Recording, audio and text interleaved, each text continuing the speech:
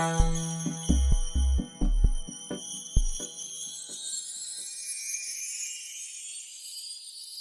me out the way. Want me to what happened it. Get me out the way. Want me to what happened it. Yeah.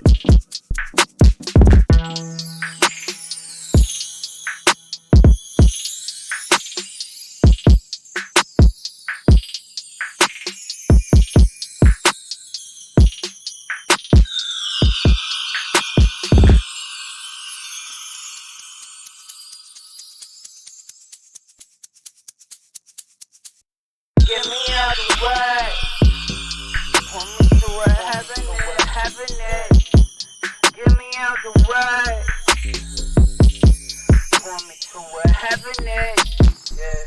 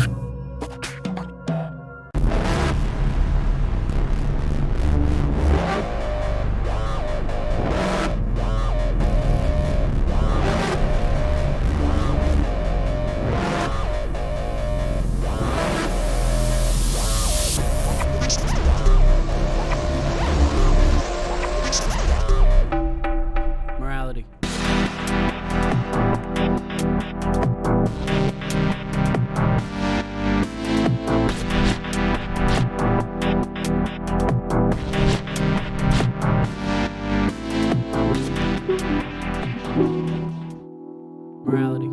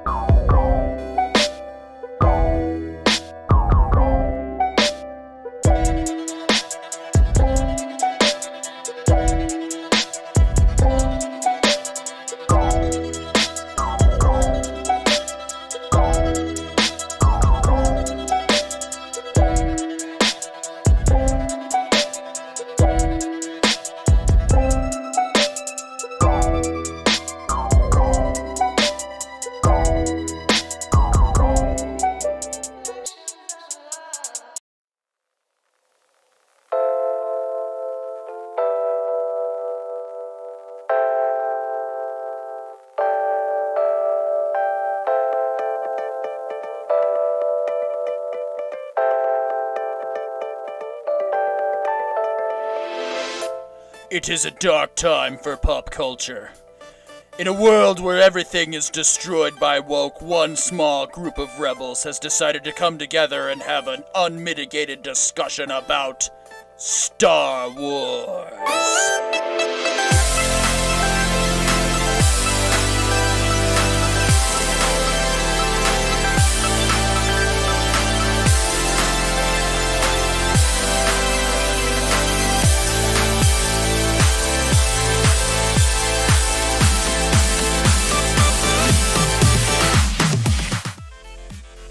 Welcome to the Writer Brothers May the 4th be with you special edition live stream. I am your host, PD York, and I just need to make a quick adjustment to our volume so we can hear our lovely guests. Gentlemen, go ahead and introduce yourselves. Oh, and looking to join right at the last minute is, of course, our friend, the Mexican Iron Man. Welcome to the show, everybody. Why don't we go around the room and introduce ourselves and why we decided that we're going to hang out today and talk about Star Wars? Well, sure. Hi, I'm Joe. I am here to discuss my favorite subject, Star Wars. It's the best. The universe has endless potential, and I can't wait to share my thoughts on it. Go ahead, carry on. Yeah, I am Corion, your witch in residence here on YouTube. For me, Star Wars has this incredibly, surprisingly deep spirituality that sucked me in, and, you know, who doesn't love people fighting each other with lightsabers, man? I mean, you know, who knows, maybe I can talk one of our guests into a virtual lightsaber duel later on. Yeah, maybe. Yeah. Go for it, Chris. I'm CC Karaoke, and although my main gig on YouTube is obviously around karaoke, I've been a Star Wars and a Star Trek fan. Particularly started off as a Star Trek fan. Most of my life watched all the episodes multiple times, and then Star Trek broke my heart, and I became more of a Star Wars fan, and now Star Wars is breaking my heart, so here we are, but I'm still hanging on. I'm still hanging on to the hope that can be something great in the future. Yeah. You gotta watch out, Chris. Broken heart is what killed Padme. It's contagious. That's true. That's all it takes to die in Star Wars is to have a broken heart. Well, anyway, I want to first set the stage. So the first hour or so, we're gonna have a little bit more of a Mexican Iron formal Man, do you wanna discussion introduce regarding yourself? the original 6 movies. And basically, the plan is going to be to see if we can reach a consensus of which Star Wars is inarguably the best. If we can't, well, it just means you're all wrong. But no, I'm just kidding. Of course, it just means we all have our own different opinions. And then after we figure out, once we all agree that Episode 5 is the best, we'll move on to open season Star Wars. Everything. Anything you want to talk about, whether we want to rant and rave about how much Disney Wars sucks, whether we want to praise other Star Wars products like Knights of the Old Republic being one of the best things to ever come out of Star Wars, so forth. All of it. It's on the table. This is open-ended discussion. Anyone in the comments who wants to join the discussion, your thoughts are welcome. This is just going to be our fun Star Wars forum for May the 4th. I would like to, in SJW tradition, I have point of Mexican taco privilege, personal privilege. Right, of course. You skipped me in the intro. Clearly, this channel does not embrace diversity or inclusion. No, you're just here to sit in the corner with your sombrero and your tacos and I don't know. I'm just here for ESG points, right? I can't believe I'm streaming with CC Karaoke. Can I just tell them real quick? You have no idea how many hours of your videos I've seen. You have no, I don't even know how many of them. I've played them forever, at least well over a year and a half, and I've done probably like hundreds of tax returns to your channel. I appreciate you saying that. It Yeah. makes my day, week, month, whatnot. And I 'Cause gotta I'm quite a apologize. fan of your work as well. Oh, thanks. And I got to apologize to Petey. I screwed up on my time commitments. I can only stay about 40 minutes because I got to co-run the Echo Bay show, and I thought it was at 10 o'clock Eastern, and it's at 9 o'clock Eastern. So I Oh, apologize because I've been booked on here for 45 minutes, and for 45 days. You reached out to me, so I'm really sorry, but I got to go run that because they're using my StreamYard account. yeah, no. This is, like I said, this is more informal. It's we'll try to get you on the Ryder Brothers, especially now that we're a Tuesday night show. I don't know if that opens up your schedule opportunity, but we definitely want to have you back more often, and so we're grateful for any time you can give us at all. No, you don't. You just want the ESG points. Of course, absolutely. I mean, it's clear that we've got a diverse crowd here of a specific pigmentation, and now we need no. Well, can I Nah, go man, first and tell you, since you're going to hate my answer, can I just go first? Go for it. With which of the 6 movies I like best? Can I go first since I have to leave early? And can I? Yeah, Can I? I mean, we can just dive right in. Go for it. So guess which one is my? I'm gonna let Corion because Corion knows me the best. Corion, what do you think is my favorite movie of them? I can't hear you. You're Yeah, muted. Corey, you got your mute activated. You know what? I'm gonna say it's probably like either episode 4 or episode 3, because you just seem like that kind of dude. You are so close, but you're off. Oh, okay. CC Karaoke. Yes. Oh, swing and a miss, probably episode 2. And why would you say that? Well, if it's not episode 3 or 4, I mean, it should definitely be episode 5. But that's too obvious an answer. And I have a lot of love for episode 2. I know not everyone does, but I do. So between Winner. 2 and CC 6. Karaoke with the winning answer. Dude, I love episode 2 as well. And it's only for one reason. What's that? Okay. You know the big fight on Geonosis, the first time we see the clone army actually fight. Right. Now, I want you to picture that battle scene. Now, traditionally in movies, good guys always fight from the left of the screen to the right of the screen. That has been a trope since movie making started. If you'll recall, the Republic Army starts on the right of the screen and goes to the left, indicating they're actually the bad guys. And when I saw that on film, on the big screen, and realized what was going on and made that connection, it was mind-blowing to me. Yep. Damn. So I'm a huge lightsaber fan, Petey. So Yeah. So the reason why is that when I was a little kid, I used to get bullied, and the way I fought back is that I got my courage up, and I took a stick. I've said this story on Doomcock Show several times, and Coriolan's probably heard it before. But I used to get bullied, and I won't go into all that detail. But one day, these kids that bullied me, I had the stick and I hit it behind some bushes that were on the way that we all sort of walked into the school together, and that's so awesome, Corion. And every day I kept stressing out because I wanted to stand up for myself. And I told myself, if Luke Skywalker, because I'd already, obviously, I mean, the whole genesis of this is that the lightsaber. I said to myself, if Luke Skywalker could stand up to Darth Vader, so could I. I could stand up to these bullies. And I was a little kid. I think I was like 7, 8. I don't know how old I was. I was a little kid. And one day I got the courage to do it. And these kids used to spit on me and all this stuff. Used to take my lunch money. It was awful. And it's funny, I didn't actually have to hit any of them, but they sure were scared when I grabbed the stick that was about as long as a lightsaber. And of course, I was a little kid, so it was a lot bigger than, it probably was as tall as I was. But I found this branch. It was a tree branch, that's what it was. And I just pulled off the smaller branches, and I said, "You're not doing this ever again. I will kill." I said, "I will kill you if you make me do it." And I was talking big. I mean, how am I going to kill him with a freaking tree branch, right? Well, and then fast forward to when I finally saw, some of the most lightsabers on screen at one time that anyone's ever seen.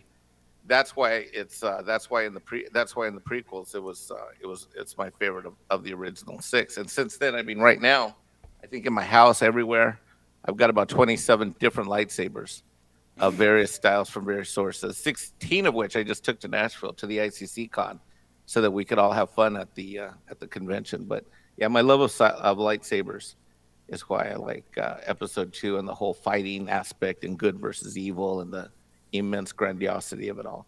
Yeah, no. So to clarify, what I mean is, and what I'm trying to get at is, well, first and foremost, I'll just say a little bit about our channel and what we're trying to do with what we want to hope to grow into and expand is, we are we're about restoring respect into discourse. It's fine to be passionate about having your personal favorite. It's fine to have your own opinion. However, art is mostly subjective. And I do feel that we can have standards. And so for me, when it comes to Star Wars, Episode 4 is my personal favorite. I love that movie. I love the story. It was the first one I saw on the big screen. It was I mean, obviously the first Star Wars movie I ever saw. And so it will always have a special place. As I've gotten older and as I've gotten more along in life and obviously become a writer myself, I look at Episode 5 as inarguably being the best if you look at it, and we wanted to do like metrics and things. We had more plans for this stream. Unfortunately, some real life obligations came up, and so we are where we are now. But what we wanted to really do is we wanted to break down each Star Wars film by story, characters, score, and I think if we were to actually like really just kind of deconstruct them, we'd probably go, okay, look, Episode 5 really does kind of have the best of all of those. Now, granted, you could make the argument that it does rely on a lot of the context of 4, but at the same time, it's able to kind of be a standalone Star Wars movie the same way 4 is. However, that does not, by any means, negate what anyone's favorite Star Wars is. And honestly, when I watched Episode 2, I think it's been a couple years now, I also got those feelings of nostalgia because really the prequel trilogy is what my generation and what mine and John's generation, we grew up with that. And so I understand the passion. That's why we're here. And if we don't agree and we think that, well, 2 is the best because of X, Y, Z, that's perfectly fine. Because at the end of the day, we're all here to just have fun and talk about Star Wars. I mean, we can get at each other's throats a little bit, but at the same time, we don't want to not make friends in the process. We want to come away with new perspective and new ideas. And so I some people, it's fascinating. You really like the lightsabers aspect of it. And, some people try to like they look at that and they go, well, that's just stupid. Yeah. I've been told to my face, I don't even know how many times, well, that's a stupid hobby. And I disagree with that because are still my favorite weapon in sci-fi. The lightsaber is, you know what? And I'm sorry to say this, Chris, but the lightsaber is way cooler than the phaser. I'm just putting that out there. I mean, it's a beam of light that you can cut through anything with, whereas the phaser is functional, but I mean, it's cool you can vaporize people, but compared to, man, that's another show we could do. Star Trek. That's versus a whole Star other Wars. show. Yeah. Well, If I let could, me I'd ask carry you- a sword with me. Well, let me think ask they you might this, arrest me. guys. Out of all the lightsaber wielders we've seen on screen, who's got the best style for fighting?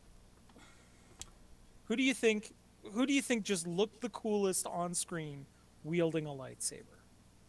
Return of the Jedi, Luke Skywalker. Nice. That kind of like kendo style. I gotta moving agree forward. with John, right? It's John? Yeah, John. John, I gotta agree with John. I'm so bummed my camera's not working. I've been fiddling around with it. I wanted to go camera on, but I can't. I know. I'm missing your pretty face and your badass command center backdrop. No, That's all good, he though. has that. The outfit works. The build up in terms of him like not really revealing it at all before that. Like the only other comparison would be Anakin and Obi-Wan in Revenge of the Sith. That was Nice. the only other like, in my eyes, the only other contenders. Cool.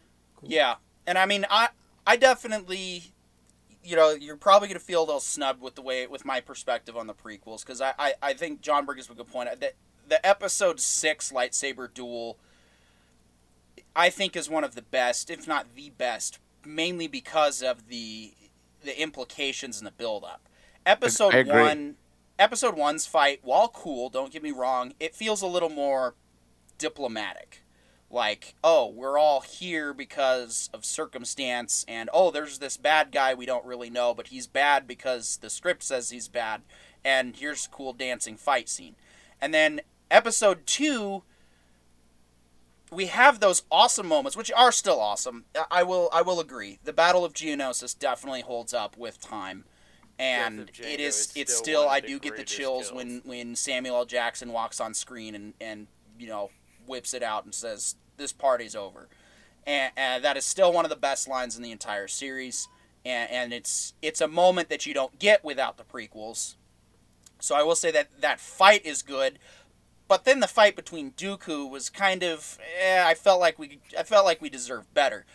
And then Doesn't Episode hold 3 up. came swinging in, and it was like a lightsaber fight every 5 minutes. And so we got, we had the Anakin and Obi-Wan versus Dooku battle right out of the gate. Then we had Kenobi and Grievous, and then we had, and then of course the final battle between not just Anakin and Obi-Wan, but also Palpatine and Yoda. And so 3 definitely has a lot of good, compelling fights. There's something about, I think the soundtrack really helps drive home that Episode 6 fight, though, because it's so, Luke is just unhinged, it's raw, he's not coordinated, he's letting the anger take over in that moment because Vader just threatened his sister. And so he's like, I've got nothing to lose at this point. I must end him. I must stop him. But that's just my thought. I'm curious to see what else. So Mexican Iron Man, since you do have to go, we'll let you take the stage again. Which lightsaber battle? I know you said you love the sequence of 2, but which duel do you think is the best?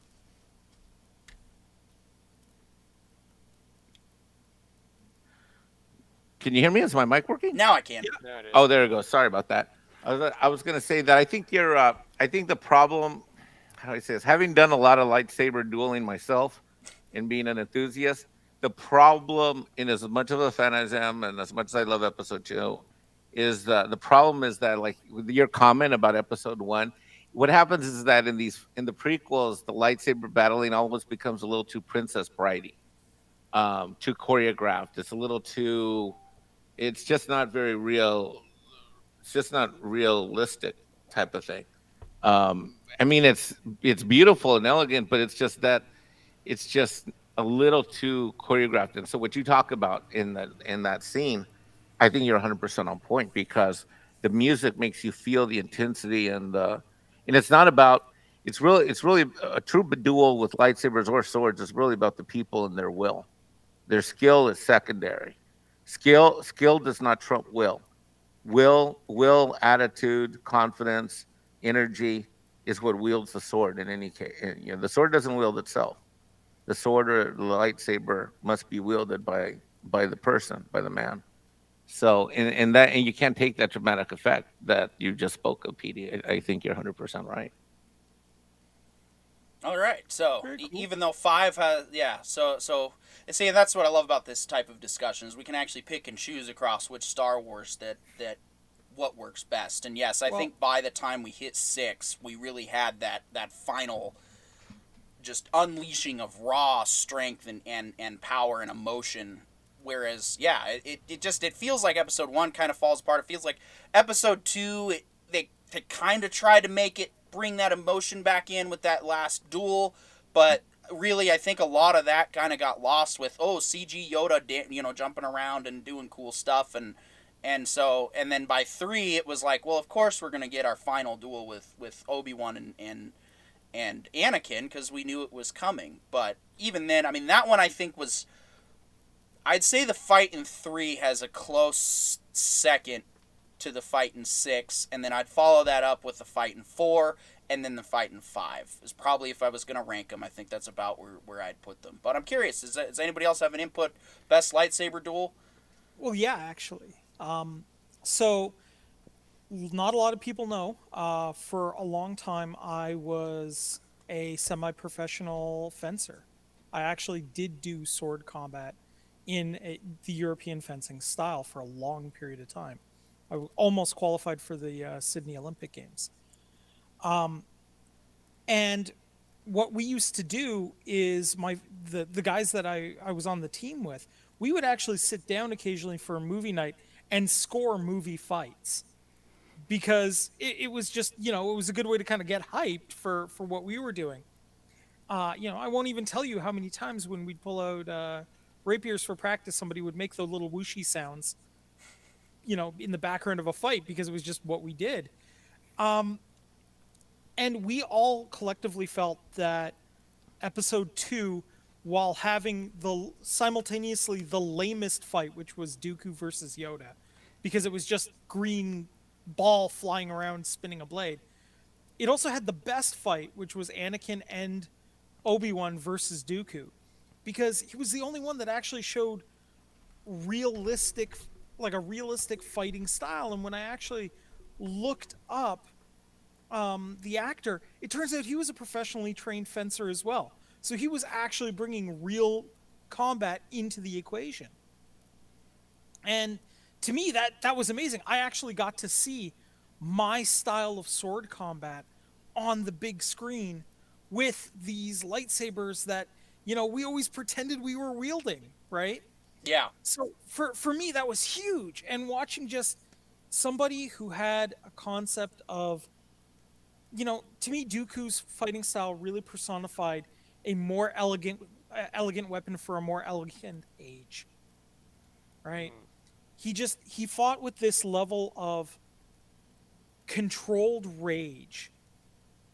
You could see he was mad as hell, but it was very formulaic. It was very, I'm going to force this person into a position where, seeing the future or not, he's going to lose an arm. Right? Yeah. And I think, even the character of Dooku, while I do think that the Darth Jar Jar theory might have some merit to it, I think that the character of Dooku was a wasted potential in some ways. I think they explored him more in the Clone Wars. But I also think that in an alternate universe, I do think that Qui-Gon would have ended up teaming up with him, and I almost think you could make the case that Dooku was not really... Yeah, he seemed to me like he was a Sith Lord out of necessity, but I think really his heart was more of a Grey Knight. He was more interested in the big picture outcome, the what's going to be best for the galaxy. He clearly didn't express an aura of desiring power. Within himself, sure, but he didn't strike me as like the supreme dictator type. And I think that's, and you really bring that out when you point out his fighting style being an actual fencing style. That makes a lot of sense, because yes, he shows that the dark side isn't just rage and passion all the time. It is elegance. There is a side of it that can be used with finesse. And so, yeah, that's a very good point. Chris, you've been quiet just for a little bit, but it sounds like you got something on your mind, so please share. Yeah, just waiting my turn, I suppose. I was going to ask, are we speaking just about lightsaber fights within the 6 movies? Right now, the discussion is yes, just the Star Okay. Wars that most I would say most fans prefer to associate as the true canon. I don't care for corporate canon personally because corporations don't decide what I'm allowed to love and not love, and I don't. All I know is that if we do Disney Wars in this part of the discussion, that's probably what it might shift focus to. And while I do want to get into that, I would like to just keep our first 6 loves on the table for now. Fair enough. Yeah, no, I wasn't going to go down that Yeah. tunnel. I wouldn't necessarily want to. Oh, we'll But, have time for that. Don't worry. What I'll do is I'll say just in context, and certainly within the first 6 movies, although I do love the grandiose presentation of Episode 2, and that's part of.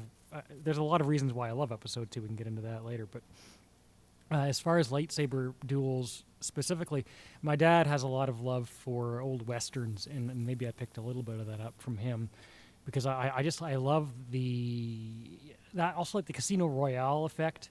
When you're sitting at the table or you're standing across from your enemy, and it's like there's that tension instead of just going like straight to the wall immediately. And Yeah. you know when you have that duel where you're kind of just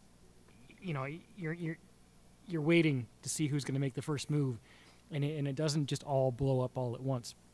So in that sense, I do lean towards the more standoff type fights that were presented earlier in the progression of the 6 films, which would obviously start with Obi-Wan versus Vader in Episode 4 and Luke versus Vader in Episode 5.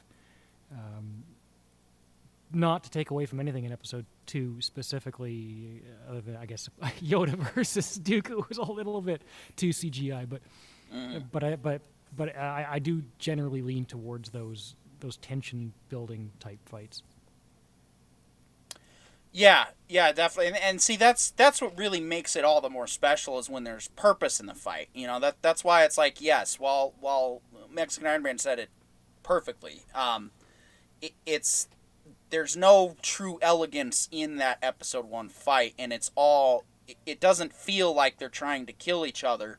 It feels like they're trying to look cool. And I think that's what was lost in the performance was we didn't really have a lot of convincing moments except for I think the last part of the Episode 1 battle where it's basically Obi-Wan versus Maul. We finally kind of see that play out in a more raw fight.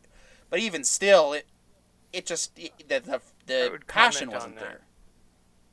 What's Doesn't up? that really define the Jedi, though? If in Episode 1 it wasn't until Obi-Wan solos Darth Maul that he finally goes rage, which means the entire fight prior, they were both mostly trying to disarm and capture an opponent.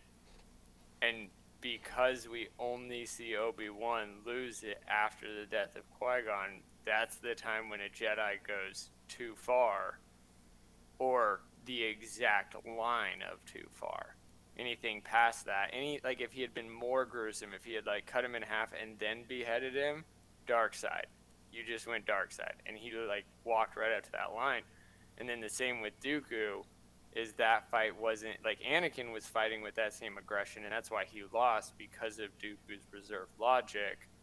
Anakin had no logic; he just had anger, and he had tasted it. He had got that fresh kill when he was on Tatooine, right? So he had his first taste of just losing his shit on people that used to destroy his village regularly, right? So he knows how powerful he is in context of his childhood, but then now he's seeing that just because he could beat up that bully of his childhood, he couldn't even come close to a trained Dark Knight that Count Dooku was. And even though there was so much space between the two fights and scenes and all the stuff in between, that kind of effort was put in to some extent. Yeah. All right, I think I believe Mexican Iron Man, you've got your other obligations coming up, correct? Yeah. Any final thoughts? Corion, If you want free rabbit chicken tacos, you'll vote episode 2. CC Karaoke, if you want as many shout outs as you want for your channel, not that you need them, on a Sunday night on Doomcock, you will vote episode 2. I already was going to. How you like that, PD? You like that? Hey, if it brings me subs in the process, yeah, I love it. Please bring it on. Yeah, so I don't know. You guys have fun, and sorry about this, but yeah, I gotta go start another StreamYards with Coach and Nick from Echo Base. So my Yeah, apologies. have fun, and please feel free to plug my channel as a makeup. I will. I will. In fact, Yeah, I'm gonna and drop we're the definitely link. gonna have you on. We definitely want to have you on. We'll talk offline more. Like I said, we're a Tuesday night show, general interest. We'll discuss. Oh, more and later. I figured out what my Discord was right before we started the show. So I now know what my Discord user ID is, which I never log into, but I found it. So That's I'll all hit you right. up there. It's all right. All right, We see can you later, guys. we could use different All right, resources. see That's you not soon, a problem. man. Bye-bye. But Mike. Yeah. But yes, you will all vote for episode 5. No, I don't think there's gonna be there doesn't need to be a consensus in the end. It's just like I said, I am confident if we really want to get into the analytics of it, which we most certainly can. I mean the one thing that can be said for the prequels, regardless of your argument or your feelings, is the soundtrack came to play every single time, and so that's really like. As much as we have our issues and you know people don't like Jar Jar and all that stuff, you can at least find positive aspects of the prequels. Well, I would say the prequels, not only did the soundtrack come to play, the worlds came to play. Yeah, Whereas, definitely. Like, the original trilogy was a very niche item and invention dealing with things like outer space and aliens and galactic warfare. The second one was building off of all of that other steam. The second trilogy, I mean. And so because of that, they spent more time building these fictional worlds, which I think has played a bigger impact into film overall. Because these worlds that we only see for the same amount of time you would see in a play, and you could just say they're on a planet. Instead, we actually get to see a little bit of the huts, the buildings, the architecture, even the spaceships, and the diversity in that makes it so much more rich and like something you want to go be a part of. Yeah. Whereas in the original trilogy, we only get California's redwood forest, Antarctica, and, you know, Area 51. So, Right. I think that is where the prequel trilogy is way more of an anthology, even though it is supposed to be a like backstory. It really feels like that's this trilogy that made the world as big as it could be, and then the latest trilogy is like missing everything. It missed literally every point. Well, I mean, I think, you know, when you take a look at all three of the Star Wars stories, you can kind of almost see how they were constrained by the technology of their time. Right? You know, we take a look at the first three. I mean, you know, for the first movie, you know, Lucas was not working with a huge budget, right? Yeah. But he managed to make a series of worlds that felt lived in, right? You know, you could feel the equivalent of a Millennium Falcon analog driving down the highway beside you, right? You know, we've all driven beside that truck that looks like it's barely holding together, but somehow it's ripping past your car, right?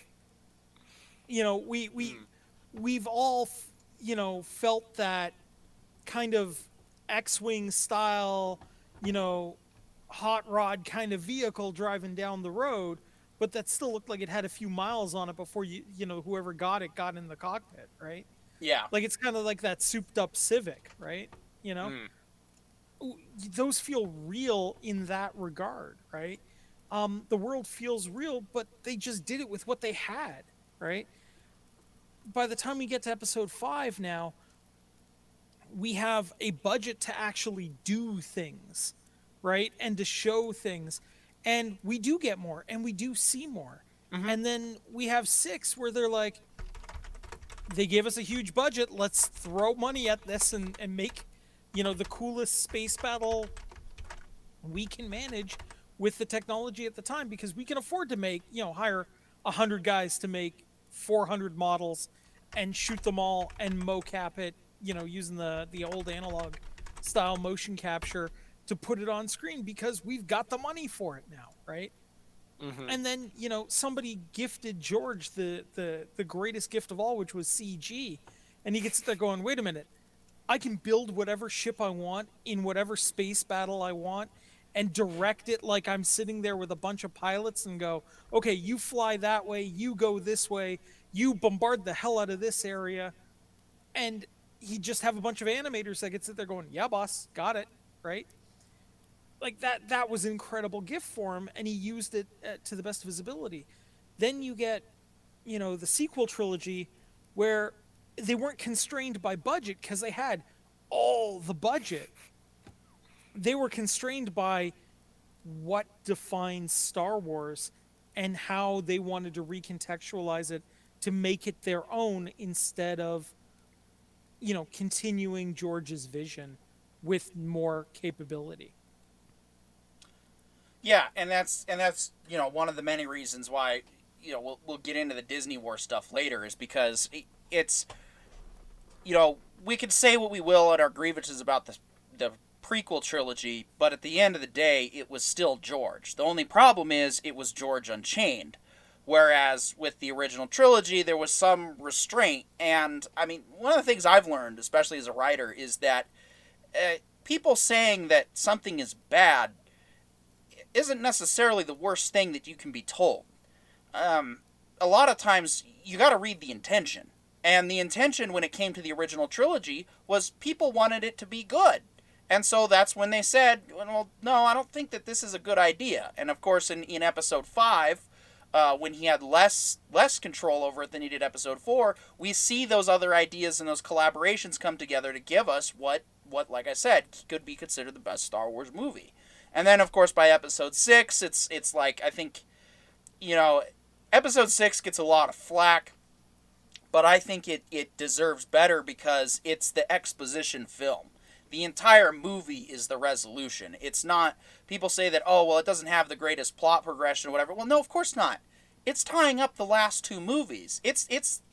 We've already hit the climax in episode 5 with I Am Your Father.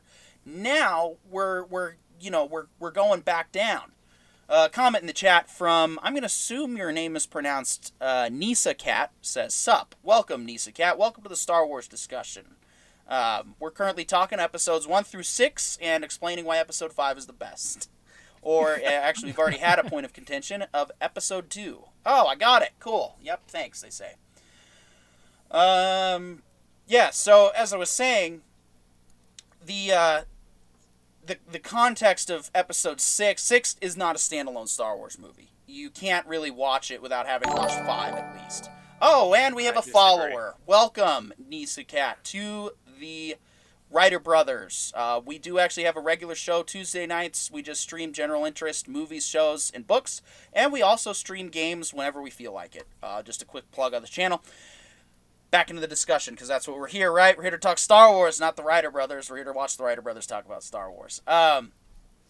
So yes, as I was saying, the context is lost with episode 6 if you just watch it by itself, whereas episode 5 you can watch and still enjoy. Now, I would need to watch episode 2 again to see if despite some of its issues, is it a standalone Star Wars movie in of itself? Because I think the argument can be made that Star Wars Episode 3 you can kind of watch without context, although without the context of the Clone Wars, Episode 3 kind of starts to unravel and fall apart, and a lot of things don't make sense.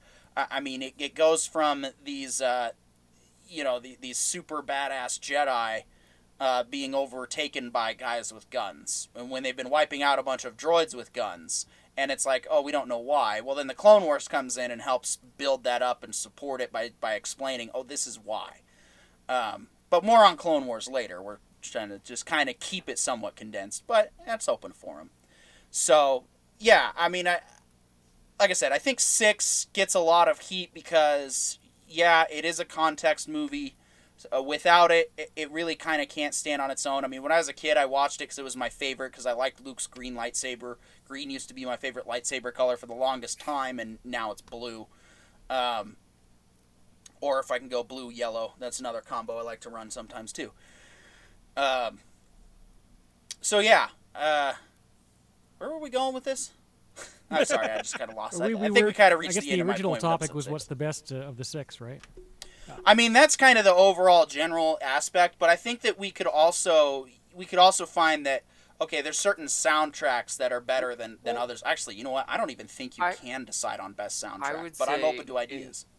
Instead of trying to find a single one that's good, and if we so critically believe that the newest trilogy was an attempt at finding the spirit of Star Wars, why don't we point out all the things they missed about the true spirit of Star Wars based on the original 6? Well, I mean, we all seem to come to a consensus that the Episode 6 lightsaber duel is the best duel, and so yeah, I mean, unless anyone wants to give a different counter opinion. Well, so the Episode 6 lightsaber duel is the absolute best because Luke was never trained in the art of the lightsaber, aside from the minor training that he got with Obi-Wan on the Millennium Falcon on their way to Alderaan. Other than that, he legitimately figured it out himself. And obviously the Swamp Pit fight with himself as Vader in Episode 5, and then his second fight with Vader, his real fight with Vader in Episode 5, and then obviously after that we don't see him training anybody to fight. And when he's with Yoda the second time, we never see him pull out his lightsaber to train to fight either. And I think Episode 6 is the only one where that really shows, because the whole time he's fighting Darth Vader actually seems to have acquired Count Dooku's restraint and his slow, direct, deliberate movements towards his opponent, to the point that it seems like he's chasing him without moving, that Michael Myers level of enemy. And you watch as Luke is basically the equivalent of somebody running from Michael Myers throughout that whole combat scene. And even in his time of immense anger, you also see him still be a child towards his dad. And you see all of it with the fight. Like, all of it's on his face, the entire fight. So much so that you see Vader break because of it. Like, Vader finally feels like a dad, realizing that his children lived because he didn't know they did. But then he's seeing his son hate him the same way as what we later find out he hated Mace Windu. He hated Obi-Wan, right? And he's like watching his son do that to him, and you actually feel all of that power in that one 5-minute scene. I just finished it right before we started streaming. So yeah, it's Like- fresh. in your mind. Are you able to bring your mic a little closer to your face? It's Oh yeah, I can do that for sure. I thought it was catching up my nose. No, it's just you're coming in a little bit more muted than Corion and Chris. Yeah, and so I think really, I mean, is there really the best Star Wars movie? I don't know now.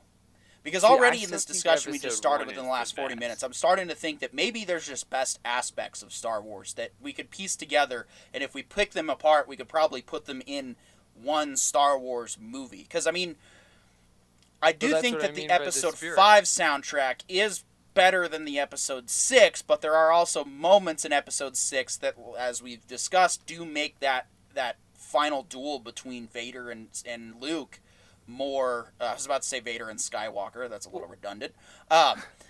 Between Vader and Luke, that enhance that moment. But, I mean, at the same time, Episode 5, you know, we come into an empire that's broken.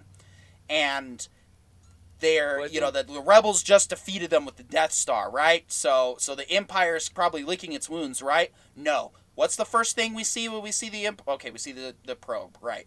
Okay. Before we see Darth Vader, what's the first thing we see? We have a you have to forgive my blasphemy here. We have this going on. We have a Star Destroyer like sitting right here, just kind of in the backdrop, and then all of a sudden it gets overshadowed by this giant mass of a ship coming over, and it builds up to the Imperial March. It's the Kelvin, for those wondering. And so we have this very dramatic build-up that just pays off with this new theme that we haven't heard before. And so it's basically saying that, oh yeah, they blew up our little, testicle toy, but here we have our giant ship coming in, our huge imposing force, because the real might of the Empire is the Imperial Navy. It was not the Death Star. It's not the Emperor. It's not Vader. It's this massive amount of ships that they're able to send to impose their will on the galaxy. And so it's this expression of, oh, we think that they're beat back, right? And they're just looking for the rebels. And then all of a sudden we're introduced to dun dun dun dun dun, dun, and there comes the Super Star Destroyer establishing itself as, oh no, the Empire has not been, it probably lost a few gajillion dollars to the Death Star, but no, they still have a bunch of ships, they still have influence, they still have lots of power. And I think that's really what makes Episode 5 so good, is that just because, okay, we don't have our planet killer weapon anymore, so the stakes are a little different, but the rebellion's like on the run the entire time. They're still trying to get themselves figured out. Like, destroying the Death Star was apparently not as tactically sound a plan as they had originally hoped. And so it's like all of a sudden the Empire is still here, and I think that's really what I really love about that scene too.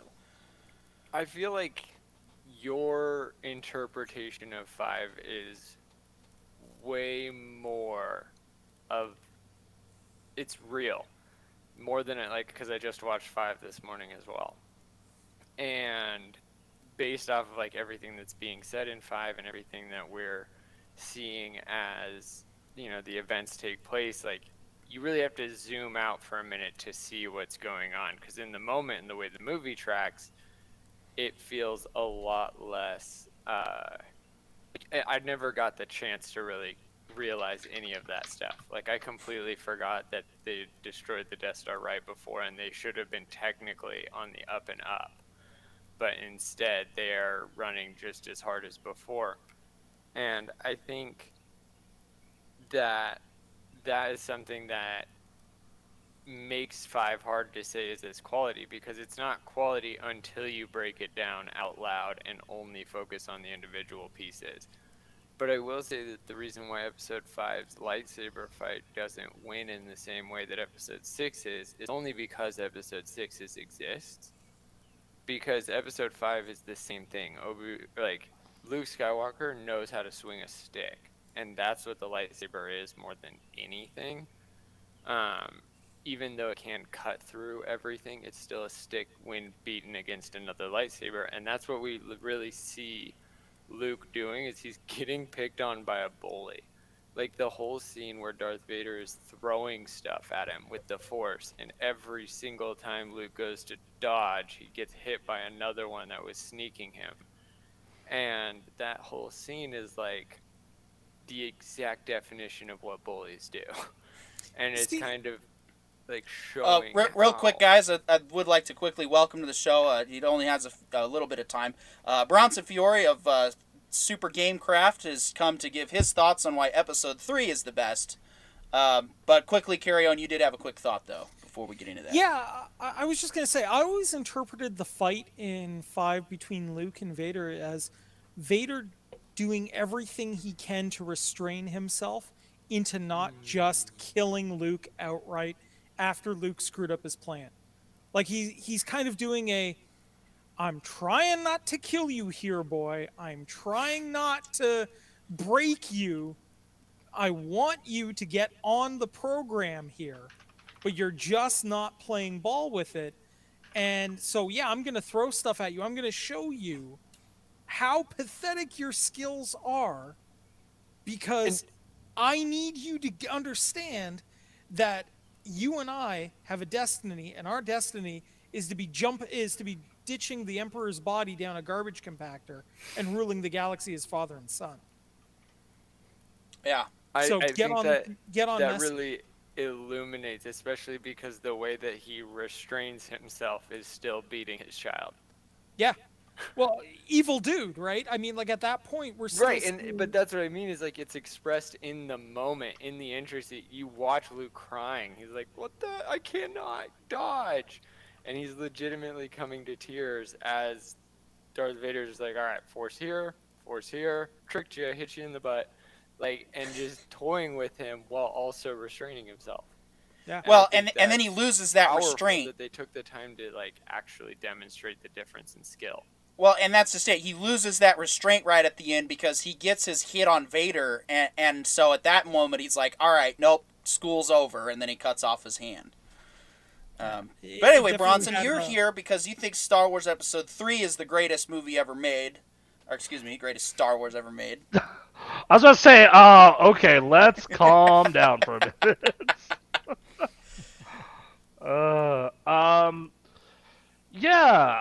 So I think a lot of that came from later, like rewatching it way later, just because like I am like just bitter and jaded with Star Wars at this point in my life. Like maximum, just like I don't care anymore. I don't care what you do. You cannot win me back if you put out like. Let's put it this way: if you put out something that's even like halfway entertaining, like the way Boba Fett was to me, I'm like, great, okay, cool, good job. Like you are officially being graded on a curve, because of like your history, and like I love Episode 3 because it just goes full anime bullshit. Like it just goes full fucking force into. Look, man, like it is just basically George Lucas doing whatever the fuck he wants for All right, like we're PG-13 still, buddy. oh, sorry, whatever he wants. Well, did you use your one F-bomb already? You just No, you used just two used of them. both. Okay, No, it's okay.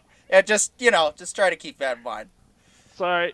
It's coming from All the soft other hardware. swears, we don't have any restrictions. So if you just want to replace the F-bomb with damn or shit or hell, then I'm not going to stop you there. That's the compromise. Fair enough.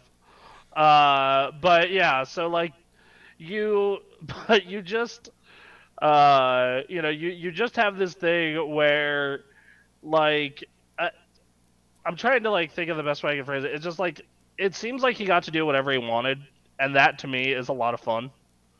Like that to me is a lot of fun, and just there are so many moments in that movie that just hit so well that I'm kind of willing to forgive a lot of its other crap, essentially. So what moments specifically stick out to you for Episode 3? That end fight, the Order 66, even though that intro is just filled with CG, I still really enjoy it. The soundtrack really helps that intro. I still like that intro too. Yeah, yes, it does. And like you get to see a little bit of that like early on you get to see a little bit of that turn for like you like right from the start after the Count Dooku fight. They're like, "Yep, he's turning. He is turning. It's happening early." So I really enjoy that. Like yeah, really like that. It has a lot of stuff that is like very, they're hammed it up a lot. We talk about memes from this movie. Like there's so many memes from this movie, like just tons and tons and tons and tons and tons. And I love that. Yeah, so your argument then is also that 3 is good because of the pop culture contribution then. Yes, absolutely. Like you can't go a day on Reddit without seeing, a meme from that freaking movie. So yeah, like, and it's just a fun time, man. Like those other two prequels are kind of downers, and then in like other ways, especially the second one. And then I think Episode 6 is kind of underrated, or overrated, excuse me. And then like 4 and 5 are of course like two of the greatest movies ever made. But like 3 is just like this weird, really unique thing where it goes like full anime BS, and it's great. Well, and it really 3 really does kind of start to get that feel of the original trilogy though too. So I can see your point there, because by the end of the third one, you kind of, not just because it ends literally right where, well, now the Kenobi series is going to take over. It ends, it's not necessarily just of where it lands, but it also it seemed like Lucas was also kind of trying again though.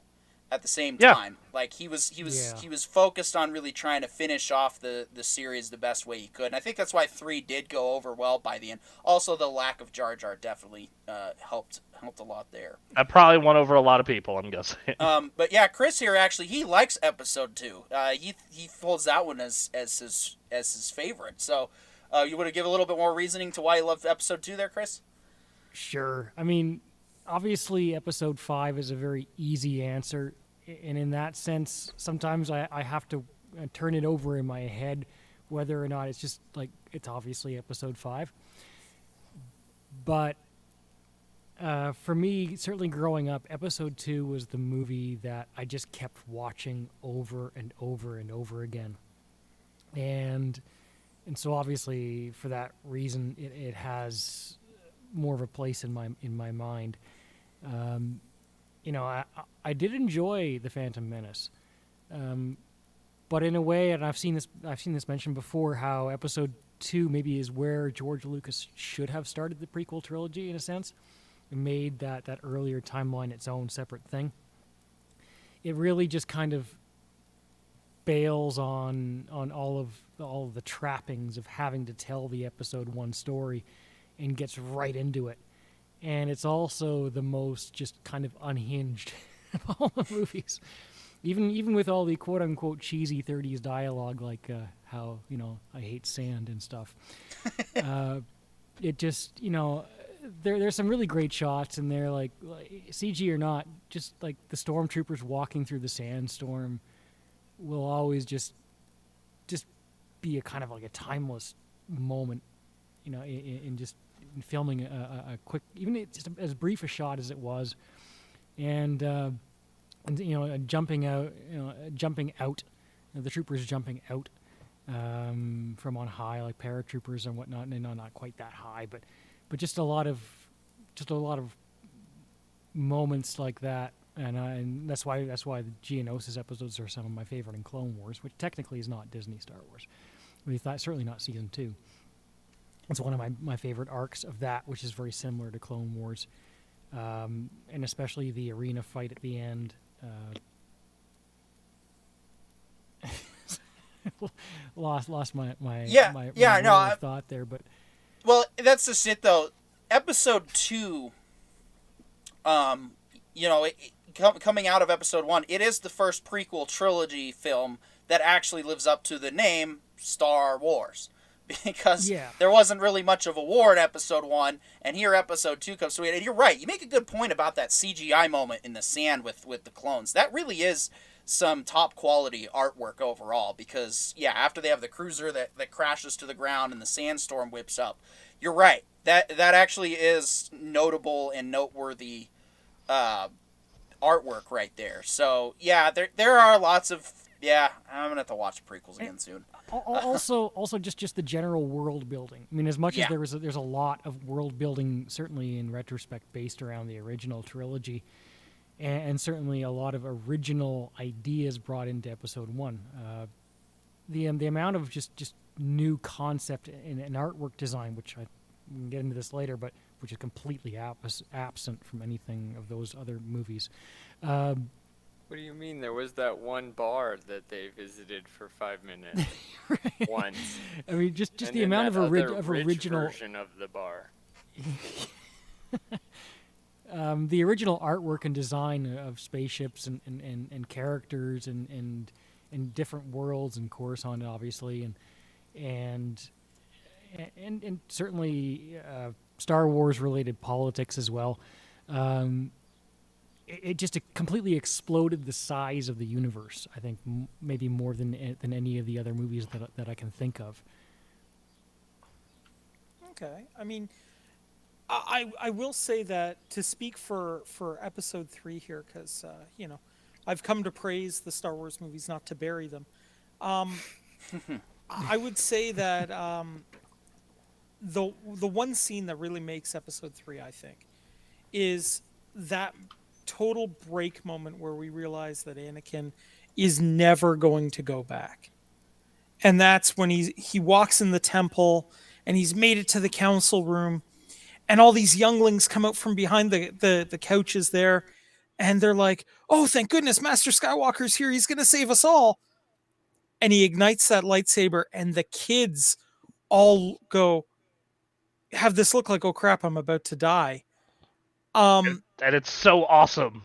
it's an incredibly powerful scene, and you can feel the heartbreak that Obi-Wan must be going through from that, right? It really pulls on the heartstrings really well. And then the scene shortly after that where Bail Organa is coming up to the fire at the Jedi Temple, and this kid is trying to escape, and he just gets gunned down, and Bail Organa realizes, oh crap, the clone army's turned on us, right? Remember, even the Jedi, he's trying to escape, but then he's like, I'm going to protect you. Like, he still upheld the code even though he was a Padawan. Yeah. And it really showed you who the difference was. Yeah. I mean, there are fantastic scenes in 3. I mean, 3 loses me from dying from a broken heart. I'm sorry, I just can't get past that. Yeah, I think a lot of people can. It doesn't even track with in episode 6. Leia supposedly remembers her mother. Right. For a brief moment, she died at a young age. So, theoretically, it could have been that Leia took, or not Leia, but Padme took Leia to Alderaan. Yeah. And that's where she died, of a cancer created by Anakin trying to save her. They could have done something. Yeah. Or even just she was injured and they had some sort of machine attached to her to try to keep she her could alive. have pacemaker, kidney. She could have just suffered dialysis and died early due to losing kidney failure at some point. Yeah, there's all kinds of ways they could have done it, but you know what? That's why 3 doesn't hold up as well for me. And I mean, 2 has its flaws, sure, but there are just some great moments in 2. The discussion between Dooku and Obi-Wan when Obi-Wan's in the cell, and Dooku's playing this really long con game of trying to bring him over to the dark side in this such relaxed, gentlemanly way. It's so perfect. I had such a different interpretation of that. If you listen to it in just the Clone Wars context, okay, it seems like Dooku actually, it seems the first interaction with Obi-Wan where he talks to him and says, I've discovered a plot on the dark side and stuff like that. That line seems to be delivered in such a sense that there was supposed to be a third world and Dooku and Obi-Wan were going to go investigate it. But then right after that, suddenly Dooku's in on it with Sidious, and it's all a whole different story about what's going on Geonosis. It felt like there was a different movie being written all the way up until that point, and Dooku was a different character. My biggest problem with episode 2 is it's just boring. It's just a boring, dry film that is a slog to get through. I'm a person who, if your pacing in a film is not good, I will very much hate watching it, no matter how good your other pieces are. It's just how I am as a person. And let me tell you that is always, when I go to rewatch all the Star Wars films, which these days does not happen often anymore, that is far and away the one that I am just just dreading to go through. Probably this out of the 6, which is what we're talking about, probably the most. Like, it's just not enjoyable for me outside of a couple of really cool bits, and like it just feels like a slog. Like like the what is that movie? How long is it? Like 2 hours? About Yeah, about. I think it was, yeah, something like that. Yeah. So out of 120 minutes, like I'd say like if I'm being generous, like 40 I'm entertained, and that's not. No, it's about 40 minutes of slowness. Oh. I just rewatched it this morning, and like it goes meet or the Naboo transport comes in, explodes. All right, before we Meet- get into let's too much run in this episode 2, down. we do have Nisa Cat in the chat. Wow, that works. So I'm gonna try this without butchering it too badly. Though I my got it. Americanese fluctuates a lot.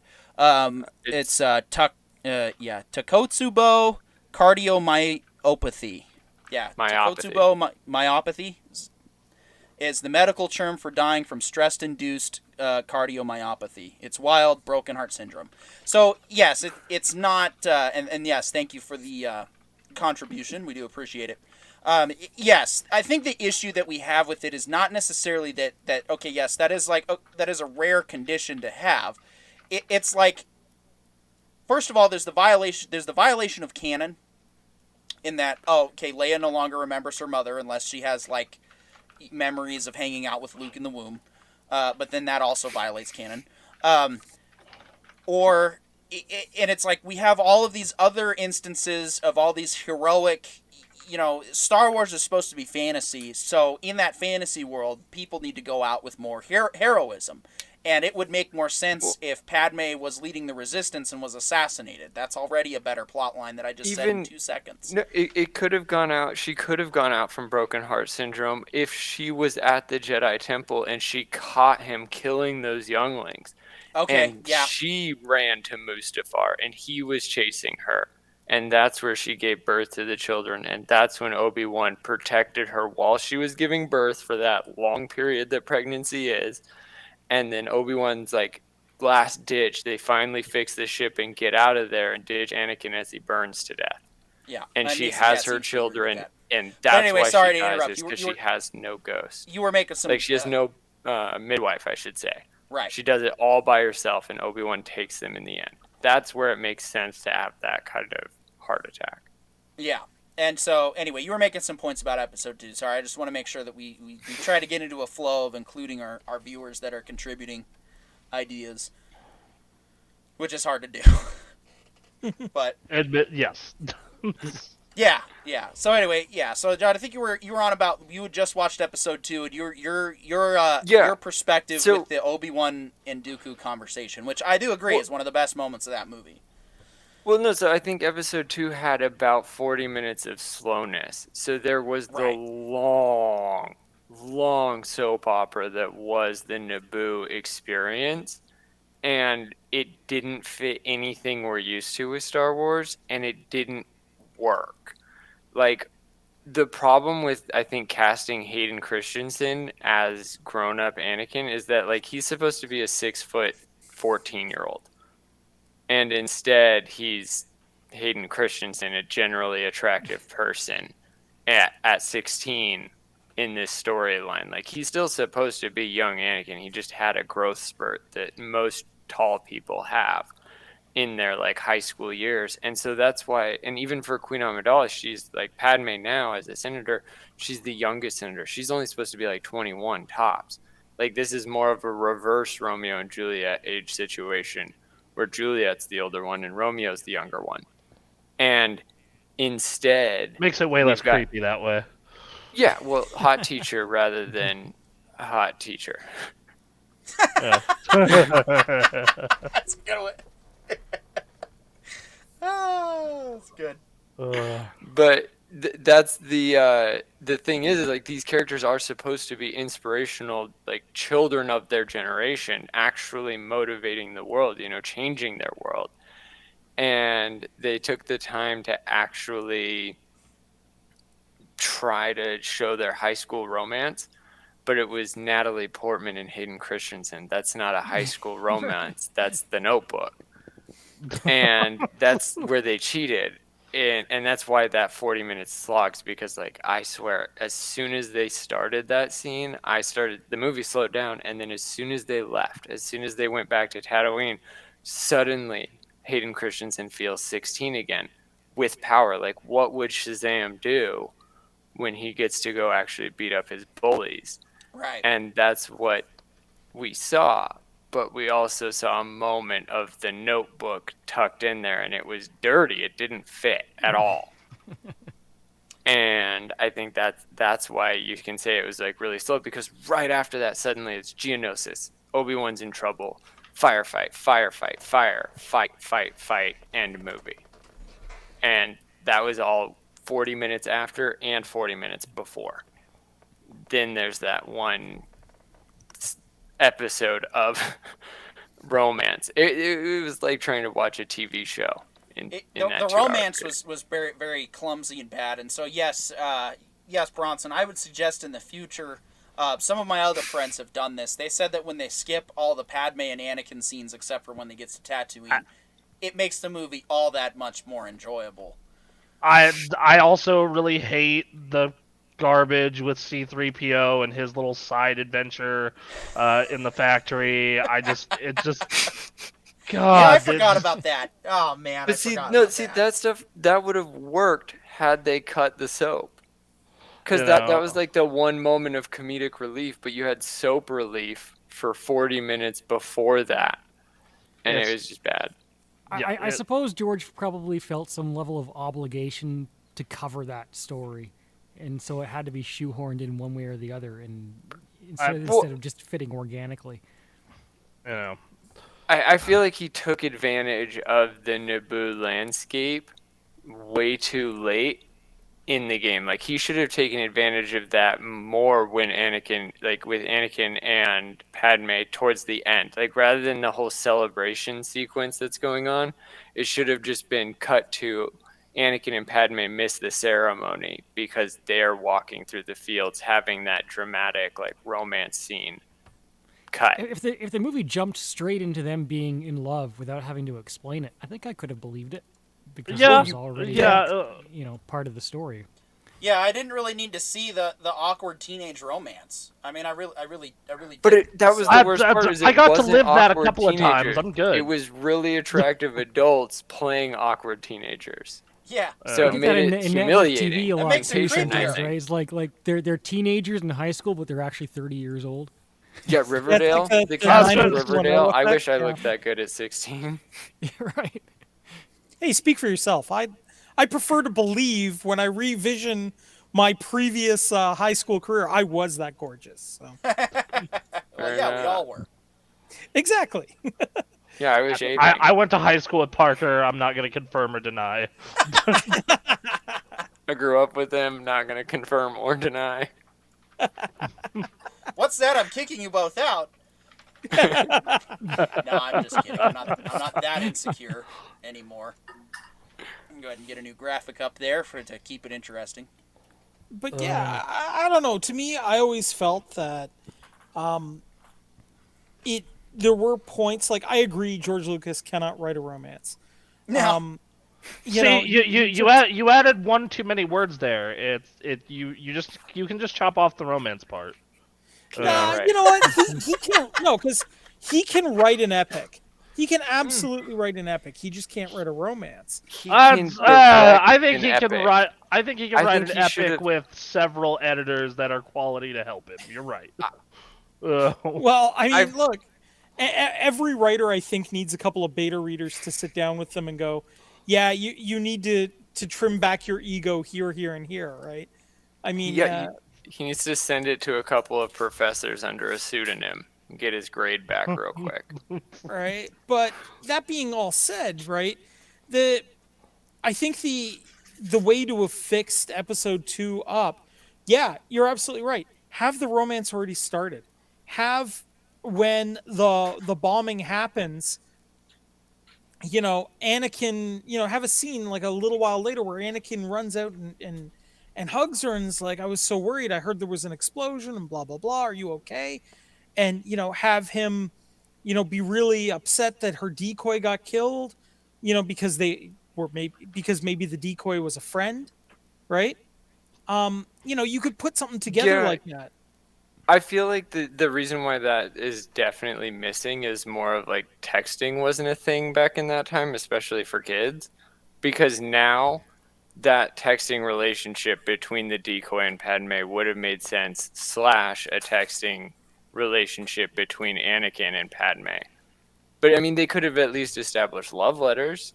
Yeah. Like, instead of him just playing with the balls when they first meet and him doing, force magic, she could have shown him the letters. Like, I've saved these this whole time. And he'd be like, oh my God, I can't believe some of these are so embarrassing. Like, that could have explained it better. Yeah. I had a recent conversation with a friend who has built this original world. It's like 600 pages. And she's like, I can write the characters really well, but I can't write the scene. And I was reading it. It's like all the information about the characters and their backstories and information. And I was telling her, I was like, I can write where the scene's taking place, but I can't write the characters and the dialogue. And it occurs to me that George Lucas is an amazing world builder. He can really structure the world of the story, but he may not be the best at writing what the dialogue, the interaction, the organic communication is between characters at all times. And what he really needs is people around him to complete the parts that he's not quite as strong at. Yeah, I think I mean, I'm not a professional writer like our host here, of course, but I feel like having beta readers, just guys who are going to go barely through count. but just having guys to people to go through your writing and occasionally go, yeah, this feels clunky, consider redoing it, or I get why you included it, but it takes away from the journey. Yeah, Would 100% have been useful, right? So not to go too well, and not to go too spoilery in my shameless self-promotion here, but when I finally got this, before I got this published, I did have it proofread by a couple of trusted friends, and one of the things that they pointed out was that there was a lot of drinking that took place throughout the story, and I was right, like, what you know. well, I mean, it takes it's basically Space Coast Guard, so of course it to me I was like, yeah, this is normal. But it was like, for a narrative point, it could kind of be a bit of a turnoff for some people. But I was like, man, these are like some of the best scenes in this are because they're drinking, and that's where some of the best dialogue happens. And so I think what I ended up doing is I shifted one of the scenes to a T, drinking, and then I put in the fact that they were basically adrift in space without their faster-than-light travel, so they had to switch to recycled water. And so I basically put it out there that, your choices are to drink poop water or alcohol. And of course, if I'm given that choice, I'm drinking the booze. I'm going out not sober in that circumstance personally. But that small change, okay, that wasn't a huge change to my dynamic. That wasn't a huge change to my story, and I was still able to have those other poignant scenes. But it was just making that small tweak that changed the entire tone of a lot of those scenes. All of a sudden, it wasn't like, okay, we're on a ship full of drunks. Now it's like, okay, we're kind of victims of circumstance here. I want to read the version that is, we are a ship full of drunks, though. It's just the fact that it's missing a little bit of context. All I really did was just add a little blurb of explanation that, oh yeah, we're going to have to go to recycled water because we can't replenish our reserves anytime soon. And so that's basically what explains, okay, this is why everybody's drinking a lot. And so it's like, you don't even, and that's what's sad about the sequels, is George didn't need to take advice to dramatically change a whole bunch of stuff. We've already made minor tweaks and minor suggestions in some certain scenes to already improve the prequels. And so that's really why I think that I agree with Carry On, that his ego definitely got the best of him when it came to the sequels as a whole.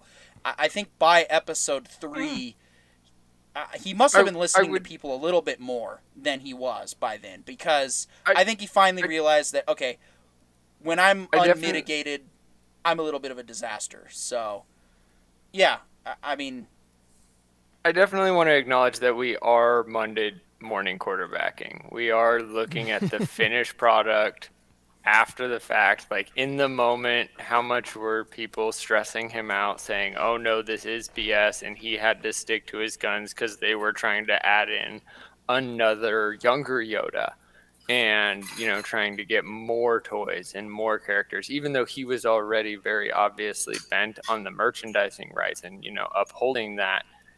He definitely was being pulled in so many directions because he wasn't focusing on this as a writer.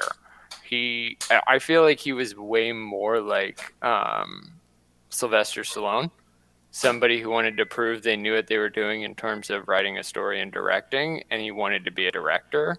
And then they were like, no, you have to write all of this series because this is the new everything. And that's what Star Wars was supposed to be. But he was like, no, I kind of figured out how to write that one.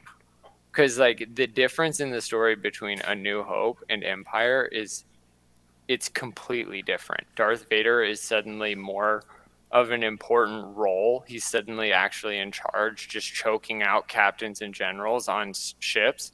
Like that doesn't make any sense. It really suddenly Darth Vader is more of a pirate, and he's a witch pirate. So he has all of the power of magic and all of the authority of an admiral.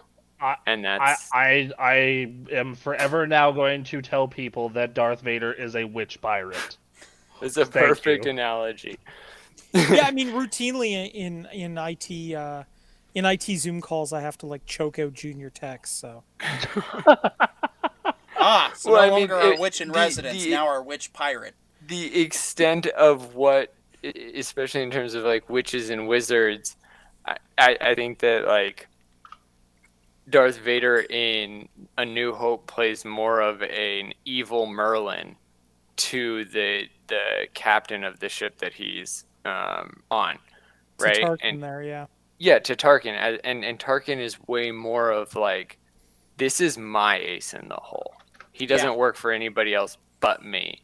But little known fact, he's the Emperor's actual ace in the hole given to Tarkin. But that's a little known fact. But then suddenly in The Empire Strikes Back, he's the well-known ace in the hole. Everybody knows he's there. Like, how many people wouldn't hire bounty hunters to hunt him, if everybody knows about him? I feel like that shift really proves how little Lucas paid attention to his own writing. Because what we really got in A New Hope, a lot of people talk about the hero's journey portion, but they don't notice that it's literally the opposite of King Arthur. It's the inverse story, and it's about what if like Galahad and Lancelot had to go up and fight him instead. They had to turn around and take out Arthur because he became a dark king with a dark Merlin. And that's what Tarkin represents. And I think that's something that was really cool and could have been built off of. But I think the reason why I justify all of this is when we watch episode 1 and 2, is because he ignores a lot of the things he wrote in episode 1. In A Phantom Menace, he basically describes that Qui-Gon Jinn was never a part of the council ever. And the reason why is because as a leader of his coven, Qui-Gon Jinn was very liberal with the rules. Like, he was a lot closer to a gray Jedi master than a council appropriate Jedi master.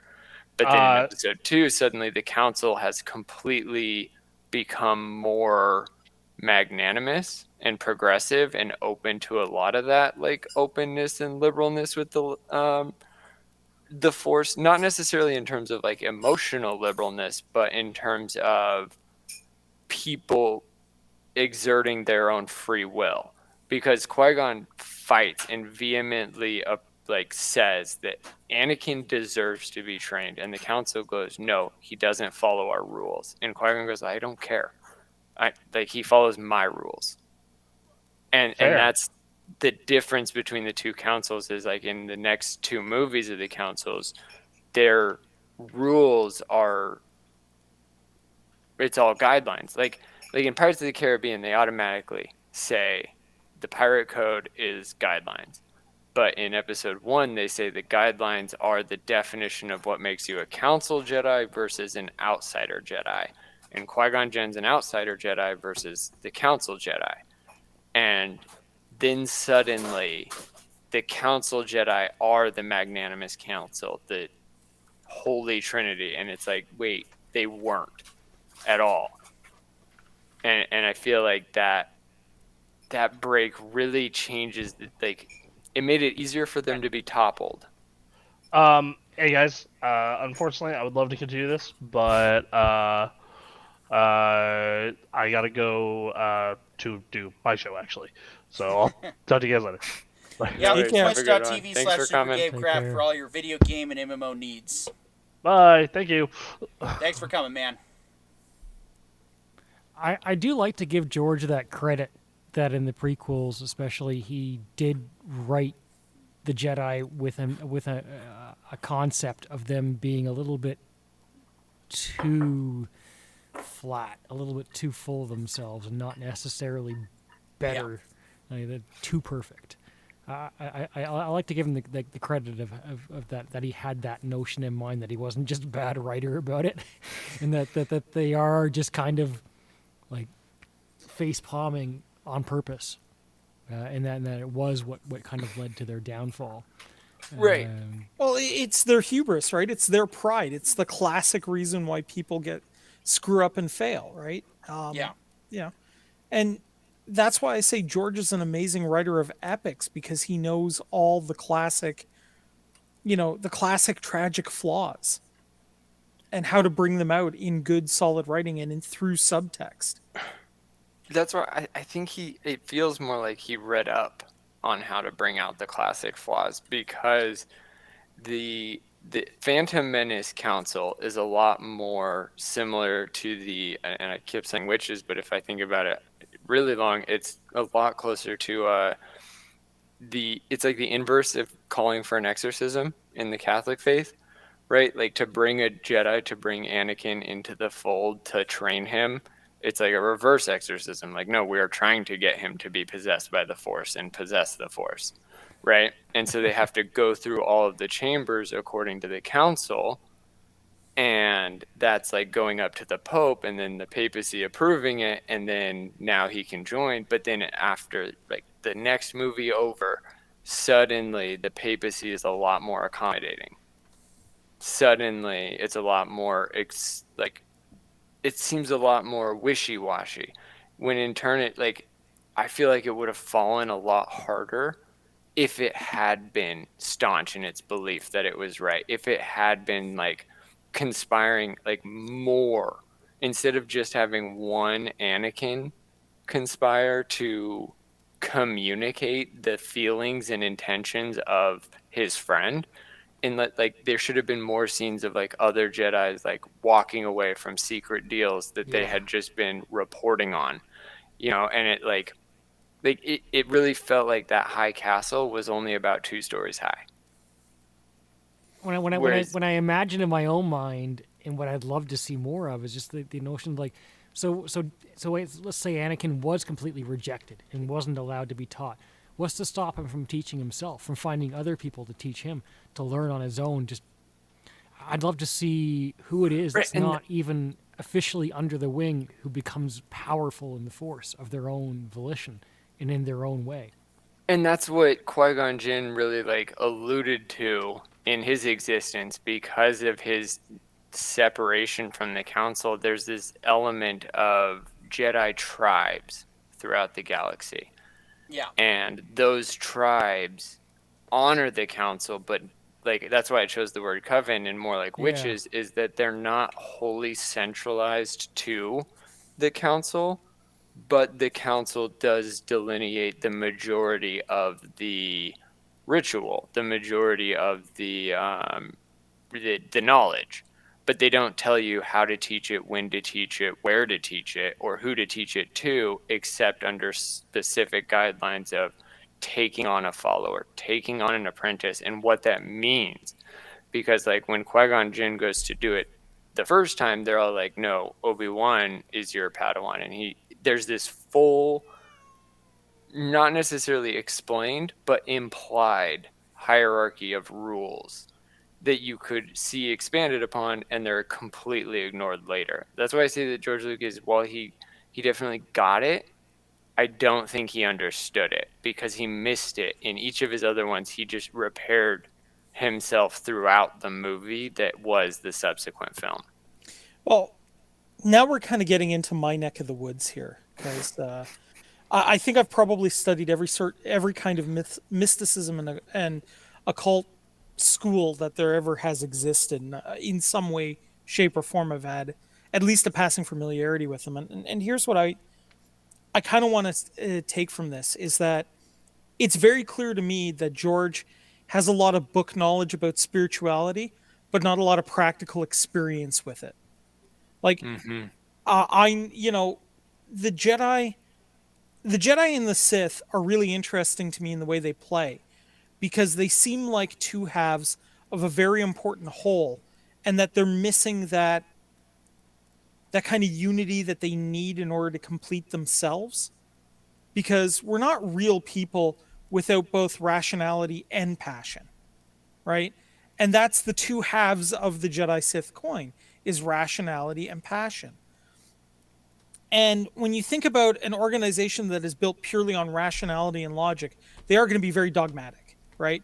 We're going to see a bureaucracy like you would see in like a very heavily structured and organized religion. Whereas on the flip side of it, when you're embracing that kind of passionate side, you're going to see it more like how you would traditionally see a resistance cell organized, where you have a group of autonomous cells that set the rules within themselves, because these are the guys that all can get along, because all of us have different passions, right? So like you have a group of like 15, 13 people that are all kind of generally of the opinion, say that like art is where my passion lies. So they all get together and they produce the best art they can, but then they don't have the organization to make it work long term. Which is why we see in the extended universe stuff, the Sith Empire falls, is because they're so concerned with their own passions, they're not concerned with any order. And the reason why the Jedi get screwed up is because they literally choke themselves to death in bureaucry, right? Star Wars: The Old Republic really does a deep dive into what you're talking about, and I mean, there's a reason why I hold the KOTOR universe as the best version of Star Wars overall. It's because they took the world and they went into it and they built upon it, and they really dive into the dynamic of the Sith versus the Jedi, and particularly in Star Wars: The Old Republic. When you're playing as an Imperial agent, as an example, and I do apologize for spoilers for a game that's over 10 years old now. If you haven't played it yet, you definitely should, because the story more or less concludes that whereas the Jedi are kind of their own sort of faction that operates within the Republic, the Sith are actually manipulated at the behest of Imperial intelligence. Because, as you so correctly point out, Carry-On, they're lost, they're crazy, they're egotistical, they're all about me. And so Imperial intelligence utilizes that to their advantage to manipulate them into doing what they want by exploiting their selfishness and by making them, they pretend to kiss ass when in reality they're really just putting on a show to get what they want, to push a Sith Lord into a specific direction. And so that was always my thoughts kind of as well when it came to the Jedi, particularly in the prequel trilogy, is that they were so staunchly legalistic and so stuck on their doctrine that they forgot, I mean, for lack of a better expression, in a universe full of aliens, they forgot their humanity in the process. They forgot that, you can learn emotional detachment. However, you don't need to go to that extreme of emotional detachment by completely uncaring, and by being so selfless that you no longer care. And I think that's something that's more portrayed if you watch them in a row, 1, 2, 3, and you see how fast they fall. But if you acknowledge that there's supposed to be lapses of 10, 20 years in between certain events, it doesn't help because it still is within 100 years, the Catholic Empire suddenly collapses in on itself. That doesn't make any sense. It never happened in history. Rome never had the kind of religious power that the Holy Roman Empire had. And that's why Catholicism still reigns today. And if you look at it from the context of the first movie that's portrayed, it's a lot closer to the Holy Roman Empire circa 1400s with the Spanish Inquisition. And that's where the Jedis would be the ones being the conquistadors. And that's also like, if you take it into space travel, it's not like there's going to be a holy city on every continent, right? So Rome is the holy city. Now we're going to start to diversify and have other levels of churches, but the holy city is still Rome on planet Earth. And you have to go there to get there. And then suddenly, right, in this case, it would be Coruscant. But in that context, we see a more understood, like just like the Holy Roman Empire is literally everywhere to this day, Catholicism has touched every face of the earth, and the sun doesn't set on Catholicism. That's a fact. That's more of the Jedi Empire that we were led to believe existed in Phantom Menace, and then suddenly in the subsequent films, it gets significantly smaller, right? The team that made it to Geonosis on time, was minuscule compared to the team that they had to fight. And then not to mention, who were the Geonosians? Like, this whole like city suddenly is super into Roman / they're also flying Spartans because they all had weapons on them while being in a Colosseum to watch a death fight. Like, even the Romans had a no weapons rule when entering the Colosseum. So like, there's a lot of things those that were just like from the souvenir pile, right? Like, instead of foam fingers, they were handing out blades. Yeah. Right, that's right. Yeah. George Lucas isn't from Get America. your souvenir so he musket. thought that that's how Americans go to Coliseum events, is they all just bring the souvenir guns. We're all bringing guns, yeah. No, see, the thing that's what I mean is each film in itself destroys the story as it goes on from the original of each trilogy. Because if you watch the same thing happened with the newest trilogy, is the first film doesn't make any sense. The second film takes what didn't make sense and makes it not make any more sense. And then the third film makes all of it not make sense and makes you regret the whole thing. But if you watch it in the same order of the other films, it's like the Return of the Jedi just wraps up everything that didn't make sense for that generation. Like, all the people that didn't like Star Wars when Star Wars first came out, that's why they didn't like it. All the people that didn't like Star Wars when Episode 3 came out, that's why they didn't like it. It's like every bad thing was the thing that every movie put emphasis into fixing and killed themselves on in each subsequent film. And it really feels like that's due to not writing a trilogy every time you write a trilogy-long series. Like, nobody ever anticipated 3 movies, even though they were getting 3 movie deals. I saw an analysis on YouTube about the whole Jar Jar thing, where on the original website for The Phantom Menace, before the movie even came out, Jar Jar was actually mentioned as The Phantom Menace. Dude, I knew it. Could you imagine I knew it. if Jar Jar drops out for the majority of the second movie, and then when Yoda walks into the room and we watch him, and it's fucking Jar Jar in that chair? I You don't would have know if yourself George with just so much confusion. Like, you would have never expected that Sidious is taking notes from Jar Jar.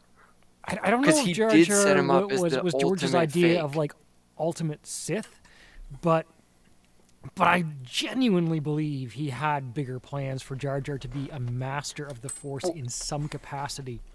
When the first scene in the village, they're all terrified of him, and it's true. Even the first scene with Jar Jar, period. I mean, When Jar Jar he's doing a returns to force the flip, city, you know? when Jar Jar returns to Naboo or the Gungan city, it's the security general there to meet him and kick him out. Yeah.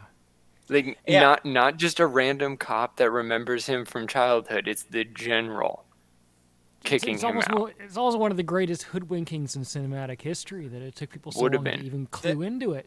Yep. And I don't mind if they ever follow up on it. Oh, honestly, you know what Star Wars really needs? Star Wars needs a what if series.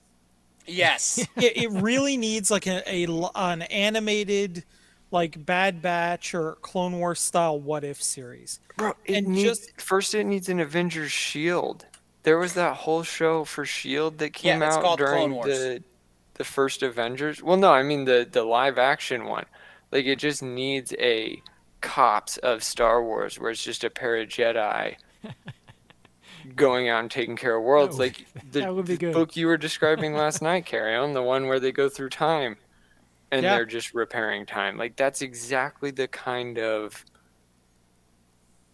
show that would best support this. Even the Bounty Hunter, he could do more world building in a single season than the whole trilogy could do, and then the trilogy can just focus on the coolest people of the Bounty Hunter series for a Yeah. few hours. Yeah, look. And Yeah, I really think Clone Wars did a fantastic world building job too. Yeah, I did. And I will also say this too, Chris, you really should. I think there's some videos out there, I don't know which one, or there's some websites that do a deep dive into the Darth Jar Jar theory. And I believe it. I believe that that was the original plan because it makes it changes. Now episode 1 is more enjoyable for me with that in mind, with that realizing that that was probably the original plan because it makes perfect sense. The fact that he's, doing the stumbling around during the battle, people found out that that's an actual fighting style called Drunken Master, and it's designed to make it look like, oh, I don't know what I'm doing, and then I kick your ass. And But why did you get kicked out? Let me be the most annoying person to not say anything. And that's what and they even dive into that scene. scene. They really go into that scene. They say, "Why were you kicked out?" "Oh, I was kicked out. Short version. I was clumsy." You were kicked out because you were clumsy? That doesn't make sense. And then Kicked when out from he's your freaking entire out about the fish, society? he's freaking out about the fish, and Qui-Gon puts his arm on him and uses the Force to calm him down. Obi-Wan's like, "You overdid it." Okay,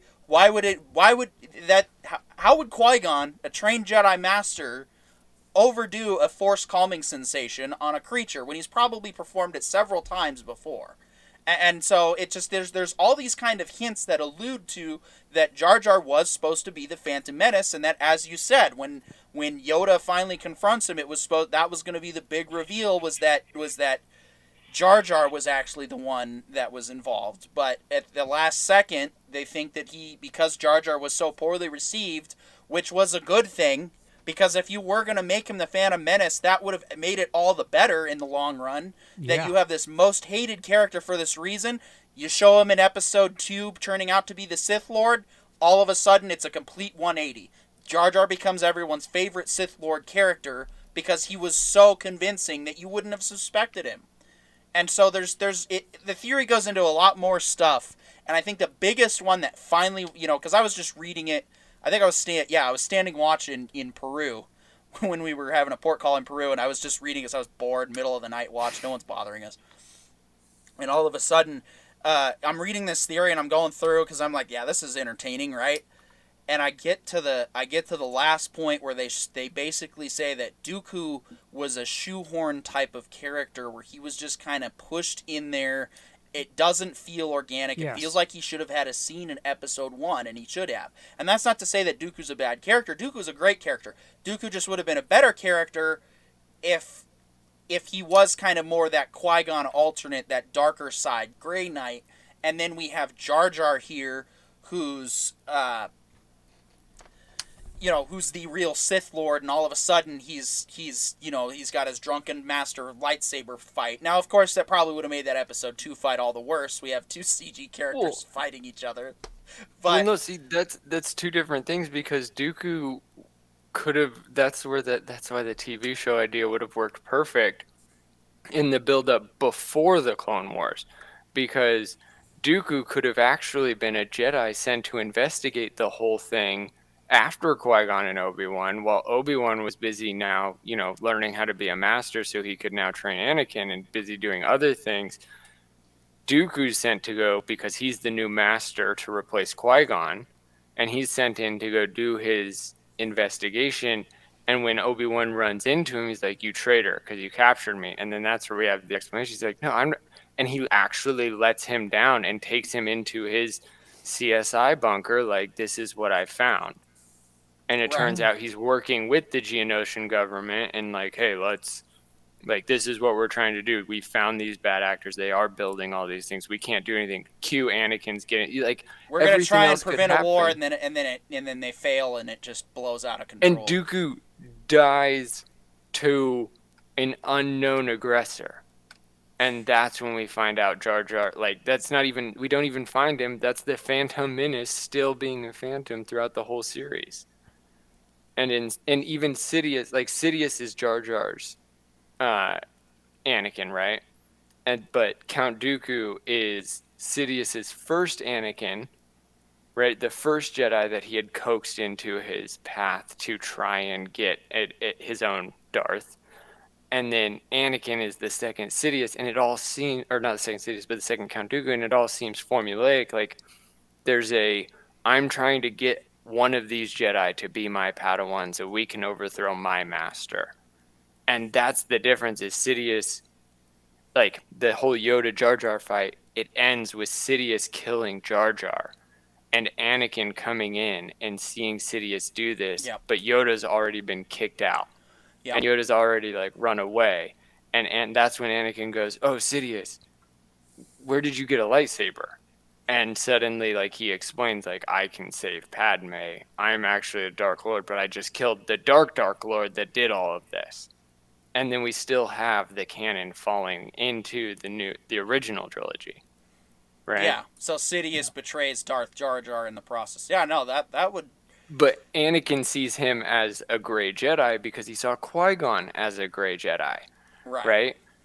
Because I feel like that's the thing that's super missed, is we only have white and black, and without anything aside from allusions to the grayness of the Force, it feels like we can't have an Anakin actually teeter. He just flip-flops. Well, and that's why the Jedi can't properly stabilize, because they go to extreme piety, whereas the Sith go to extreme passion, and neither is sustainable in the long run. But eventually, you will have a collapse of the system, because, like I said, the Jedi, I going back to your Catholic Church analogy, I see what you were trying to say, but imagine, like, the Catholic Church going too far. Well, okay, they've done that before, but going That's even what I'm further saying than is too far. They are literally the perfect example, is because they're taking over one world. Now imagine them following Elon to Mars. How would they do that? They would still just keep sending out single churches at a time and building new churches in the new cities. Well, that's the thing, though, is when it came to the Jedi, they didn't do it that way. Everything was structured and streamlined. It wasn't that simple. Like, that's a concept I wanted to explore in my fan fiction, was stuff like where you had all these different Jedi tribes that had a different interpretation of the code and different understanding. But that's not how it was in the prequel trilogy. No, there was, because I read in a pre-Phantom Menace book that was supposed to be one of the ones released for the buildup of Phantom Menace, and Obi-Wan and Qui-Gon go to a planet. They meet up with the local council, the local Jedi council on that planet, and they go and investigate this event. That's what I mean, is like they were legit. Let's also just let's maybe steer clear from specific analogies like that. Keep the religious ones down, because I notice, like, as we get into Darth Jar Jar seemed to have attracted people, and then all of a sudden we say church, and here it goes. Well, we're not even talking about religion. We're using it as the trope. Like, he says that the John, Catholic Church is an I get what you're trying to archetype. say. I get what you're trying to do, but we really need a different analogy. We need something a little less obvious. But anyway, we are now coming up on 2 hours, and we've actually managed to discuss episode 2 to a lot of. So I'll just say the reason why I can't hold episode 2 to that high of a standard as best movie is because of the scenes that I had forgotten about. The R2 and 3PO bits, they really do. There's a lot of cringe moments in episode 2, between the teenage romance and the comic relief, which is really more like the comic awkwardness. you don't really you don't have that in episode 5. And I got to give credit where due. The episode 5 romance actually wasn't as bad as the rest of them in throughout Star Wars. So No, it was actually a real romance. These two people that have been chasing each other right. since the moment they met each other. The sparks flew, but obviously them being the hardened people that they are, one is a literal princess, the other a gangster. And Right. that's a real romance is fought and won. See, there isn't a moment in 5 where I'm like maximum cringe alert. And so I think that's an important factor when figuring out, you know, there's some moments where it can work, but carry on. It sounds like you have a See, I don't know. I have my moments in 5 that didn't work for me either, right?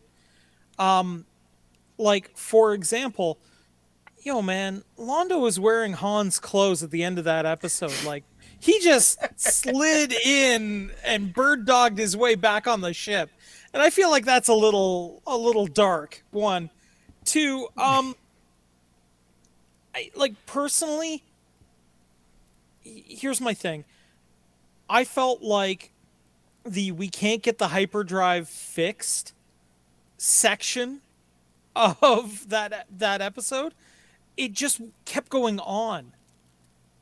I would have much preferred to have spent more time with Luke on Dagobah. Like, if I had had the choice, that's where I would have put my time. If I had had the choice, I may not have spent as much time, because to me it felt like Cloud City before Vader shows up, to me felt like it kind of dragged, right? And you want to talk like, and you want to talk bad R2D2 C3PO comedy, putting C3PO back together with his head backwards, and the one-liners he Throwing gets him in there the are first just place. as cringe Oh, as the what? factory, I'm sorry. right? I don't know There's- about just there's as balance. cringe, but I mean, you do make a valid point about some of those moments. Those are yeah. I guess it's weird. We just kind of forget the bad stuff and only remember what makes those Star Wars movies great. And maybe that's how sequel fans get along with it. Is they're like, no, remember the 2 seconds? Yeah, it was the best part of the movie, and that's all I remember. All 2 of them? The scene where the feel like Millennium 2 Falcon's seconds introduced in Farce Awakens. I mean, it's I feel like 2 seconds is a little generous, personally. Dude, you know, that's the worst part about it is, like, I actually, again, just rewatching them, there's so much that they touched and then literally or metaphorically burned. Like, these are the ancient Jedi texts. I'm hanging out on an ancient Jedi village. Yeah. Like, Nowhere. toss. Nothing. Nothing is Burn. explained. The ultimate Mary Sue. I can talk to literally every being in the universe, even though I grew up in a city smaller than Mos Eisley. Yeah. In a can- way, I'm really grateful that the Trevorrow script wasn't filmed, because it was so much better than what we got, that if we actually had an episode 9 that was just more favored, it would really complicate the matter with those 3 movies. Oh no, You because know. we'd all See, be that's- discussing how How The he Last fixed it. Jedi was terrible, and how Trevorrow needs to be held up as a hero for managing Yeah. to undo the damage, right? But I- instead, well- it's just that much easier to say, "Hey, split timeline," you know. But Instead of see, I really don't getting think hung I up think you over the can good recover stuff. from this. That's one of the nice things about this series is it only took place over about an hour of the actual universe.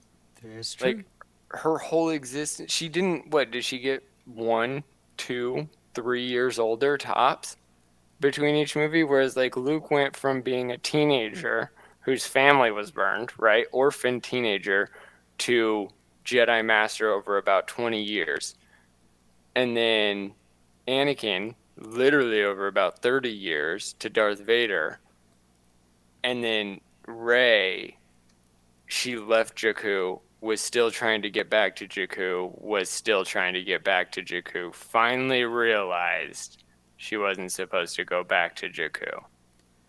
Yeah, and I All don't mind within, like, an a hour. retelling of largely similar events with differentiations. Because, I mean, I think there would be some poetry, and I always thought there would be some poetry to Luke feeling dark side energy when you consider him falling in love, like father, like son. No, I think if that you can be think about explained, it, but not in the way that it was, right? the ultimate repair would be to say that all of that happened and they were a runoff faction of the most modern resistance. Like, they thought that they were hot shit. They were arrogant enough to believe in themselves, and that's why nobody supported them until suddenly they had the coordinates, and that's the actual faction. And suddenly, like, they just look like a group of terribly coordinated wannabe heroes. And that's how you recover, because you cannot ignore that that happened. You can only say that it definitely did happen. It just shouldn't have happened. And all of us in the actual universe that didn't join in the 8, didn't join in the first, literally, we were never going to until they had real intelligence. Like, this was our slough horse, or slough house. They were our slough house, and it turns out that the whole Princess Leia, like, she was legit just the most difficult person to work with, and they gave her a few of the renegades to run this, because that's the only explanation anymore.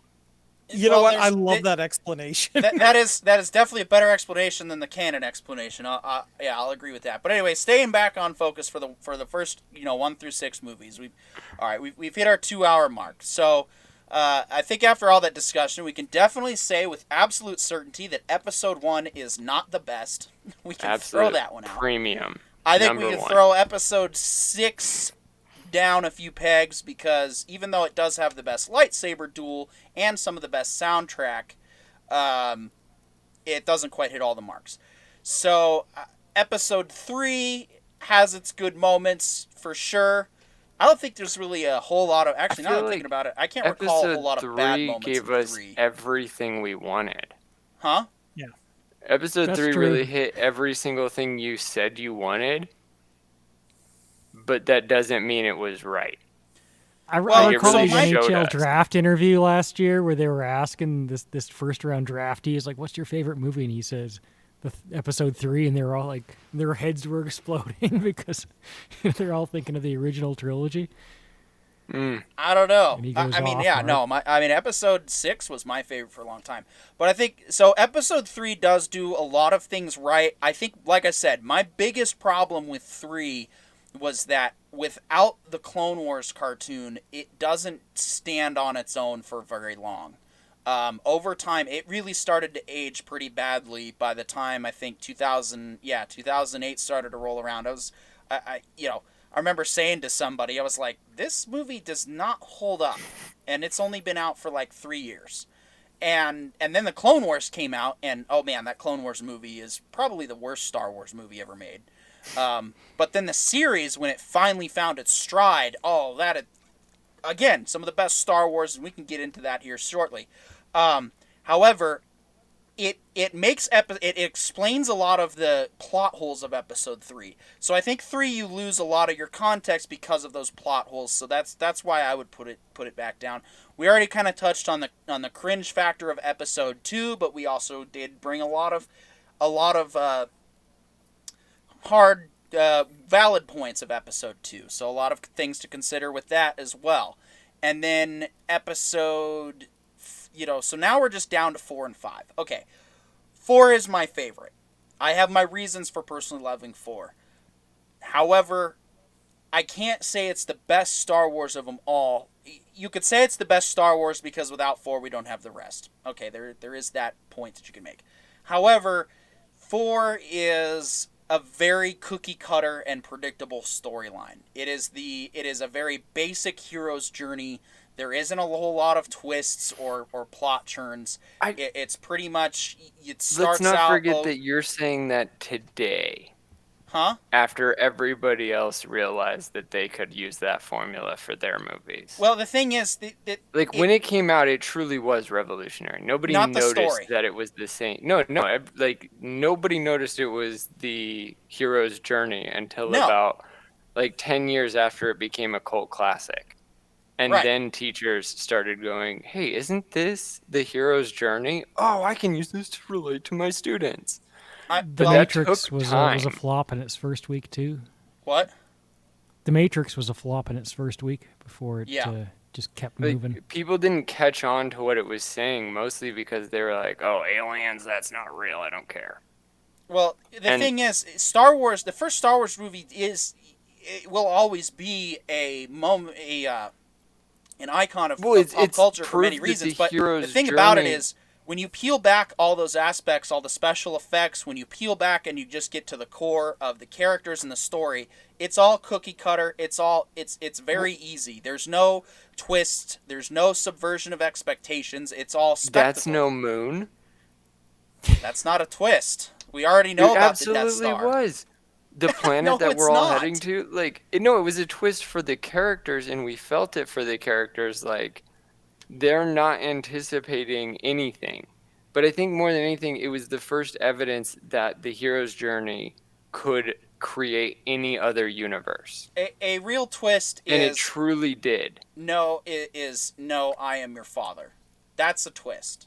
Because the Yeah, but audience his doesn't see name it is coming. Father in German. That's the audience doesn't see it coming. It's not there, and it I've seen some people make the argument that it was ad hoc, which could have been, I guess, in No, retrospect. the name Vader is father in German, German, and George yeah. Lucas picked it because of that. Like, he knew that, like, it was a cool name, Vader, and I can't remember if it was because he called his grandpa, or one of his grandpas, or his dad, Vader, because of his relationship with Germany. Okay, you just made the argument against me about post-time context, and now you're like. No, going I'm back saying, to no, looking that's back what at Lucas something. literally said is the reason why he named Darth Vader was because Vader was a cool name, but it's the German word for father, which means it's not technically a reveal because he was Darth Father the whole series. That gonna need The more Dark context Father? for that and to look into it, but Well, no, the German word for father is Vader. Yeah. George Lucas picked Vader as Darth Vader in the first movie in A New Hope because of some familial connection to Germany and the word Vader. But then, because he never intended to make Empire.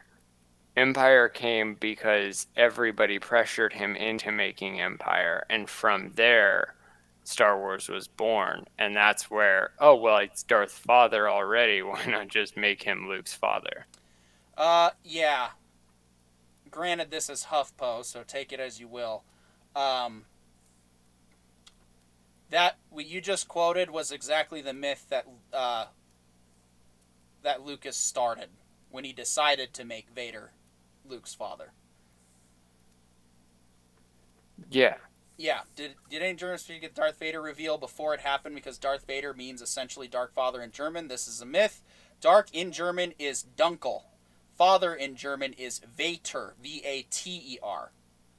So the character's name was Dunkel Vater when it would mean Dark Father. No, it's How not about not Dutch? in Well, in German. Dutch, dark is No, donker. Vader versus Vader. Vader. Is in, Then the and Darth, Father is then in you fact just take Vader, Darth and but Dark. It's pronounced very, very differently. So the word No, for father in it's- Dutch is spelled V-A-D-E-R. It's pronounced in a way that it roughly rhymes with English father. Anyway. Right. But So, see, that's all the that- context is that, like, as far as reveals go. Right, but it was not originally planned that Vader was going to be Luke's father. And That's and what I said. Anyone who He didn't see banked it on coming, it later. right? So it was still a twist for the audience, and it was still a major twist that took place. That is a twist. There's yeah, a double when twist. the audience 'cause he already just knows what banged the on Death word Star working. is, and their characters are coming up to it. Sure, it's suspenseful, but it's not like all of a sudden, oh wow, I totally saw that coming. Yeah, but I mean, do we need, narrative gimmicks to make a story good? Also from Not necessarily a good, year but when to make the it great. greatest movies Absolutely. were things like Die Hard and Lethal Weapon, where it was just action, action, action, and then suddenly we see the hero's journey as given to us by Homer, presented in a sci-fi realm for the first time Yeah, in absolutely. the least glorifying version of Earth ever. Like, because there is no Earth in this series. Like, for the first time we see a fantasy universe that's also science fiction. And I mean, let's be honest, right? He was literally grabbing from like Flash Gordon and a bunch of the other ones, creating this kind of lived-in sci-fi universe. But that's what he grew up with, right?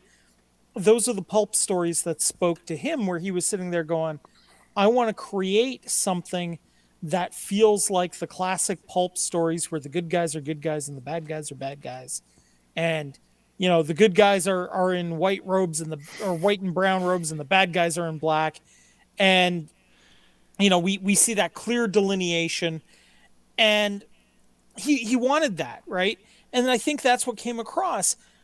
I don't think you need to make something narratively narratively tricky if you're speaking truth. Because I feel like in a lot of ways Plato was right, that there are some stories that are truly universal to the human condition. And you can take those stories and put whatever window dressing you want on them. But if you tell the story genuinely, it doesn't matter what else you do, it'll resonate with people. And I think that's kind of what George Lucas did here. He took the hero's journey, he boiled it down to, I need to have these scenes in. And then he told that truth. And he happened to... Did it again and again for the next 2 movies. Well, and then again for the next 3 movies. Well, I would argue that the prequel movies are the exact opposite of the hero's journey. The hero's fall, I guess. Well, even in that instance, it's still the hero's journey, because that's what the hero's journey is supposed to represent, is that one side of the coin is become the hero or become the villain. It's in the darkest hour. Who do you truly show yourself as? Yeah. And that's why I say he butchered it, though, is because he took a copy for the 5th movie, and then a copy of a copy for the 6th movie, and then tried to flip those copies over and do 1, 2, 3, but they were all copies of the original copy, which you could do the hero's journey 9 times over with 9 different heroes all becoming Force-sensitive Jedi. Phenomenal. But when you do the hero's journey 3 times in a row for the same character across 9 movies and 3 total characters, it becomes the hero is obviously not a hero. They're still trying to figure out how to be nice. Yeah. So we're still staying condensed 1 through 6 still. The point I'm trying to make is the story is very basic. Now doesn't make it bad, but doesn't make it great either. It's not like The Dark Knight, for example, which is one of the best narrative masterpieces ever written, or something like The Prestige, or even Inception. And I know I just referenced 3 Nolan movies, but Nolan is a writer I respect. The Prestige is great. Huh? The Prestige is great. Oh yeah, no, we could do a whole 2-hour show on The Prestige, and maybe we will. Anyway, so the point I'm making is Episode 5 subverts your expectations right out of the gate. When it goes back to what I'm saying earlier, we have, you're coming into this movie after you've seen Episode 4, and there's no other Star Wars context to it. You're going into Episode 4, they just defeated the Death Star. As we said, the Rebels should be on the up and up, right? Wrong. The Empire is still a strong force, And 5 does a good job of recapping where we're at, so it feels like you could just watch it without the context of 4 or necessarily watching all of 4. And then it gives us some of the best character development in all of Star Wars. It gives us just some of the best plot. And like I said, there aren't a whole lot of cringe moments except for the rebuilding of C-3PO. So yes, that's a valid point. I don't know. I think 6 kind of wins the OT trilogy cringe though when it comes down to it. I mean, it opens up with the droids walking to Tatooine. I mean, 6's pacing right out of the gate is kind of rough to get through. And then by 40 minutes in, we're into the final battle. But like I said, it's the exposition movie. It's not really meant to be that standalone film, so that's where... Yeah, my problem is, though, I can't put 6 that low on the list because Carrie Fisher in a gold bikini. I mean... Yes, the aesthetics of 6 are probably some of the best. I'm not gonna lie. But I would say that 6 isn't necessarily cringe, yeah, because it's exposition heavy, but it's more like you've watched Luke become a man. You've watched Han and Leia develop a romance. Now, sit in and listen to the minutia of their experience. And yeah, that's 20 slow, minutes later. But thanks for telling me that like you have 2 faster paced organisms with the 1/3 resolution that's going to be a slow pace. Characters are wholly developed, defined, and sent off into the sunset. And it delivered that. But then the series was restarted, and then the series was restarted, and so now it looks like a mere slow scene in a long saga, but in reality it was the conclusion. It's even more impactful and more powerful than 3 as far as wrap-ups go. And I think that's crazy because it is slow. I don't know. I think my perspective's changed now. I don't think there's really a consensus to a singular best Star Wars movie. I think in the end it's the original trilogy as a whole is the best Star Wars set of movies, or probably some of the best Star Wars stories. Now, I wish I could say that same... Okay, so like the best Star Wars stories. See, that's something I can agree with. The most wholly rounded stories is the original trilogy. The most world building and open universe creating is the prequel trilogy. The amount of room for expansion, like they just glossed over the fact that there was probably like 90 habitable, space-faring civilizations that they had just ignored, right? Not to mention all of the ones combined in the Senate. Like literally any writer could just take one of those races and write out a whole series of events that happens with those races, sprinkle in a little Jedi experience, and suddenly it's part of the Star Wars canon. And it could just be about a random race. Like that was what the prequel trilogy created off of the original trilogy. Well, and I think without the prequels, we wouldn't have got what I still hold as the greatest Star Wars story of them all, and that's Knights of the Old Republic. Any dispute to that one? I hope they can even remotely do a good job with that remake. I'm so nervous. Look, the mobile port was good. Yeah, I mean, look, the truth of the matter is Knights of the Old Republic is a fantastic way to tell a Star Wars story without getting stuck in the huge amount that the EU and the movies did. Yeah. Right? It gives you a lot more freedom to explore kind of you could almost call it technically it takes place before all of this, but the technology itself doesn't seem to have significantly changed. So you can almost call it like a parallel story in a lot of ways. And in that way, I think it really succeeded because it took it could afford to take the things we love about Star Wars and recontextualize them into its story. So we could have cool bounty hunters.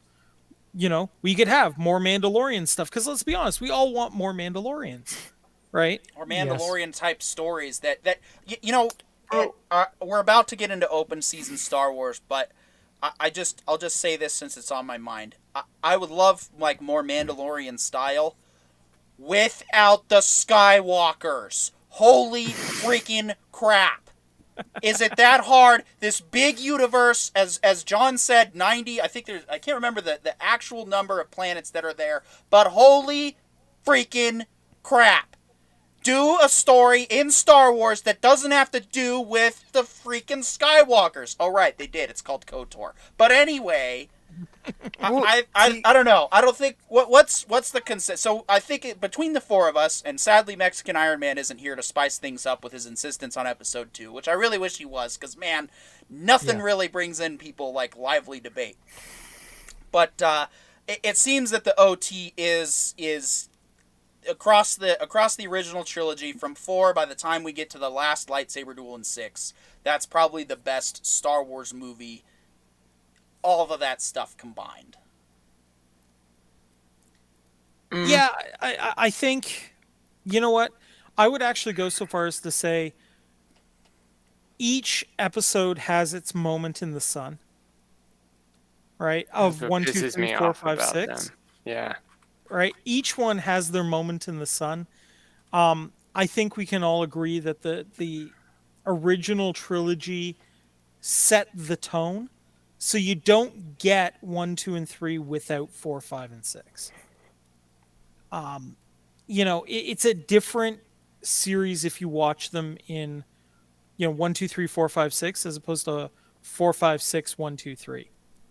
Dude, it's a whole different series if you watch it in terms of 1, 1, 1, 2, 2, 2, 3, 3, 3. Because that's the way they were written. And it blew my mind how much, like, everything that Lucas nailed in 4, he kind of glossed over in 1. And then same with 5, same with 6, and they're inverses. And then when you watch the newest trilogy, you watch, because I didn't get all the way through it. I only got to episode 6. I was starting episode 3 when we started the podcast. And, like, it really feels like there's so much more outside beratement. Like, they didn't write all 3 movies in a row, and you can feel it every single time, because there's, like, supposedly Rian Johnson went to J.J. Abrams and said, where do you see this whole thing going? And then Rian Johnson took what J.J. Abrams said and killed like 85% of his momentum. Yep. And then J.J. Abrams was like, okay. And that, I feel like, is the same thing, though, that Lucas did to Lucas. Like, where are you going with the Force, the Star Wars universe, the Rebels versus the Empire from A New Hope versus what we get in 6? Like, suddenly the whole galaxy is rejoicing that the Empire is dead. That's the same as saying that suddenly America is glad that DC just exploded. Like, most of us didn't even know the Empire was a problem until these, like the Rebel forces is like one planet ish. That's all. They're hiding in people's backyards. They're not the entire galaxy, which is potentially 300 plus different planets and planetary governments and the Rebels are never established as being the good side against the dark side. Instead, it's the Rebels versus the Empire, and empires are bad. And then in the next trilogy, it's the loss of democracy is bad. Why one of my favorite post-Lucas scenes is the one where they're just going on, where they're going to say, you know how many people you killed on the Death Star? It's like, I mean, it's kind of an obvious scene to write, but they finally just did it and went there, you know? Yeah, that's what made the Mandalorian actually build the world, is people actually fought for one of the sides. Like, the Stormtroopers never gave any weight to anything, except for, and I don't know if anybody noticed this, but in episode 6, Princess Leia is on Endor, right? And she's hanging out with the Ewok. and then 2 stormtroopers find them and start shooting at her, and they keep missing every time she peeks her head out. And then one of them gets the drop on her and goes, "Freeze," and attempts to arrest her on the Empirical planet that is supposed to be a secret shield base for the Death Star. The stormtrooper is trying to arrest a probable terrorist. So like it was one of those rare times where it really looked like the Empire was closer to America in the Gulf War, and the rebels were the Iraq and Afghanistan and Kuwait of the Gulf War. And it was that 1 second where like because the rebels were killing them indiscriminately. At no point was a single stormtrooper ever arrested. I'll step lightly on politics here, but I mean, if I was forced into a war situation, I would have a real trouble with aiming at a person. And 94% of people exactly. would. And it always occurred to me about the stormtroopers, they kind of make fun of it, how they can't aim. And I'm always sitting there thinking, well, can they not aim, or do they just not want to aim because they were literally forced into service? Which Lucas actually made is that part work. of the story, right? Well, yeah, Lucas made it work on 2 points. One, the entire time in A New Hope, the reason why the stormtroopers sucked at killing and aiming was because Vader had always intended on securing a... Well, no, that's not plot armor. That's what he told them to do. Make it look like they got away so they don't feel tricked, right? Yeah. And that's a normal tactic when some form of espionage occurs. And then not to mention, like, as other events occurred, like, it really... The stormtroopers were crushing it on Hoth. They were getting most of their kills. The only people they ever missed were the main heroes. And that's why, like, even in Family Guy, they took the time to say, we've got 4 or 5 of the main characters sitting here. We're not going to die. And then they get eaten. Right? Those lines, like, yes, technically it's plot armor for those characters, but they took the time to elaborate that they're killing all the other non-important characters. These characters just need to survive because it would cost us money to pay other good actors to replace them. Writing does help. I've actually got an interesting idea on that, and it has to do with something that happened in Rogue One. You'll remember the monk is, I'm one with the Force is with me, and he's walking along. And because the Force has willed it that this guy is going to be able to make it to this point, nobody can hit him. So my theory goes... I like that scene, yeah. Yeah, but my theory goes that can be applied back through the 6 movies.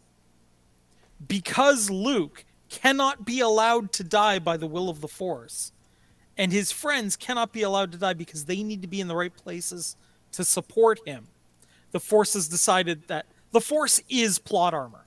Basically. No, see, that's what Qui-Gon Jinn calls it when he describes it to Anakin in the beginning. He said the Force is the thing that gives all life power, and the will of the Force. Like, that's actually one of the few things. He doesn't say the will of the Force be done, but if you listen to the Force, you're gonna live another day. Is really more the story he gives, and that's what happens to everybody. Even, I think that was something in the Rogue One that people like hated on the most. I'm one with the Force is with me. There was an entire group. I'm still listening, by the way. Of Chinese martial artists in the war when America, I can't remember exactly which war it was, but at some point, the Boxer Rebellion in China. And they legitimately did believe that they had the ability to stop incoming projectiles with Tai Chi and other martial arts similar, because they'd never experienced, like, they had no idea what bullets were in the most basic form. They hadn't had guns yet. They hadn't played with guns yet, so they didn't know. And so that's the same kind of mindset that this monk would have, is like, he's gonna try to make it work, and it worked. But he was the only one. Everybody died around him. And that, I don't know. I feel like sometimes people call it plot armor, but it's like, well, yeah, this is a story about a select group of survivors. Ish. Well, I'm just saying that the force, the energy field that binds everyone together is plot armor. Like Right. that's what the whole thing is. Is it's just, the will of the force is kind of the will of the writer, and like Right, they're but kind the of the will of same the thing. Force and the will be done. It's like the same concept. Like the whole reason we're alive now is supposedly because somebody said we're supposed to be. And I'll go there, man, because I was stopped at a stop sign once because I do this all the time, and I looked over my right, and there's this guy who can't start his car, and I went like, and his car started. And it's not the only time that's happened, and maybe it's coincidence. But what is coincidence and what is reality? Did my focus actually send energy to that car? I do believe The in definition of magic is any technology sufficiently advanced. Well, that's Arthur C. Clarke's definition of magic. I would define magic as the creation of wonder, which I think is a more intriguing answer. I would say the creation of wonder is more art than it is magic. I think magic is closer to any technology sufficiently advanced because if we take Arthur C. Clarke and then we also take Turing's definition of what a computer is supposed to be, and it's supposed to be an advanced mathematician, a human capable of solving advanced mathematics, according to Alan Turing's times, that's what a computer is supposed to be, is a human capable of solving advanced mathematics. Then that means human in and of itself is a form of technology. And so the ability to create humans or robots or computers is the most rudimentary as we see it now. It's the weakest version of what a human is, but it can still allow us to talk, can still allow us to interface, and it can interface with us, right? So those are minor human qualities. That means that being the most advanced human, aka a Jedi Master, somebody who can influence the universe with their will, is more a sufficiently advanced technological advancement of humanity. Okay. Or one of my most evolution of vivid humanity. memories when I was like 10 years old. I was walking down the street with my best friend, and this is during the Super Nintendo era. And we're like, what is the N64? What does three-dimensional gaming look like? What does the N64 look like? When will we like? What is VR? And I've always remembered that because it's like we can only conceive of what we've already imagined, what already exists. The things we haven't yet reached are really, really difficult to conceive of until it exists around us.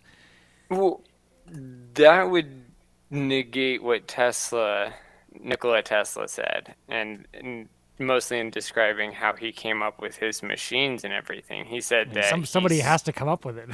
Right, Sure. right. And so, like, what Nikola Tesla said is he spoke to the universe. And the universe would send him a machine, and he would take it apart in his head until he could replicate it in real life.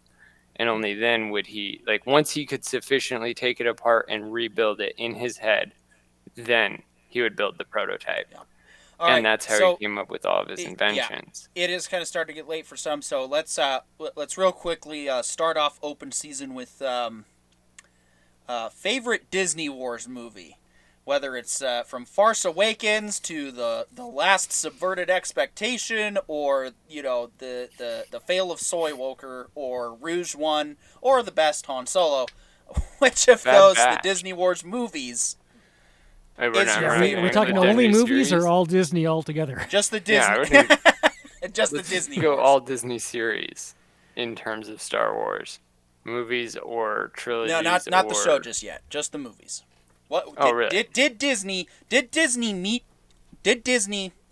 deliver a film product that you actually liked? For me, they did. But I mean, they did Rogue One.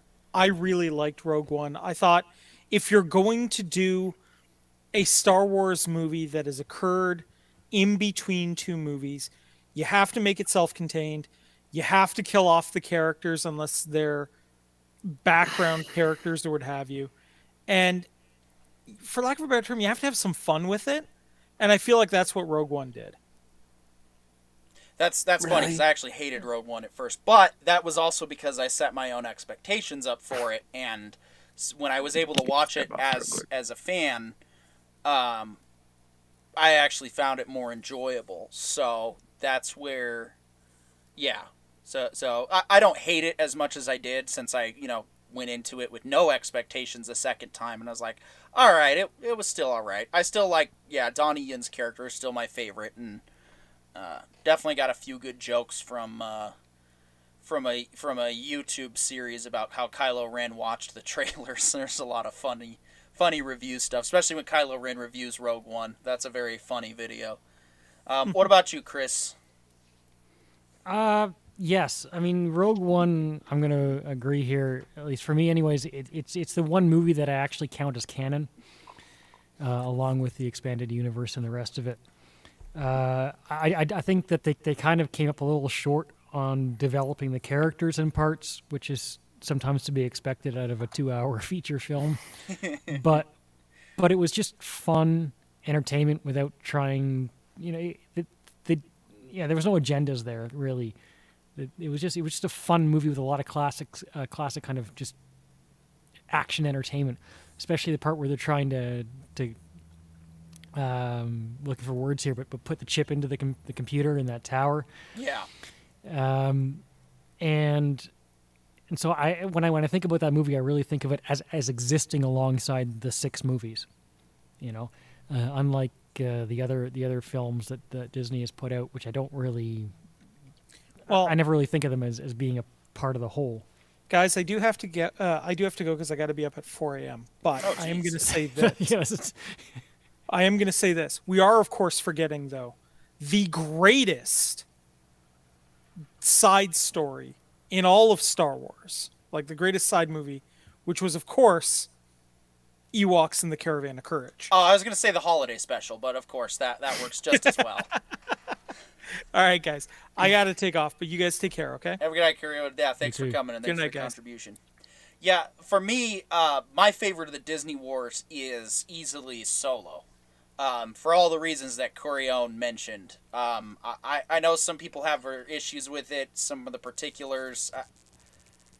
I don't know. I thought it did exactly what I wanted for a Star Wars movie, and I think because of Solo, we got Mandalorian. Because now we could take...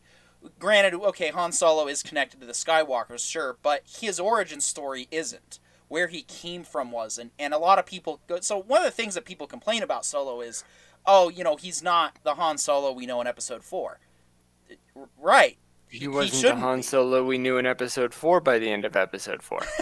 Right. The Han Solo in Episode 4, this movie's about where that person comes from.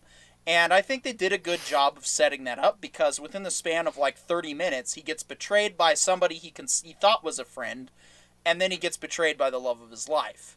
And so it does a good job of taking this, this guy who's clearly a good person at heart, and we see that later on in the trilogy, where he's thrust into the world of Star Wars, the gritty Empire rules everything, and from there he's trying to just get back to Corellia, to the love of his life, and of course that doesn't end up happening. But I thought it did a very good job of showing us Han Solo's origin.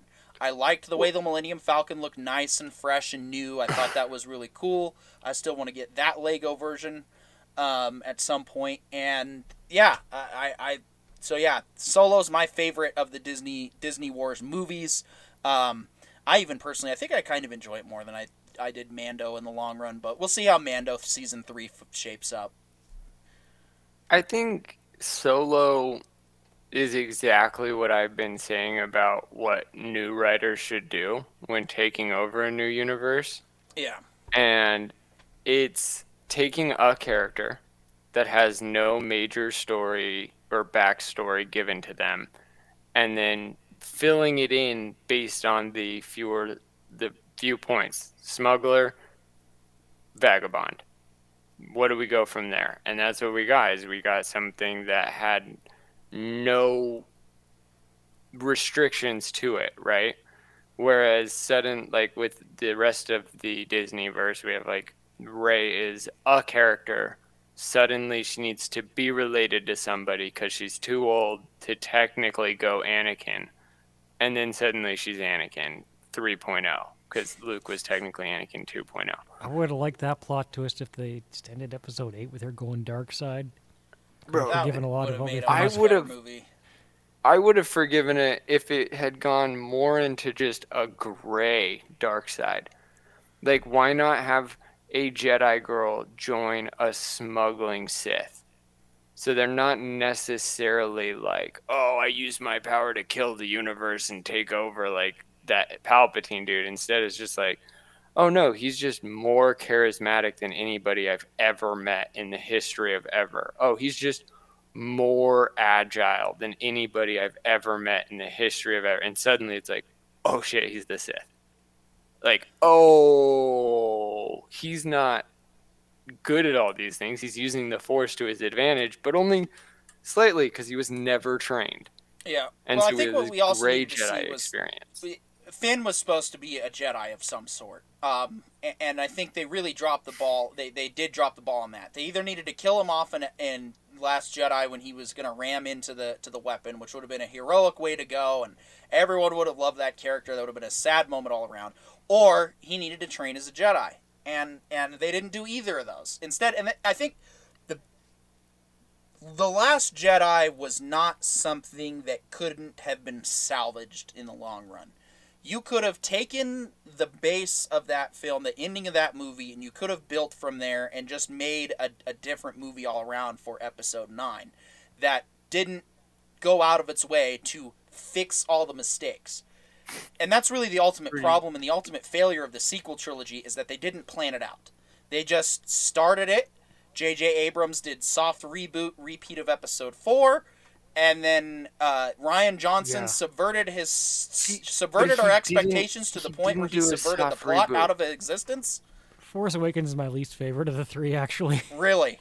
Force Awakens is the most janky of the three because you have an opening scene where nothing makes any sense. Right? We don't know what this village is. Well, the Are we whole on sequel Tatooine? trilogy doesn't make any sense. So that's Well, par for no, the see, course. that's the problem though, is because the first one doesn't make any sense. Rey is not a person. She belongs nowhere in the universe. She's the most Sherlock Holmes without any education we've ever experienced. She's the bestest ever. But from nowhere. She's also the bestest ever with the worstest ever life. So she has no deficiencies, but also no efficiencies because there is no plot for her. Her whole story is, I want to go home. When can I go home? I want to go home. Yeah, when can I go back And then- to my scummy life on the walker? There's no, her motivations aren't clearly but explained. like Gary Oldman's character in Slow Horses is a better Rey in terms of we have no understanding of how qualified he is as a leader.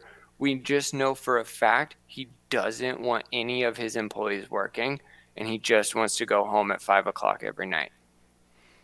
That's the dream And he right there. turns out to actually, be good at his job and have a long history of doing his job. Rey has no history. All we see is her get swindled every time she goes back to the guy who buys all of her parts. She gets it taken advantage of. What? Last week it was worth 2 portions. Now it's only worth 1? Okay. That's Like where trading was a her game at Mary Sue GameStop. power there? Why didn't she go, no, it is worth 2? And he goes, yeah, I guess I'll give you 2. Like, even then, that would have been a better demonstration of her understanding of her ability. Make her that gray Jedi that's never actually used power. She just is more charismatic, and we see her do a couple deals and suddenly win the person over. We just see her do a couple more discussions with diverse alien species that go, oh, that would explain why she would know Wookiee. Why isn't she the one behind the counter the whole time? Such Like- significant intuitive power in the Force as she's supposed to have, like just be naturally supremely gifted. This should Kylo was exist through her trained life, even if she's by not aware of Luke. it. It should be happening around her. Kylo was trained by Luke and a descendant of Vader. And yet, suddenly, Finn can stand up to him in a lightsaber duel, and Rey can whoop his ass in a lightsaber duel. Like, at least show us a fight where Rey grabs a stick and beats somebody to death with it when she's 2 years old. Like, they made her Superman without showing any of her super abilities until each time it was necessary for her to be Superman. Yeah, and then I was a sequel trilogy apologist all the way up until the fail of Palpatine, or whatever you want to call it, or the hijacking of namesakes. Well, no, see, Palpatine actually kind of sort of made sense. Yeah, and that's what hurts the movie, is that makes less sense. Well, no, see, he kind of sort of made sense, except for the fact that they were suddenly related. Yeah. That didn't make any sense. I still have a point I'm trying to make. Oh, sorry. Yeah.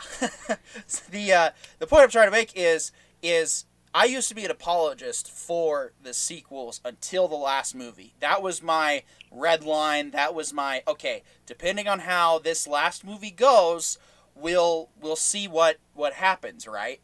And anyway, we can get into that later. I hated it. By the end of the movie, I was so disenfranchised. I didn't care about Disney Wars. I still kind of don't anymore. But I stopped being an apologist because one of the things I used to apologize for with Farce Awakens was a lot of the EU fans being pissed that the EU canon was scrubbed. And my original argument back in the day was, well, they couldn't have done a movie, set 30 years after. 90% of that film would have just been exposition and playing catch-up to set up the new universe. And people bought that, and I bought it. Now I'm looking back, and you're here telling me, John, about how Rey needed a backstory of some sort, and I'm like, yeah, they should have just done that 90% exposition Episode 7 movie where it's all explaining everything up until, and they should not have thrown out the original EU canon. They should have kept the story about all of the Solo children training as Kennedy Jedi. saying they don't have any material to draw from. Oh, that was my I'm not if I haven't already broken, that was it. You have two of the greatest fucking things to build off of, and now that we're past the 7 o'clock. Yeah. Oh yeah, no, Or the no. 8:30. Keep your F-bombs under control, please. For sure, but the greatest advantages that you have is A, Qui-Gon Jinn says that Force-sensitive people have been communing together and forming communities on every planet ever, starting at the core and going out, right? B, you have Anakin and the Empire have tried to kill literally all of them, so none of them are convening together anymore. And C, Luke killed the hunters that were killing all of the convening Jedi. Now, start your universe. Rey, a young girl who has inexplicable abilities, is being chastised for being a witch on an outer reach planet, and suddenly she comes to find a trainer who is Carrie Fisher, and she became a Jedi with Luke, and now she's the one that goes out and hunts them down and brings them to Luke because she's the more personable one and he's the more expert one. And then suddenly the papacy, the cardinal church that is the Jedi Order and what it used to be, is being rebuilt by a brother and sister. And so you would see those brother-sister rivalries come out. The sister says more towards peace and diplomacy. The brother says aggressive, direct action, because that's what worked against the Empire. And that's the world you have. Go. Don't have any inspiration? Dude, you literally have all of the materials and none of the restrictions.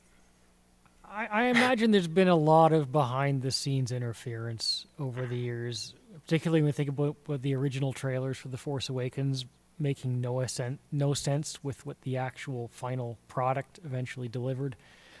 And certainly, But that was a J.J. Abrams trope, tried and true with the Trek trilogy.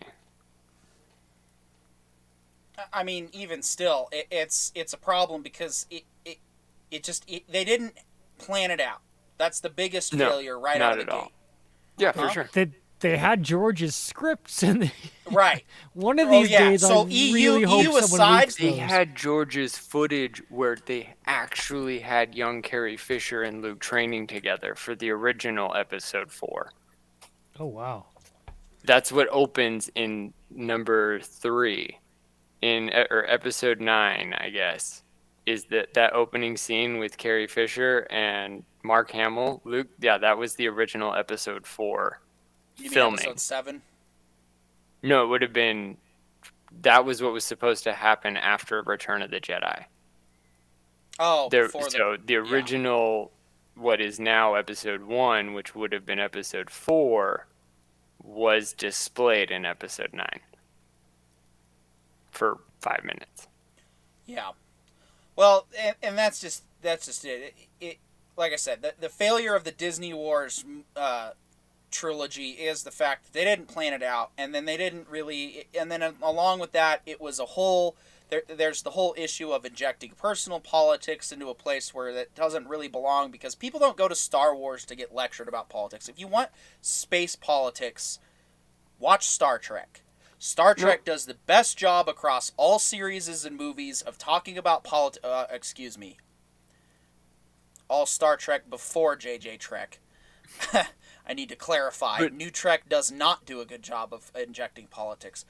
Star Trek does a better job of being more blunt with politics. Star Wars, if you're going to do a political message, you need to be a lot more subtle with your approach. And that's why Star Wars works, because, yes, while it does teach and send a message, it also gives us escapism in the process.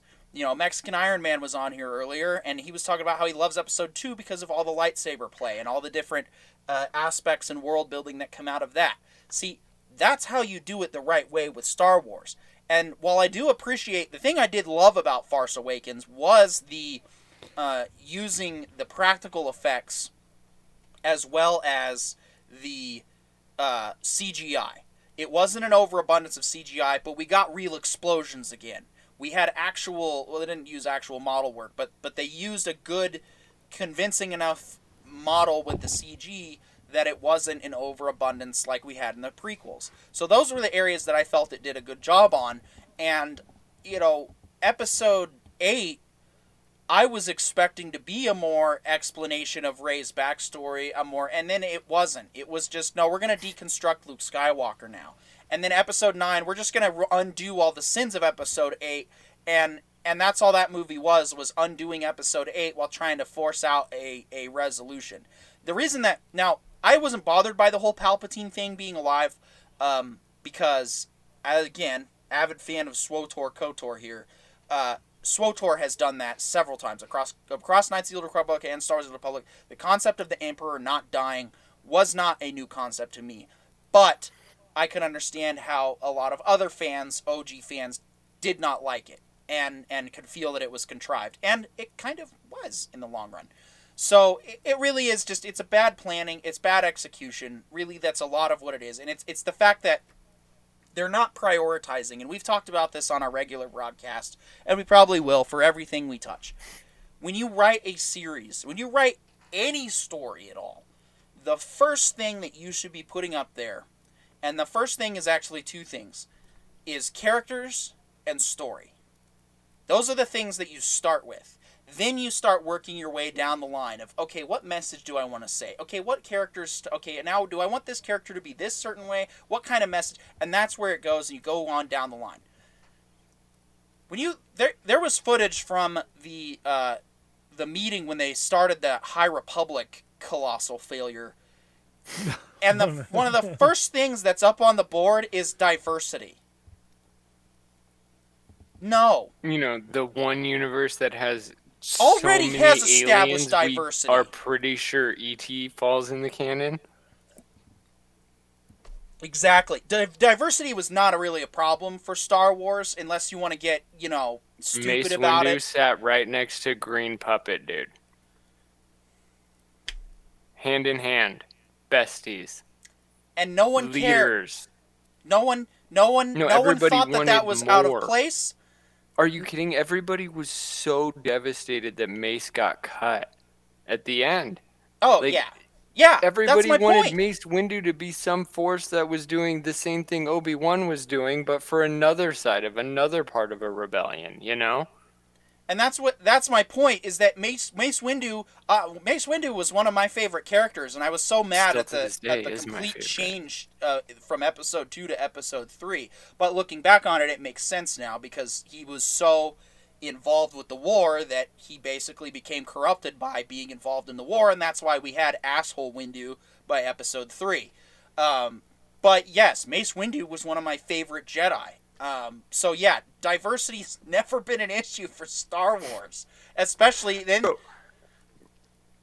And so, but that's my point, is that you can still put that as a focus, but you have to do it after you have a story and characters to relate to. Rey is not relatable. Rey is relatable from a fantasy standpoint that reinforces. I'll play the other side here, and I wonder, for all Please the do. obsession with diversity that Disney has, they still populated a Tatooine, a planet with 2 suns, full of pasty white people.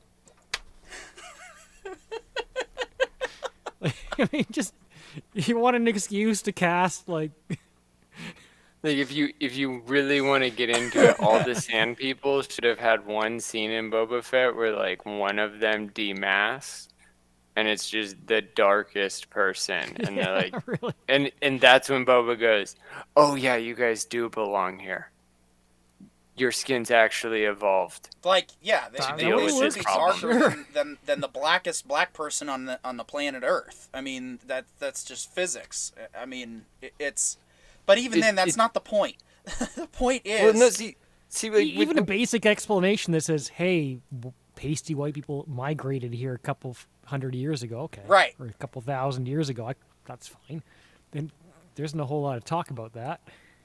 Well, No, it's the thing about this whole like diversity kick is it's so artificial, especially in terms of things like Star Wars, is because like the people that love Star Wars are the ones that are usually the nicer, more loving and accepting groups, because we get made fun of by the jocks and the popular kids, right? The nerds and the geeks are the ones that love Star Wars, and the nerds and the geeks get made fun of by the bigger people that are, more closely related to Rey, the ones that just kind of find life easy, like living on hard mode when you can literally talk to everybody. I don't know of a single white kid who grew up watching Star Wars in South Central that can talk to most of his neighbors, right? Because they all speak Spanish.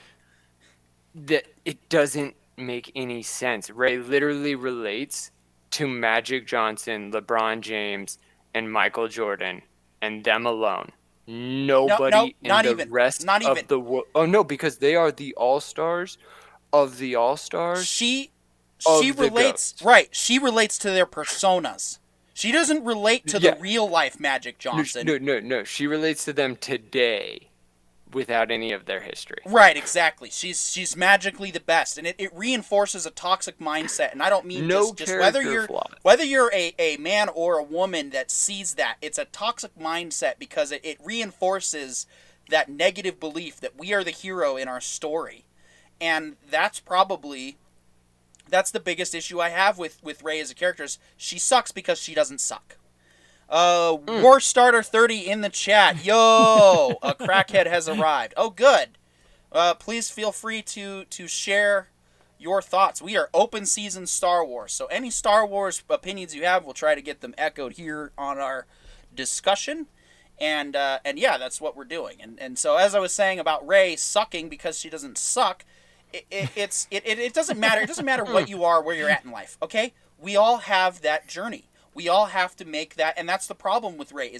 There's not one scene in any of those Disney Wars movies where she has the struggle.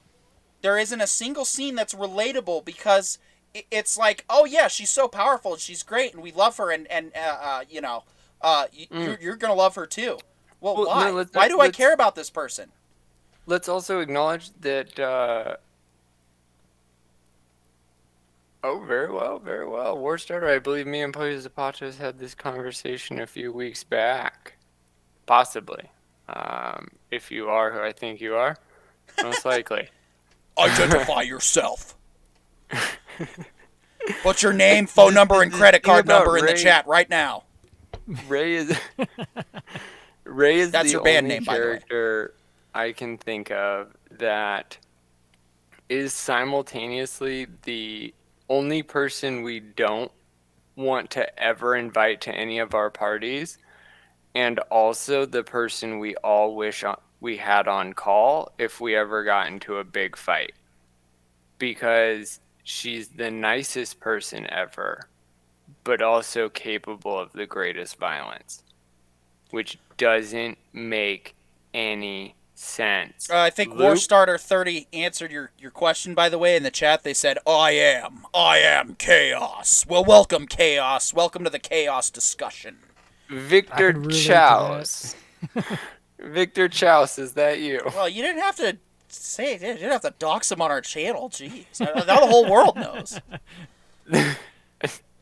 Anybody thinks I'm actually doxing him, that's a South Oh, wait, Park is it reference. Chouse? Is that, did I miss? No, it's South Park, the newest season, Victor Chaos during the pandemic specials. It's Oh. Victor Chaos. And they keep calling him Is that something Chaos. to do with Professor Chaos? Don't talk to Chaos. No, it's Brandon Homie. All right, welcome, Brandon Homie. No, that's why I called you Victor Chaos. I hear ya. Yeah, welcome to the discussion. Yeah, Please welcome, Feel buddy. free to share your thoughts on Star Wars and in whatever feelings you have, positive, negative. We don't poo-poo opinions here, one way or the other. We're about restoring respect into discourse, while also respecting that everybody's allowed to be passionate and angry. And when it comes to talking about art, we're focusing on the art, not the artist or the artist's heart. Right. Because when it comes down to it, like, whether or not J.J. Abrams intended for the 7th and the 9th films to be the films that they were, that's what they were. Like, I don't want to hold it against J.J. Abrams because even, like, Star Trek, his trilogy for Star Trek, it's not exactly the greatest. He's in only any- responsible for 2 of those movies. The last one was That's Okay, so Justin Justin he Lin. Lin. did And the first Justin and Lin last actually again. did a decent job, in my opinion, with what he had to work with. But see, he also like motivated me because he really felt like the nerd's Michael Bay. Like instead of the giant explosions, he had the popping music with the vehicle coming in to match. Like I Right. still cannot get the And then also, he also had this too, the lens flare effect. It's a cool movie, guys. See how cool this movie is? Oh, you can't see it because you're blind now. I was But see, half like- expecting. No, I was half expecting to have to walk out of the theater after Farce Awakens, needing to go see an eye doctor because I was pretty sure that the second the lightsaber went on, like it was gonna be like the Death Star blew up a planet. That's how bright it was gonna be. Just to me, dude, that's a And I'm blind 4K now. Cool. issue.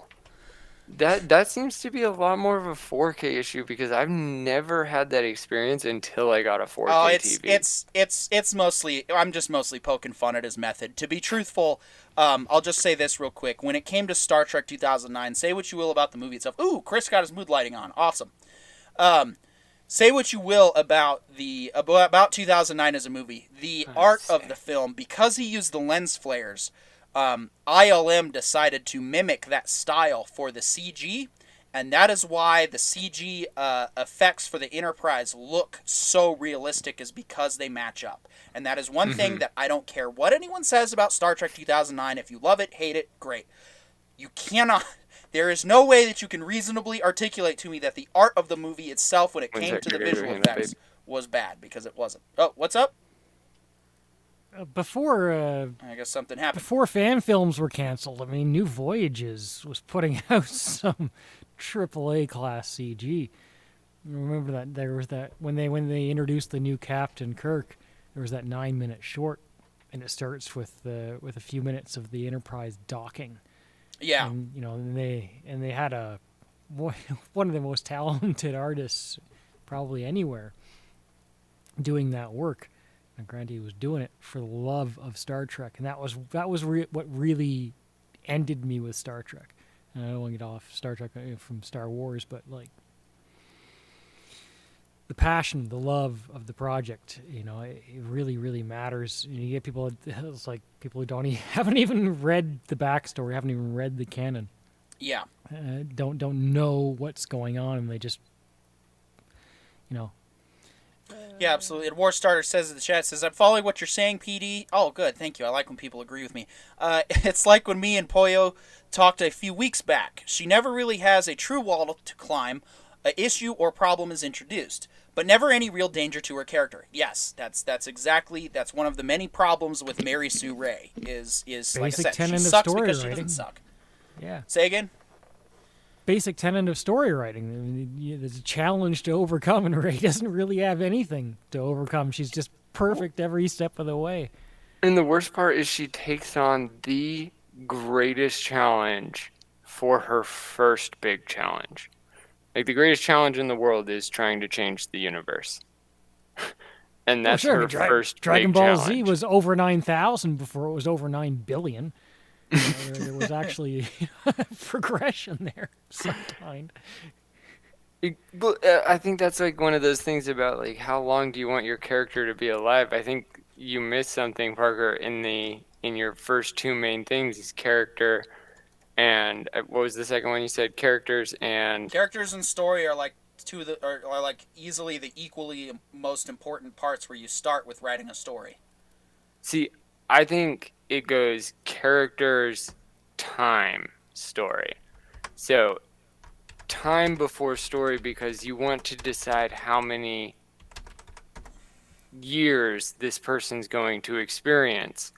So that way you can better prepare your audience for how long they're going to get to know this character. And if you want 30 years to stretch 30 years, then you give them week-to-week characters. But if you want, what we got, which was an hour stretching 3 hours, you're going to have to make this character matter a lot more in each of those hours that we got. Because, like, Ray just was great, wasn't great, was great. Like, and even when she wasn't great, it was because she was training to be greater. In a way, it's more effective to actually just jump into the fact that she already matters a ton and is already that powerful, so you can fill in the blanks later. Well, dude, you could even start at episode 9.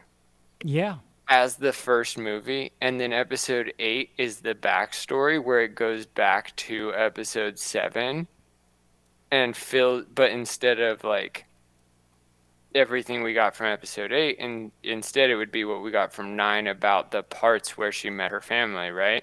Then episode 7 is her, starting her journey on to joining the adventure that we already know she's a part of because we got this dope ass like Palpatine's back. How did Palpatine get back? Who is this Jedi and this other Sith that she already convinced to join her? Like now, endless speculation, yeah. Exactly, and that speculation gives room for just nuance. You can fill in minor blanks without having to hit major plot points, but instead, because they didn't know who the characters were in the beginning, they didn't know who they wanted them to become. Like, that's a weird thing that a lot of writers seem to be doing. Is Kylo a good guy? I don't know. You, the person in charge of the character, don't know if your character is going to be good or bad in the end? Do you even know the end? No. Like, it's terrifying. It's like trusting a roller coaster engineer who's currently building the roller coaster while making me go at max speed. Yeah. Warstarter 30 in the chat says, where the character Kirito in Sword Art Online is your stereotypical overpowered character, even he had a few questionable moments sprinkled in there. And yes, that's I've only watched parts of the first season of Sword Art Online. However, and then they go on to say, even if you want her to be this incredibly powerful words hard tonight. Powerful character due to origins, You could have made her intuitive with the Force, but that does not mean you are just going to immediately beat a Sith. Yes, that's correct. And also, you bring up a valid point, War Starter. In the character of One Punch Man, I saw some person unironically make the argument that people love the character of One Punch Man, but they don't like, or excuse me, Saitama, but they don't like Rey, and that's your example of sexism. No, One Punch Man is automatically powerful out of the gate, but he's not perfect. He's just powerful. He gets when him and his apprentice, that he does not care about initially, go to sign up for the Superhero Academy. He fails at the book smarts, and he gets a lesser rank than his apprentice, who gets automatically slotted into Type S, which is the highest ranked in that universe. And so, well, that's a misnomer. It's not just that he failed the education portion. He also failed all of the tests because they were broken. Oh. Yeah, they said they said the tests were broken. They didn't ever realize that he was the one that broke them. Right, he's a commentary on overpowered characters. He's literally a satire. Right, so that's what they started with, but they actually developed it into a really good show overall. But that's the point that they're trying to make with that series, is that just because somebody has it figured out, like he's all powerful and can defeat all the big bads, that doesn't mean that he's particularly good or particularly developed. He still has a lot of growing up to do as a character. And so that's why the Disney Wars movies fail, is because there's zero character development from anyone. You can kind of make the argument in Lost Jedi. Yeah, we'll just go with that. In Lost Jedi, where he, where Poe has some character development because he gets too full of himself.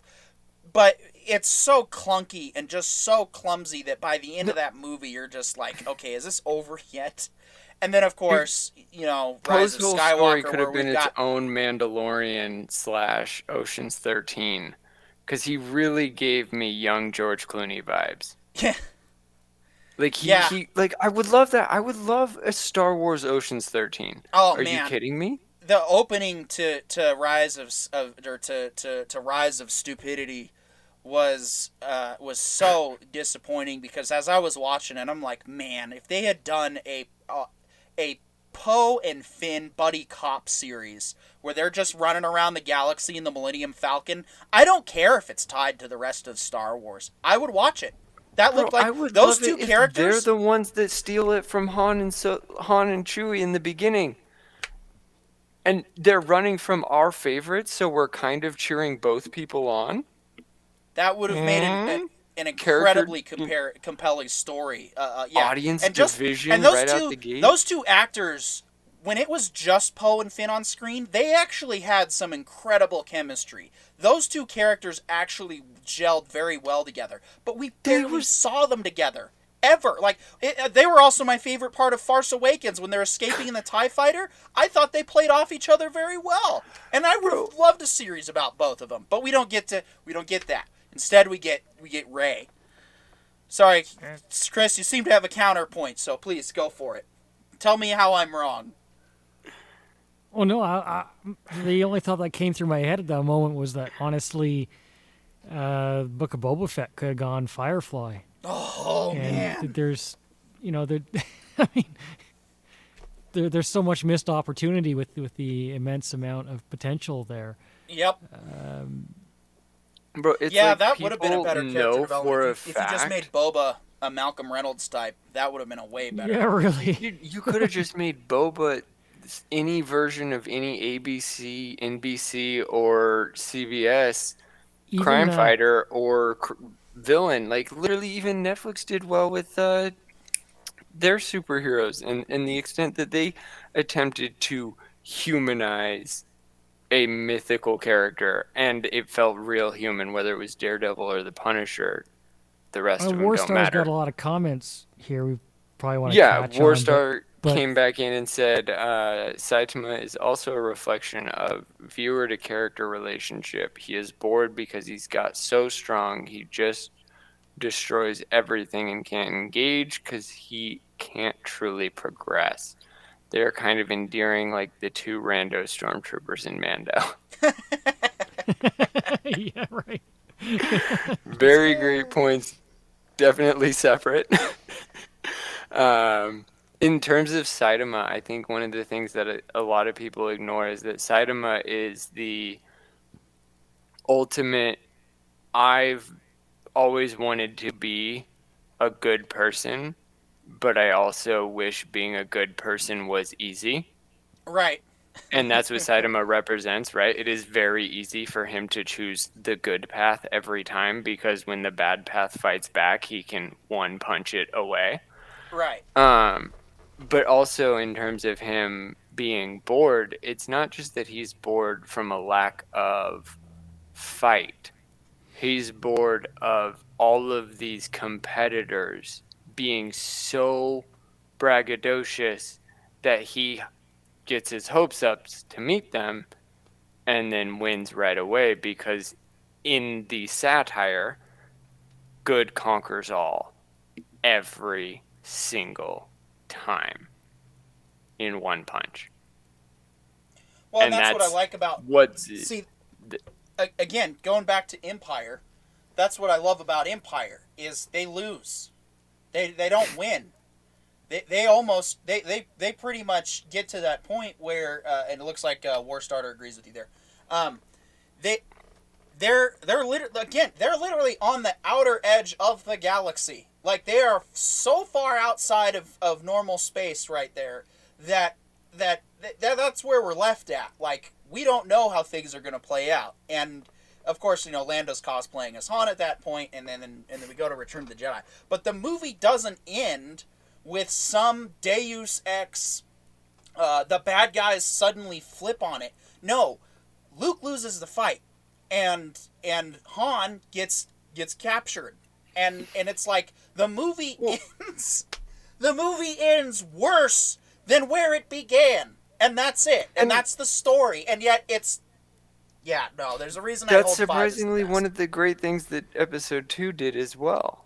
Because in Episode 2, while like everything Carry-On pointed out about how the enemy always approaches from the right, the clones approach from the right, the Jedi are literally in cahoots with the very thing they are trying to prevent from ever existing. Right. And he talks to them and gives them ideas. Like, that level of failure, that's the ultimate failure, right? When you think you're doing everything right and it turns out you are just supplying and emboldening the ultimate darkness. Oof. But when you go and disrupt a casino so that you can get a guy to break a code so that you can escape even though you only have 6 hours of fuel. But it turns out none of that should have happened because you were sneaking away to another planet. Yeah. Oh no. Like there's nothing. There is no emotional resonance. There's no weight. There's no odds. All we see is fail, fail, fail, fail, fail, fail, fail. In a row.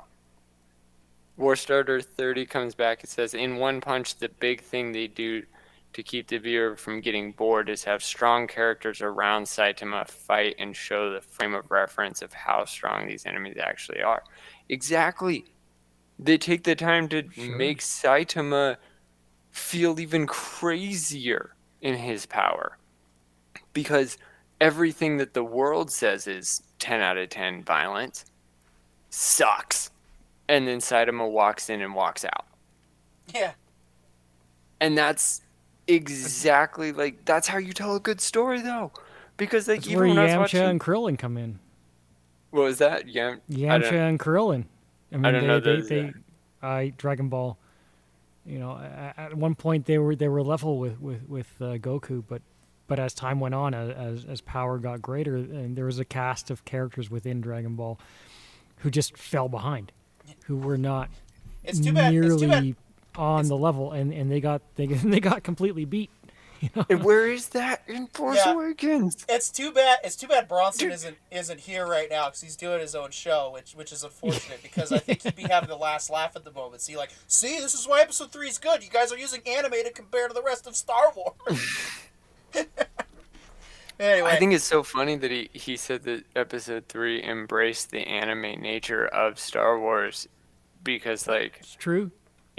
yeah, exactly. It's not wrong, but it's also proof that anime was always right.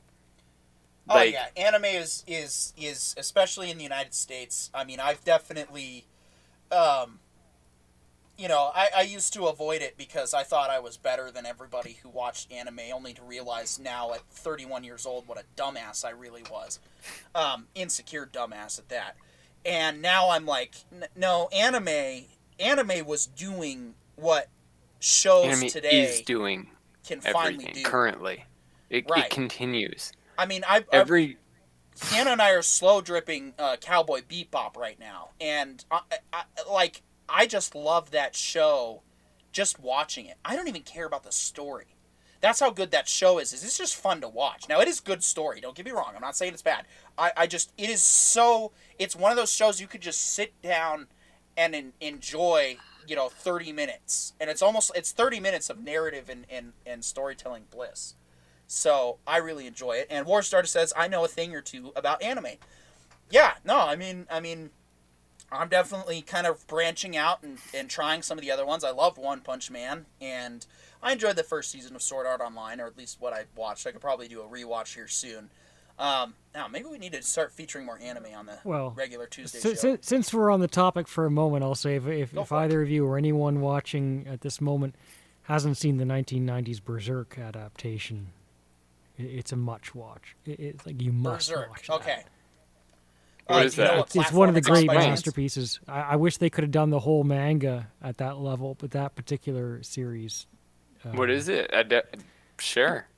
Berserk is the manga, right? And although they failed numerous times to adapt it to the screen in the 1990s, they did a in the 1990s they did an absolutely tremendous job. You know of what? it. I'm gonna change the graphic that we got there, but I gotta download it first. But no, please keep going. Get him in here if you want your friend on here. We got I think 2 open slots, but it certainly has the hand drawn animated aesthetic, and especially Berserk versus 100 enemies. I love that stuff. Scene. And the soundtrack, the opening and ending credits don't begin to do it justice. Weirdly, the opening and ending credits are strangely out of place, but the overall soundtrack is just like timeless level brilliant, and it elevates every scene, and it covers the Golden Age arc. We could probably do a whole show about Berserk, so I don't want to get too far off on it, but that particular series, despite the ones that followed it, really. Yes, someone actually did a really cool Star Wars TIE Fighter. Yeah, I'm gonna put that one up there. That one deserves all the attention of the world. Yeah, if you haven't seen that, if you haven't seen this incredible short, you definitely need to. I'm going to get the image up on screen here very shortly. This was also, since we're on the subject of anime, and it is open season Star Wars, we can definitely talk about this. Someone did a hand-drawn cartoon or anime style of Star Wars called TIE Fighter. It took them 7 years to do it because it was in their spare time, which, go figure. Who would have thought? And it is a freaking masterpiece. There's no dialogue whatsoever. It's all just music and visuals and sounds. And it is one of the best additions to the Star Wars universe. All right, welcoming to the show, Devil Cry 3, a.k.a. Warstarter 30, a.k.a. Brandon Homie. Hi there. Hello. Brandon, this is Parker and Chris. Nice to meet you guys. Don't worry, I will probably forget people's names. That's fine. I dig the background. Thanks. I have a program where I can put all kinds of different stuff back there. I can cut it out. I can change what the image is. I can blur the background. I can even make it to where when I move like side to side, the camera will actually track me like Nice. side to side. Nice. So this is what I usually use when I run my Starfinder game on the weekends. Cool. I actually work with him, and me and him have talked about all kinds of different stuff. Anime, I definitely have we'll say very large vast- repertoire. Yeah. I mean, I've watched obviously Star Wars and Star Trek and everything else. But like Berserk, when you brought that up, it's cool to hear someone bring it up because very seldom do I get to hear someone actually talk about like not just Berserk, but like the old Berserk anime, which was the best one that came out. And I found that when I first really was getting into anime when I was in high school, and that show was insane. I was like, that was one I watched shortly after watching Claymore, which was like my first anime I fell in love with. That was like what I'd call a really big anime that wasn't like mainstream. Like Bleach was technically a mainstream anime at that time that I liked. Yeah. Well, welcome to the actual show. We're just basically, so we kind of did a formal thing, 2 hours of discussing the best Star Wars movie, and our consensus was it's the original trilogy. At least I think that was our consensus. I'd say that's pretty fair. Yeah, for me, I've always held Episode 5 is the best, but 4 is my favorite, and yeah, that's just my perspective on it. But yes, now we're on the subject of Star Wars anime. I didn't actually watch all of Star Wars Visions because, I had heard the reviews, so my perspective's probably tainted a little bit. People said that the follow-on episodes were okay, but I was ready to watch. I was ready to subscribe and watch for a show just based off of that first episode. I thought, as far as artistic and story and everything, that it was incredibly well done. But since you do have that unique perspective, why don't you go ahead and share what you think is the best Star Wars? So since you had brought that up, I was sitting there trying to think about it, and I don't think I've ever sat and thought about that before, because I'm at that age where the prequel trilogy was like the hot newness and was being actively manufactured. Yeah. I grew up with a grandpa who when it came to movies, he only loved a few things. One was all of John Wayne ever and Clint Eastwood, and then the original Star Wars trilogy. So like, it's hard for me to decide which one is my favorite, especially because even though the original trilogy was out, the very first one I technically ever watched was Episode 1. For the longest time, I thought that one was the coolest, literally just for Darth Maul.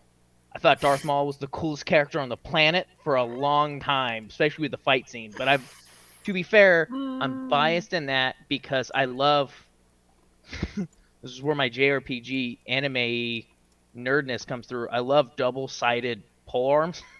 To this day, I think double-sided sword polearms are just, regardless of how unrealistic they may or may not be, awesome. I just think they're awesome for no good reason other than being dope. Like, I like polearms in general, but double-sided ones are wicked. I obviously probably wouldn't claim it to be the best Star Wars film for any reason, literally ever. But that is a good question, though. Well, you can think on it for a second, but I would introduce you a little bit to so CC Karaoke, by the way, is a new friend of mine. We've met through other pop culture, or not necessarily icons, but other enthusiasts out there. But he runs basically a kind of a digital karaoke bar hangout. And that's cool. Chris, why don't you go ahead and plug yourself a little bit? I already put your link in both of our chats for anyone watching. Sure, for whatever it's worth, and I'm sorry I couldn't bring more community engagement. We'll get it next year. After views, I think maybe I'll post it. Basically, if you years and years ago, I just got tired of going to the bar and singing these crappy covers. So I got it in my head that I should use the studio originals instead of these crappy covers to create karaoke tracks out of so people can sing to them. And some years later, in 3,700 tracks, the YouTube channels exploded into a million views a week. So here I am. But I've always had a love for pop culture and Star Wars and Star Trek and whatnot and JRPGs and anime. So I'm enthusiastic to find my way into this aspect of live streaming in some way, shape, or form. And I'm glad to meet you all and hang out with you all here. Yeah, wicked. Yeah, Oh, I yeah. super appreciate it. Yeah, no, Glad I this can is this is what I love to do with the thing is the reason I started this channel, part of the reason I started this channel for many reasons was simply to have exactly what we're doing right now, to be able to set aside time for a full day of just fun, open discussion on a topic. And Star Wars is a huge topic, ranging from many movies. I think it's 9, so Clone Wars, Rogue, so probably about 12 I can think of off the top of my head now. Because you have the 9 in the saga, and then you have Han Solo, Rogue One, the Clone Wars. I'll go on a limb here and say I love Rebels. Dude, Rebels- I loved the Bad Batch. That So, I gotta be was real. surprisingly churlish, but also still fun. I haven't watched some of the things that have come out terribly recently. I haven't sat and watched Mando. I've seen bits of Mando. I haven't watched Bad Batch.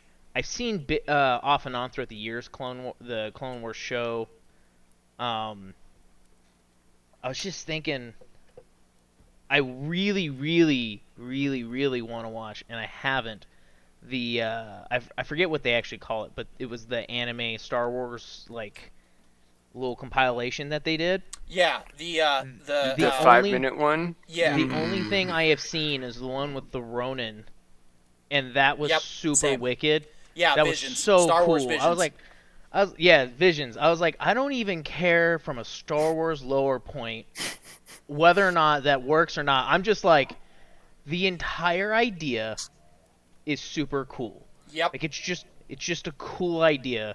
And sometimes if it's executed well, that's all that matters. But if that's all you have, you do have to execute it well. That is the other side of that stipulation. If you have a cool idea and you fail in execution, it's a wasted idea is all you have on your plate. And a lot of good that did for you. Well, see, that's the thing. I feel like the cartoons really show all of them in their own I guess more each water. diverse offering. Is the Bad Batch was the clones that had changed from who'd abandoned Order 66. The Clone Wars was the righteous soldiers of the Republic bringing order to the galaxy. I guess Visions, I haven't seen any of that yet, but Visions is more an example of one-offs. And in that one series that was 5-minute episodes that they would release, I think it was also called the Clone Wars. And that one was just proof that you could literally write Are an you talking about? hour movie around any of those 5-minute characters Yeah, you're talking and about have the. a full series. You're talking about the one that was made by the same guys that did Samurai Jack. Yeah. Yeah, That I've group- actually got a those thought on that. I'm Each gonna of share in a those bit. 5-minute episodes literally gave a window into a 2-hour long movie I'd watch. I feel like what Star Wars has, especially Disney, has neglected to understand is that they literally created a universe and bought a universe that they can create all of any superhero ever and just kind of make them related to the Jedi, Yeah. and they fit. Yeah, and I think part of where chilled up. So they could Um, really take the time to curate characters Well- that have no story before, That's and just where go. They have the Force. that's where I see something kind of weird. It's a weird mixture to me of possibilities, failure, misguided, among other words that fail to come to mind when it comes to Disney and Star Wars in like the last, I don't know, was it 6-7 years now, whatever, in particular the like last couple years. And it's this thing where it's like in like the last 2 years alone, they've made a lot of like shows that they're treating as all the branch off stuff, and you're seeing that a little more. Like you're seeing it with like Marvel's kind of doing it now and stuff. But like with that, when they make mainline movies, they're trying, because the original trilogy and the prequel were all about the Skywalkers.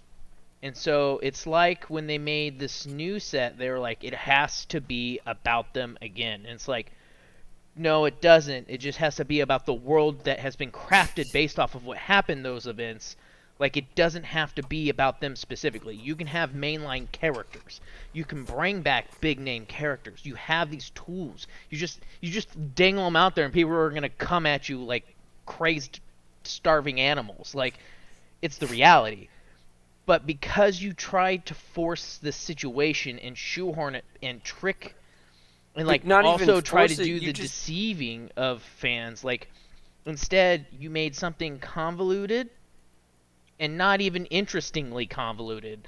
Like, it's not like Inception where it's convoluted and you're like, I'm kind of think I know what's happening, but it's super cool, but I'm also going to have to watch it at least a few more times, or at least theory videos, so I can understand what I'm watching. I'm gonna have but- to get a nerd to explain it to me why Yeah. it works, but I'm Yeah. pretty sure JJ's it like, works. hey, everybody hates the prequel trilogy. Let's just blow up Coruscant. Yeah, right? Like, all of a sudden, you make this new series and people are like, you know what?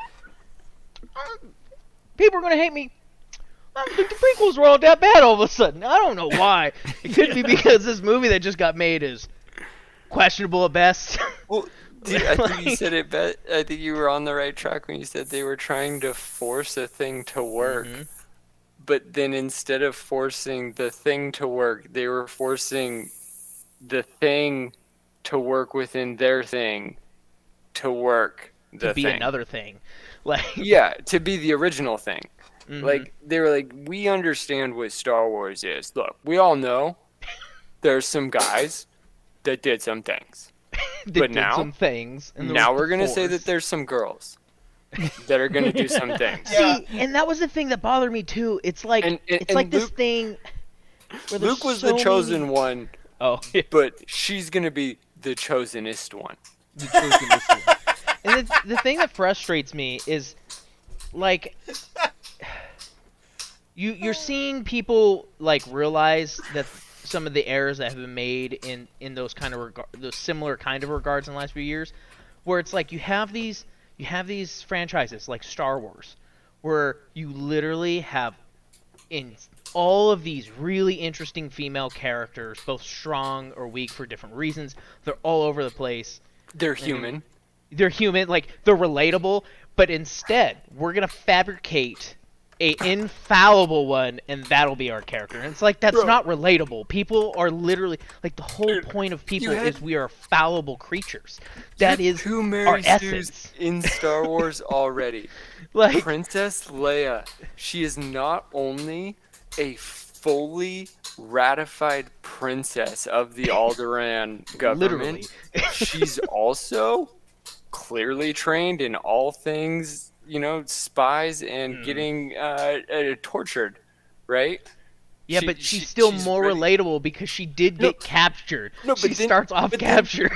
But then you have Queen Amidala, Mhm. who is so cunning that Oh, not yeah. once, not twice, not 3 times, but 4 times she uses a decoy female Yeah, I forgot about that. Yeah. and is still forgiven because it's justified based on her position. hmm But To you be know fair- what? Star Wars has been just putting women into corners where they're too badass. They're too overly crafty, creative, thought out, well played, well characterized, even more emotionally substantive than Anakin, the main character, like, you know, when Anakin says, "Why don't we just run away?" and Padme goes, "Why don't you quit being an idiot? We are Wow. adults living in the real world. I have a real job on the Senate. You are a Jedi. Fix your brain." Like, that's not No. how this works. No, America needed an actual female Jedi to represent the females, even though every female human in Star Wars was more put together than any male character in the Not only entire. that, We did- but like we did even actually- if you just look at the Jedi, look how many insanely dope female Jedi there is. Like Even on the Ahsoka. council. Ahsoka. Like- Ahsoka's one of the best Like that characters in all of scene Star in Wars. Mando, dude. I can go on a limb here, and I don't know. In my short, but albeit 3 months of live streaming experience, the vast majority of my viewers have been female, and we're an really? all male stream. Strikes me, maybe females That's- actually like watching guys. So check this What? out. Impossible. Believe it or Imagine not. that. Believe it or not, Are you that's, trying that's to not tell as me, Chris? crazy as you think. know, right? Of all people on the planet, Joe Rogan actually talked about that at one point, and about how he has a huge female fan base. What a Talking to a shocker. lady What? who was like trying to pull him apart, and he's like, "My female Maybe fan base guys is like to literally watch larger." girls. Like what? I'm sorry, Like, are you it's trying to wild. insinuate that people like to just watch stuff and it doesn't matter who they are or what they Yeah, like? no, it's mind blowing. Believe me, I Impossible. understand. It's pretty Impossible. mind blowing. Star Wars has a Sometimes- diversity problem. We need more strong women. I mean, Actually, we some already women are have some. fine. Ahsoka, But, like- Padme, Leia. You still have to follow good character writing traits. Like, Yeah. it doesn't matter, a gender or race of a character doesn't matter if you fail to follow good character writing traits. If you write them as a bad character, then even in that case, my opinion is, if you write a bad character and then try to shoehorn that into filling certain types of roles, you're doing a disservice. Like, you're not Oh, absolutely. helping. You're exacerbating the issue. Like, how have you made that seem better? You've Well, no, made this worse. You're making more people hate the issue itself. Yeah. Because A, nerds are the ones that have been the most bullied forever. And suddenly, like Star Wars Where episode, is it? I guess technically the original episode, I always get the way you're supposed to say it wrong, but Star Wars, A New Hope, later named episode 4. Yeah. Showed I'm over that a- argument, honestly. I don't Well, care. no, so- It's episode well, so- 4. It's fine. Yeah. Sure. Episode 4. So they show a premier female character from the opening, right? And Star Wars kids have always been told that it's for nerdy boys. Star Wars is all about what guys want to see. It's guys fetishum. It's this woke, toxic masculinity. Even though, from the onset, the number one general in the rebellion is Princess Amidala, aka Leia Amidala. Like, Not just that, but spoilers, like, even if you bro. think about it, the way, whether you're looking when you're looking at episode 4, right? The way she's, both points that she's heavily introduced. Not only is she like this relatively like shown to be strong character, but the way they do it is also intriguing. Like, there's a huge level of mysterium behind her. She's like, you're like, who is this person? And all of a sudden, oh, Ben just like, to space we go. Like, You know, you brought like up, we need to go find this woman. Like, you brought up, you this brought is a up problem. One Punch Man. You brought up One Punch Man being a satire, and one of the stupid Yeah. complaints I have seen about episode 4 is, oh, Leia, she's a damsel in distress. Okay, she is a satire No. on that trope. Because Yeah, the I would second give you time, that. the next time we see her after she's captured, or first of all, she's talking shit to Yeah, Darth Vader. She basically calls them bumbling buffoons. Like, Exactly. immediately. And There's then- no time. And then she tells Tarkin that he smells like ass. Okay? Yeah. This is not somebody acting like a damsel in distress. This is a woman that clearly knows she's captured, but she doesn't give a not to shit. mention, when a Yeah, she's not a- random male stormtrooper walks into her prison cell, the first thing out of her mouth, kind of short for a stormtrooper. Yeah, like, damn, Final what? Fantasy I just met you. Like, Insinuations? Because I don't think she was talking about short in stature. well, it's like one Like, of the That's biggest the cockiness of this rebel spy. one of the biggest one of the first moments you really see like any level Tex, dude, Bro, chill. That's the one in Star Wars Family Harvest, Family Guy, when he says "Don't get penisy, kid," he should have reserved that for when he first met Leia, Yeah, right. But because she was the most penisy out of all of the Star Wars characters.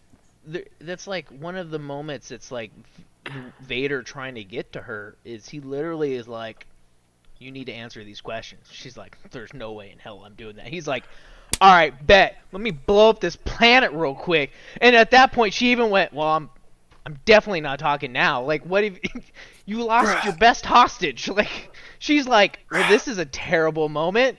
Like, Dude, like, we literally could have opened on her for episode 7.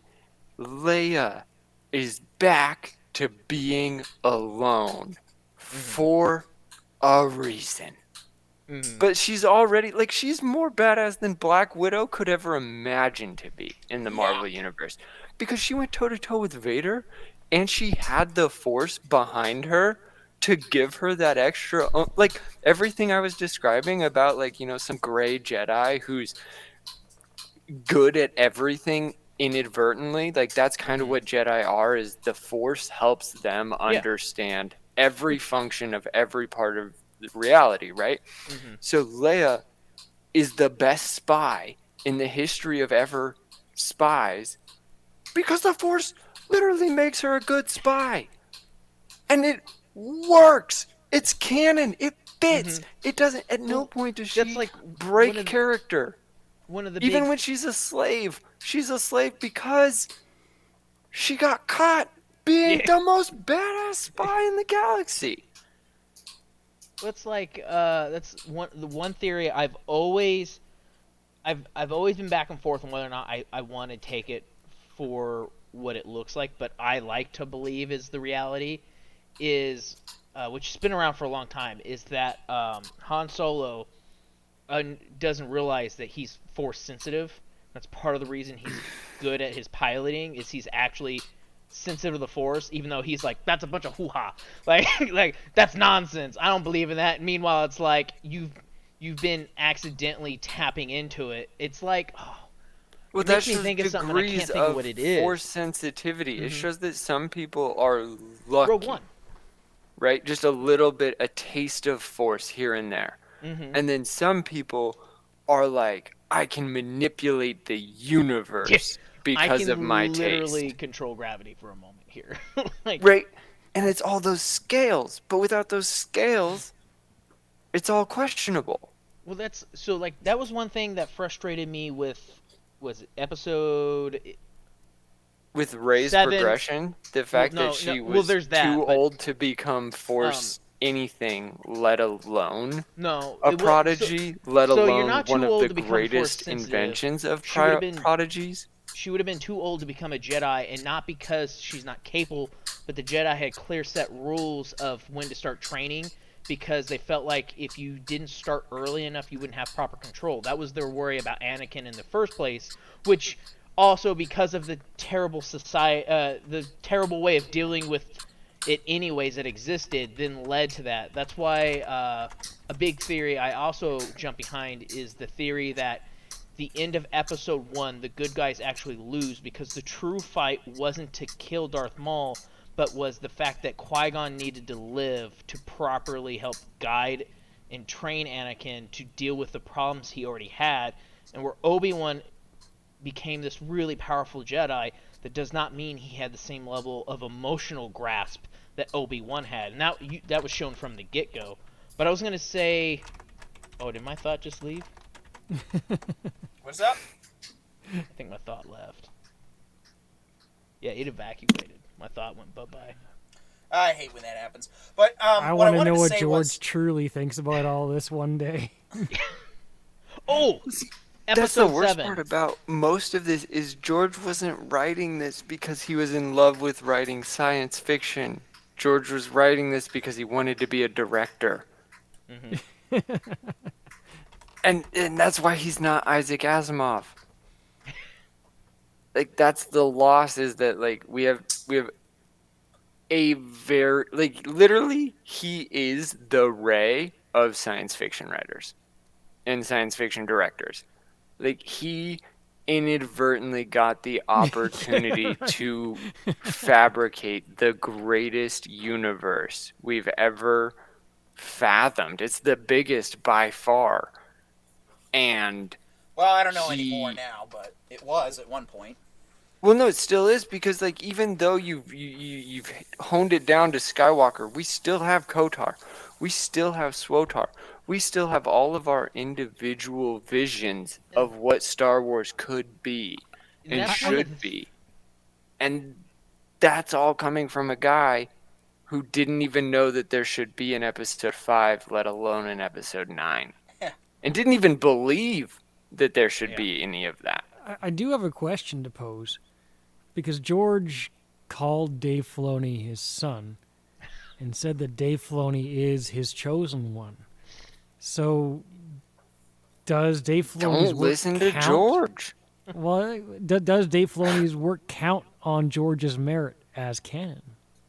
Whether or not we agree with it, does it count? Well, which one is Dave Filoni? Dave Filoni's Clone one that Wars. did Mando. And Rebels. Yeah, that's 100%. Yeah, that's perfect. Yeah, Favreau was more Mando, but Filoni definitely helped out on that. They certainly worked Well, together. Mando yeah. technically had like 4 different directors, and Right. with that though, each one did really good jobs in, like, they all had like these little pockets that they were really good at, and it showed in each of the episodes. Like, every episode was really good, and one of the things that helped is they went back, the way they released it, it went back and forth between these different directors, and which allowed those different pockets that they were going to shine through, so it wasn't the same thing over and over and over and over. I mean, yeah, if you are going to do episodic, do different writers for each episode, so it literally is a different episode every episode. I was gonna say, in regards to episode 7, that was my thought I had earlier.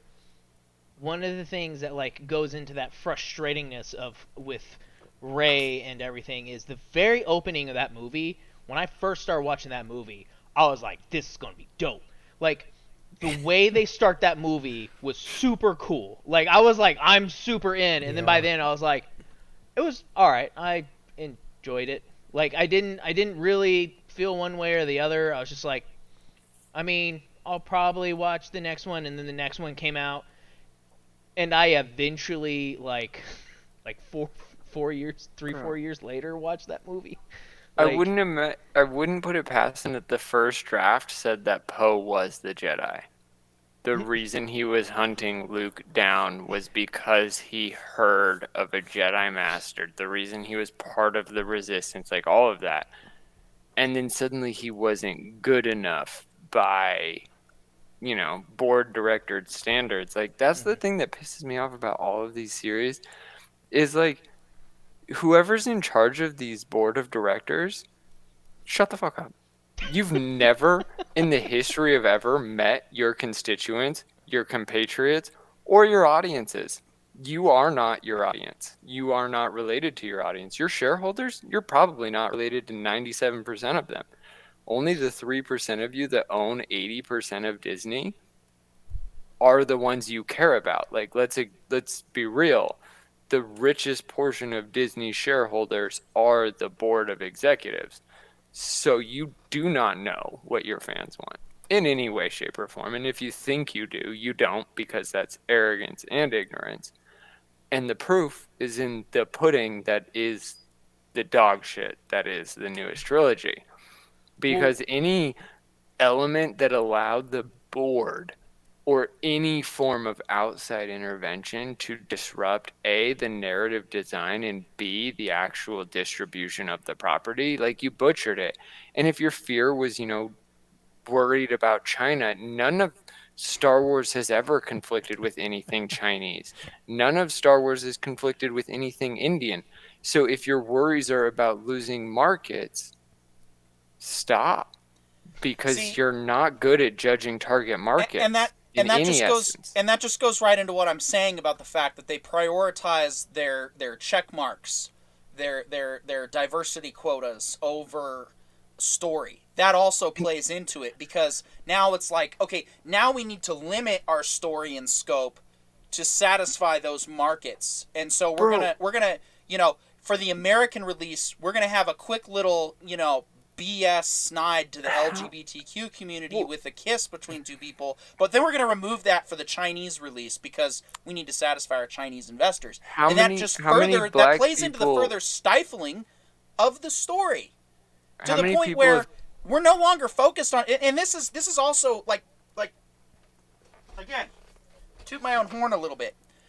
When I wrote this, all of the cancel culture, cancer, all of that stuff was definitely on my mind when I decided to pen my book. But you know what? I decided to say screw it and write the story I wanted to tell. I refer to my characters, their job designation. They are called crewmen. They are not crew males. They are crew humans. That's the whole point of that word.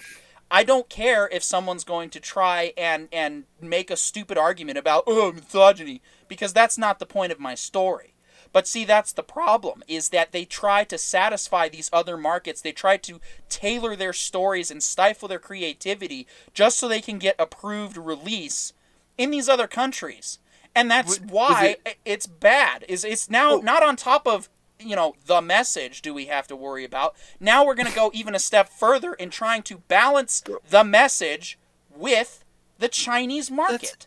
Let's remember, the message is being propositioned, promoted, and propagated by the richest, whitest people in America. The thing that's crazy with all that too, though, is it's like this thing where it's like some of that you can do and it be fine. For example, like you should, to some degree, with exceptions where it doesn't make sense, obviously, having diverse I'm gonna say class. That's not all the word I was looking for. Characters. Diverse cast. But it feels like a diverse class, though. That's what it feels like.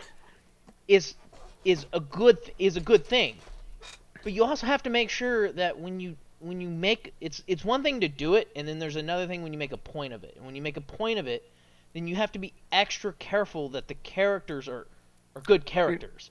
Like, because if you make a point of it and then you leave a shit character, then it's like, well, what have you done? You've done me nothing. Like, you just it's a throwaway character.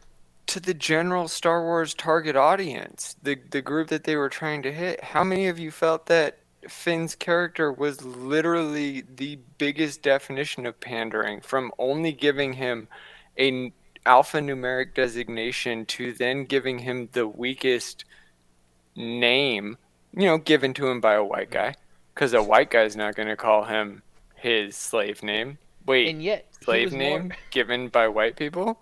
Like, let's just they remember can't even figure out. They can't even navigate their own bullshit.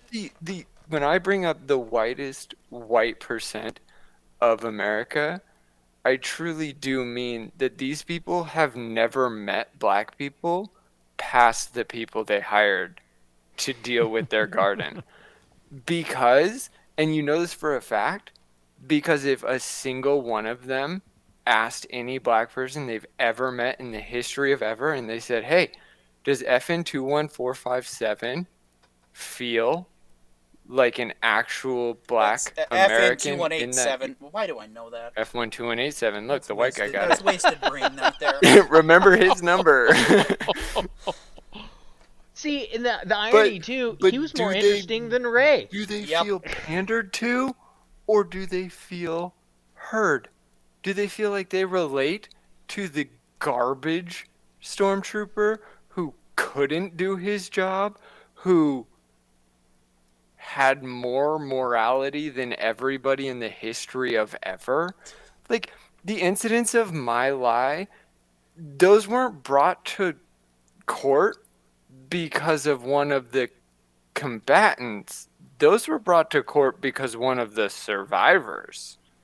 Like, Finn is the weakest person in the military that is the military of the universe that he's been brought into. He's literally the garbage / sanitation / toilet cleaner.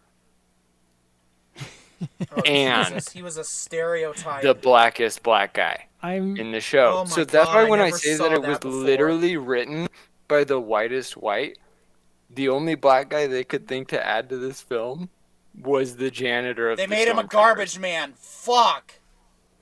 I'm really waiting for somebody to have the cojones. To just, Dude, am I it looks allowed like to say that? Say what? The whitest white They won't say percent, what- bro. like, the F-bombs were the only one we're stifled with. And then obviously, Yeah. I mean, No, I just be careful I, with the the- racial slurs too. There was a fracture of my own community, That so would I won't make get sense. into that.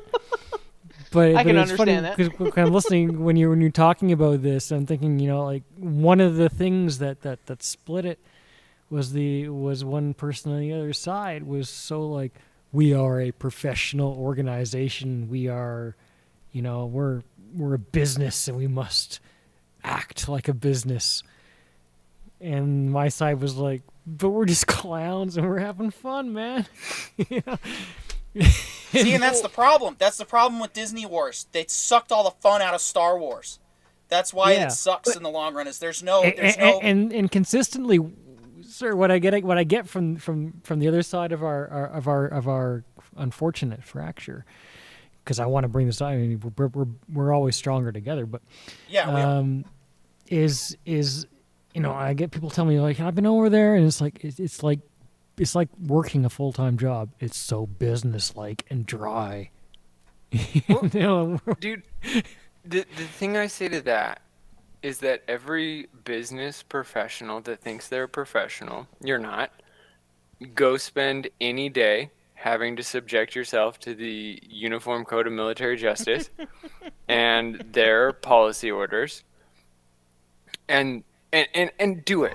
Do it wholly, especially like if you're a CEO who really wants to think that uniformity is the ultimate answer to progress and sustainability. Go spend a week on any base wearing the designated. I don't even care if you're stolen valor. I don't care. Go wear the uniform and watch every single person of any and every rank rip you apart for disrespecting the uniform. And then go back to work and tell me you want to live that life every day. I know, Brandon, you got a quick thought, but I did just want to point out, I'm looking at it, and I just realized, I really appreciate that you came dressed for this show today. I really like that you look like a Force ghost right now. Anyway, go ahead. You talking about my monitor?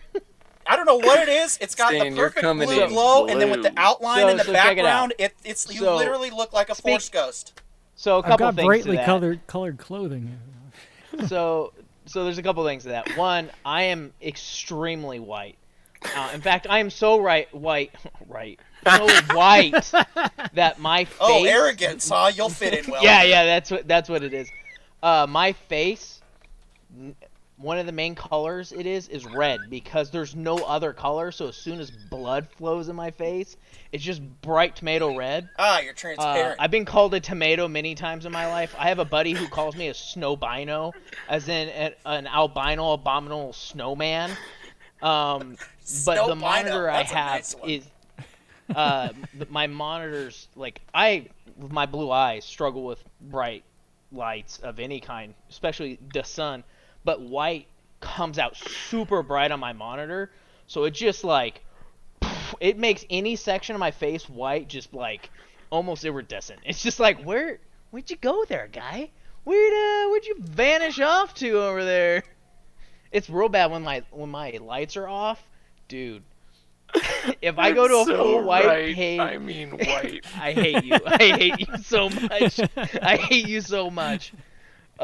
Dude, I know a guy who. Never mind. I'm not gonna say it. It's so Can't stupid. get over that. When I was in the military, I worked with a dude who once said something to me, and I literally looked down and was like, "You need more people." Like, you don't. I worked with a dude who was at one time and to be fair, actually, it's not to be fair. To clarify, his assumption was based off of he heard me listening to Ice Cube once, and I knew words to Colt 45. And he was like, dude, you're like the blackest white person I know. And I looked down and I was like, you've not met many people, because I'm very white in everything to do with me. Like, Well, you need to meet people. You I mean, should get out yeah. more. We'll get back on track with Star Wars here in a second. The only thing I'm Yeah. just going to say that is really a lot of that stuff and a lot of those cultural misunderstandings. Really, it stems from this idea that just because, you believe one thing or you follow something that you are, you believe X, you're therefore Y. The reality is we are not that. We are 7 billion unique minds that have been conditioned to accept the status quo, when in truth we are all our own thinking, breathing people. I've been called a communist. I've been called a right-wing white supremacist. I'm at the point where I don't give a shit. Your labels mean nothing to me. It's I'm always a still good going way to to tell my be. story. I'm still going to host my show.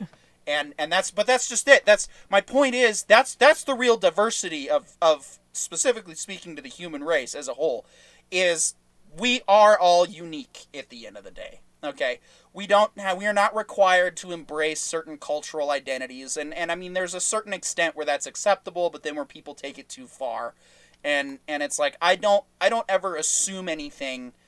Everyone gets the same level of mistrust with me. If I don't know you personally and I'm walking down the street, I'm probably gonna be ready to draw on you at a moment's notice. I don't care what you look like. I don't care. If I don't know you, I don't know you. It's that simple. But as Chris, I think, pointed out earlier, 94% of people cannot be convinced to kill each other, because 99% of people just want to live their lives in peace. And so it ties into all this stuff that Disney's trying to push through the diversity quotas and everything. And it's like, just tell a good story. Well, see, it's not just the diversity quota. It is the complete Right, lack the Chinese of market understanding. quota too. Well, no. It's the elite quota. Right. Because when the 94%, it's a very, very little known statistic that in World War I and World War II, 94% of all combatants on both sides could not pull the trigger when directly pointed at another human being. And that changed all military training of all forms, especially in terms of shooting. The reason why we have targets that are bodies is because the targets that were circles were not good enough to separate the mind. Like when we practice on humans, it's easier to dehumanize people in the moment to a target, to paper, right? And that's a legitimate study. What's up, Chris? So I gotta ask a question. Is your name Chris? No, I'm John. Okay, 'cause I hadn't learned your name It yet. was attributed to you. All right, fair enough. So, go ahead, Chris. Or is Oh, that right, yeah. No. I was actually just asking the question in case, because I didn't want to be confused in the future, because I heard the name come up a few times. But that the elite don't know that, because the elite only know about all of the school shootings and all of the what's the one? Vegas, Las Vegas shootings. Like, all they think about is that any poor, which is less than a millionaire, with a gun, Oh no, millionaires might kill all of my security officers and rob me of my Prada. Like, it's just the poor. And that's what they think, is that, like, all of these stormtroopers, they're all motivated by everybody loves to kill. Oh, And that's sure, just dragged because out of their homes and dragged into the service. Yeah, we really want to shoot to kill, sure. Well, it's the kind of people that listen to how the Persians raised the Jesuit empire and forgetting how the Jesuits had to deal with the Jesuit empire. Because, like, the Jesuits of the Persian Empire, if you don't know, were children kidnapped at, like, 1 to 5 and trained to defend the Persian god king at all costs. And they were trained their entire lives to do this. And every 3 to 5 years, they'd go grab a new batch. And so the old batch would train the new batch, and the old batch would train the new batch. And for decades, the Jesuit military was literally just people from any and every nation trained to kill any and every nation that opposed Persia. And that's a reasonable explanation for why they had zero morality towards any homeland. But in Star Wars, So we just by own that. accident or not, I mean, the clones were effective.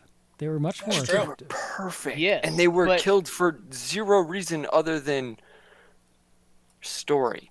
So yes and no. There's a few factors that I kind of can touch on in across this whole thing you said, because I have stuff from earlier on. Please do. One remark in regards to like World War I and inability to shoot people. In regards to World War I and World War II, the stuff that I am more equating with, I think, is more related to World War II, but it touches onto the same thing.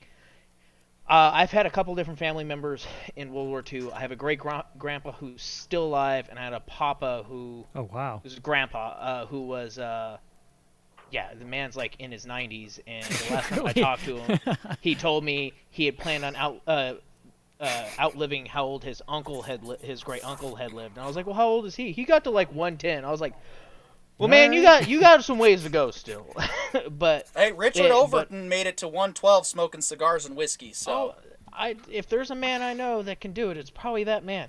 He is as from his generation as it gets. When you look at him, he still slicks his hair back. Like, you look at him, you're like, I can see what era you're from. It shows just in your entire. He's huge. He's like 6'5". He's just a big old man. But anyways, I've listened to him tell stories. I listened to my papa tell stories. You right there, Chris? Yeah, I think the hair comment just toppled my setup. Don't worry, he don't got a whole lot. It's mostly just. There he goes. It only got worse as I talked. Come on, man! Don't try to kill the other panelists. All right, I'll leave the hair as you're having a breakdown. I would have turned off your video, Chris, but it's also entertaining. So. But one of the and now things he's upside down. Nice. Yeah. It's a good angle, though. I apologize for my completely unprofessional conduct. Yeah, there we go. All right. Oh, hey, man, my camera barely chills. My brain is on at the top of breaking point. I might be able to do this. This is how we're going to join you. We're going to be yes! Check that out. So gone anyways, inverted. as I hang out in this corner over here, one of the things that happened, especially with the draft going on, was when you were coming in, they would often ask, like, hey, do you know how to fire and operate firearms? And if you said yes, you got the fast track. They basically went, all right, cool, you already know how to shoot. You get expedited to the end of the line. You will go through some of these basic trainings that we have to put you through to make sure, like, you aren't just going to physically immediately die. But in other words, you're going to get shipped out real quick. And so, like, part of that, like, inability was just literally lack of training. Like, they just didn't do anything. And that's one of the reasons why Bill Burr's character... Oh, man. I can't talk anymore. Bill Burr. He was the literal instigator of some serious drama in our community. But it's funny, you actually got it right on the first try. It was Bill Burr's character. I know, but my brain. I just assume everything I say is wrong anymore. His character according to Mando, some people on Twitter, that's exactly the case. His character in Mando that he played was incredibly interesting because, like, historically speaking, in Star Wars, especially in Star Wars, but in general, when it comes to the military, especially with Disney, it's almost always put into very specific lights, and it's not a good one. Not that it inherently is a good thing, but it's also like, and his character is like one of the most relatable, like, veteran types I have ever seen.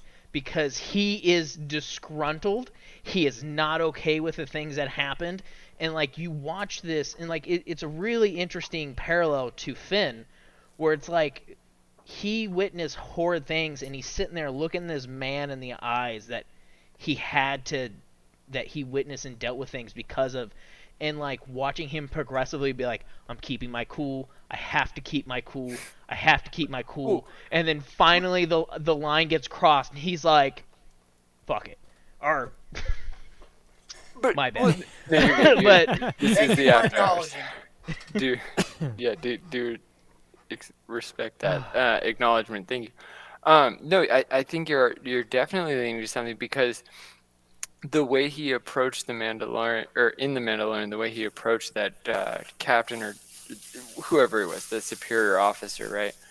He was goading him to give him the real answer, right? He's like, what about all those people we just innocently killed? And he goes, that's the price of being an empire, is sometimes you have to subjugate insurrection. And that's the exact same quote that every officer of every empire has ever had to reinstill in their people, because imperialism, monopolism is wrong in every sense, in every instance, in every imagination. Anytime any company thinks that they know any and every single way to produce any and every product that they produce, it's arrogant and ignorant, and it eventually becomes proven audacious. And that, I think, is what Disney, like, Disney is the most culpable of this, like, this manifestation, because Disney is 2 hours away from Camp Pendleton, where the most aggressive, most uniform, most militaristic military branch of the United States military lives all of their life. So, like, literally any and every single Disney person could go down, take a quick 2-hour introduction into Camp Pendleton, and have 10x the military experience that anybody that wrote any of the newest trilogy has. Because even Kylo Ren, dude, Kylo Ren, that's one of the biggest things. Like, Adam Driver, I don't know what Marine Corps you served in, but could you have at least, given any one of the people you worked with Papa 1034? Didn't it come out? Didn't it come out that he was a weekend our warrior? uniform order and just show them how organized we are? Didn't it come out as that he was a weekend warrior though? But anyway. No, he wasn't. Adam Driver was not a weekend warrior. He was 100% full infantry, 0311. Okay. He was ready to be shipped, shattered a knee or an ankle on a traditional training exercise, lost his chance to go to Iraq or Afghanistan. I can't remember which one he was in time for. Fully, like, he's a Marines Marine, especially an infantry Marine, because I wouldn't expect the infantry to ever remember any of the Marine Corps orders or the Marine Corps policies or any of our uniform orders. It's a known fact that you can never trust the Marine Corps infantry to remember anything except for what they were told between lunch and dinner and breakfast and lunch. Right. Because It's a lot of the colors. infantry are the waivers. And of course, They're how the to ones- use this thing. Every reason I am glad the Trevorrow Specifically script wasn't targeting filmed, but love The it. 0311s. Go for it, Chris. Huck's falling on his sword, man. On the flip side of that, though, like where I kind of have a similar thought to you in the sense of like, but on the same note, it's like, how do I put it? The military in which they're trying to reflect in that as well with the Empire is like the shadow of a shadow that's trying to shadow the what was The other shadows. And From the so, like, original Shadow. yeah. Phantom Menace. Well, yeah, that's not where it's going. Jar You know Jar exactly Binks? where I'm going. Yeah, Jar Jar Binks. Well, dude, so that's the shadow that they were shadowing. That's how frustrating it is. Is like, you didn't even need the Empire in this new trilogy. You could have created a Sith Empire, because the Sith are now free to become a bigger, badder Sith. Mm-hmm. Well, it's And- like I brought up earlier, like the very beginning of 7, when Kylo is introduced and he manages to pull out this new crazy ability to stop a bolt in the air and not just deflect Not it. new. Darth Vader did it. You're correct, but I forget about that all the time. But anyways, it felt new, and the way they made The way they everything with presented him it was very receive is different. like he did all these things, but it was always like edgy, not in the sense of like edgelord edgy, but edgy like is in like not refined, like choppy, if you will. But like they made a point of like this dude is strong, like he's not weak, and it was like, all right, you set me up someone that is already an interesting antagonist, if not villain, and what you can do with it. And then within like I don't remember if it's the same movie but I think it is the same movie. You know He's when he meek- kills his dad and is No. meek? No, that's later on. But like he gets Bro. defeated by Rey the first time she touches a lightsaber. Like First what? time ever. Actually, no, She's- it was technically the third time because the first time she touched it, she had the flashbacks. The second time yeah. she said, I don't want to touch it again. Mhm. And then But the first time then she she uses touched it again and those whooped his corrections. ass. And like it literally all of a sudden made Kylo Ren this like he started off as like, all right, this dude's cool, he's strong, but like he's not all together. Like, and they show the emotional distress and like how he's not all together, not just like in his powers, but a little bit emotionally. And then she beats him, and all of a sudden you're like, well, he must not be that strong because You know what's funny? random chick just picked up I a feel like lightsaber and was like, nah, bro. I feel like there not should today. only be about like 10 or 15 great female Sith warriors because like as far as history goes, the majority of like female fighters, most of them do it to just be better fighters, right? Like if we look at any that we know today, or if we even look at things like women like Joan of Arc, Mhm. like her Well, call to action was action. Hold on. You're overlooking one of the Well, biggest issues, no, and no, that no. is the cultural implications of the past. A lot of cultures, even fairly recently, it was women bear children and women stay and they work, and Right. that's a lot of Right, There's a and lot of all that of that those- goes into it as well. So let's presuppose that all of those situations have escalated for the last 1,000 years to create well, the you don't Star even have Wars to do universe. that. You can look at the old Soviet military, which was the most progressive military of World War II, because they actually had female snipers Well, serving no, in the army. Right. So this is why I bring it up though, is that even the female snipers of Russia and just any general female warrior is that they're dealing with the dogma of being the automatic good. In most cases, like men like women. In 85 to 95 to I would even go as far as saying to 90%, 99% of men like women. I think only 1.4% of Americans identify as LGBTQIA+. So let's acknowledge that. So 99-ish % of men like women. But that doesn't necessarily mean that 99% of women like men, because men are mostly wrong, mostly arrogant, mostly and that's I what don't know. the dark Conan side the represents. Barbarian's pretty No, hot, right? Well, no. So if you Hey, well. no, Conan's actually a perfect example because if you think about it, Conan is a brute. Mhm. He's the angry, the vicious. I will He's like break the penultimate or example. you will submit. You will listen or you will be beaten until you listen. And that's why I say that like you can't say that 99% of women like men because most women hate all of the men that are the I'm men. not entirely Hold on, sure hold that's on, true, hold and I on. don't think it's true at all. Hold on. Let me finish.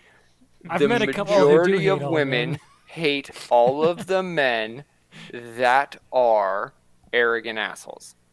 So Fair enough. an So, interesting thought experiment. Any then. group of humanity, any I mean, group of arrogance male, is generally Well, not loved. exactly. Amber Heard is the perfect example that arrogance in a woman is acceptable until that arrogance becomes hubris, and that hubris drives the woman to first sue, and then Johnny Depp countersues. Because Johnny Depp wasn't pushing any charges until she sued him first.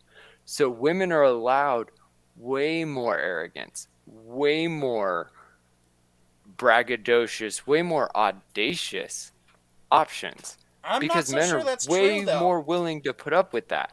I'm not so sure because that's men- true anymore, though, because I have yet to see an Amber Turd apologist come out of the woodwork on any of my social circles. I have yet to see one idiot actually try and But Johnny Depp would have apologize. never gone to court if Amber Heard hadn't sued first. He would have kept putting up with all of it. Well, no, he I would mean, have just walked like, away and gone on with his life. Exactly. the He idiot. was. I He was put up with completely stuff. fine with it until We she all- sued we all him went first. stupid He was sometime not or other. fine with it. He just had to accept the circumstance. Yeah. Now, I can see where you're coming from, and I kind of No, agree, no.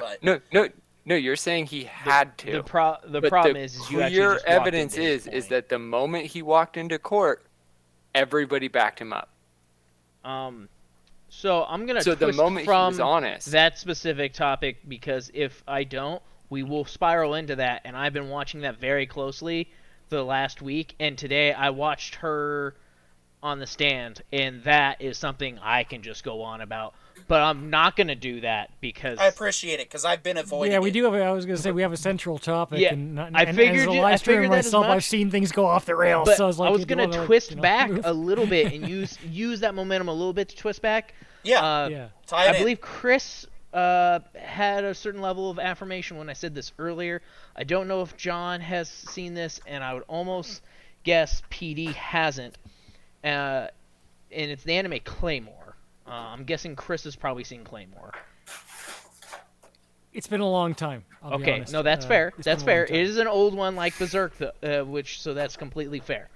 I technically haven't rewatched it since like 2013, 2012. So like, but there's a big premise for this show. So one of the whole overarching arc for big point of this show is that there's a certain level of like this kind of power mutation people can have done to their body where they become powerful and they can fight these creatures that exist in the world. They are called claymores. The people who come out of it are called claymores. And by the time the show starts, all claymores and the only people allowed to become claymores are women. And the whole reason for it isn't immediately revealed, but as the show goes along, it's revealed, is that all of these giant, insanely powerful monsters that they are fighting are claymores who like basically lost their mind and like the power and mutation took over them. And the reason that women have been the only ones allowed to do it is because men have like it, they give numbers and stuff, but it's like they have this tiny % chance not to do that. Like it's like an inevitable thing that at one point claymores will turn into that inevitably, but men are insane, way more powerful than the female ones, but they also are insanely prone to becoming like basically getting themselves taken over quickly because of how strong they are. So you end up having like the main two characters is this one female claymore and this one random dude that just ends up in the middle of all this nonsense. Literally, and like you watch her as she like ends up playing with the line of like tipping into those scales and then like trying to back it off without fully diving into the deep end. And it's interesting to see, and it plays with that whole dynamic of like men are strong, but because men are strong, men are dangerous. And it literally like that's a huge undertone to the show, but like some of the ways it does it isn't as, you know, like men are bad. It just makes a point They're of like they're respectful to their audience, and they're respectful about how to they some deliver degree, the message. it's also an anime from like the 80s/90s. So like, you have to be Back careful when what you do people weren't anyways so in that easily time frame. butthurt. Like, And see, and this is like my bigger point is in terms incredibly of good like show, by the way. the majority of like nerd media has always been trying to entice women to enjoy our media without, you know, subjecting our media to becoming soap operas or becoming, you know, like Grey's Anatomy, like dramatic. Like we want women to love Star Wars the same way we love Star Wars. So all of the women in Star Wars are badass. Whether it's Ahsoka, Princess Leia, Queen Amidala, Padme, like every one of the characters is a whole real human, female or male, or whatever species of alien that they end up being, and it's a person. And that is almost common across every version of sci-fi drama. Like, I just rewatched Dune, I just rewatched Foundation, and I just rewatched the what was the other sci-fi one we were doing recently? But Severance? I don't think it was Severance that I rewatched. I think it has been Star Wars. I've been rewatching all the Star Wars. Like, sci-fi, anime, Marvel. Marvel's the other example. Like, if you look at Marvel, if you look at like Pepper Potts, if you look at Black Widow, if you look at any character that Bruce Banner deals with, like, the majority of actual nerd level media, it is equal in representation. The male to female representation is almost exactly even. The representation of all races and genders is about equal, right? And especially in terms of American census, which is one of the few that is actually accurate in the world. The fact that all of these shows are the ones that are considered misogynist, like, I have no doubt that the reason why Rey is the super is that a bunch of people who have never watched, liked, or loved Star Wars called it misogynist because everybody remembers Luke Skywalker more than they remember Princess Leia. Princess Leia was the tactician, but Luke Skywalker was the wizard magic warrior, right? I can give you a personal multiple example. People... Oh, go ahead, Chris. I was to say, like, look, my channel gets 1 million views a week, and it's very, very heavily male-dominated as far as the male, like, led singers, right?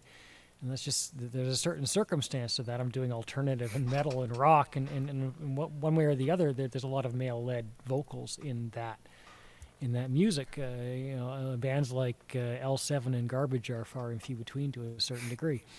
Yet 30% of that 1 million a week is female.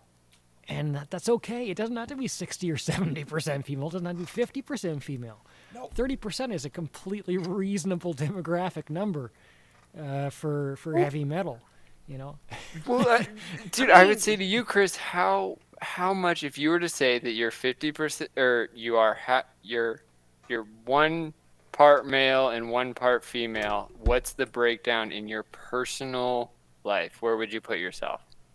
Like, if you're going to say I am X% male and Y% female, where would you put yourself? Would you say it's 70-30? To be perfectly honest, it's probably true.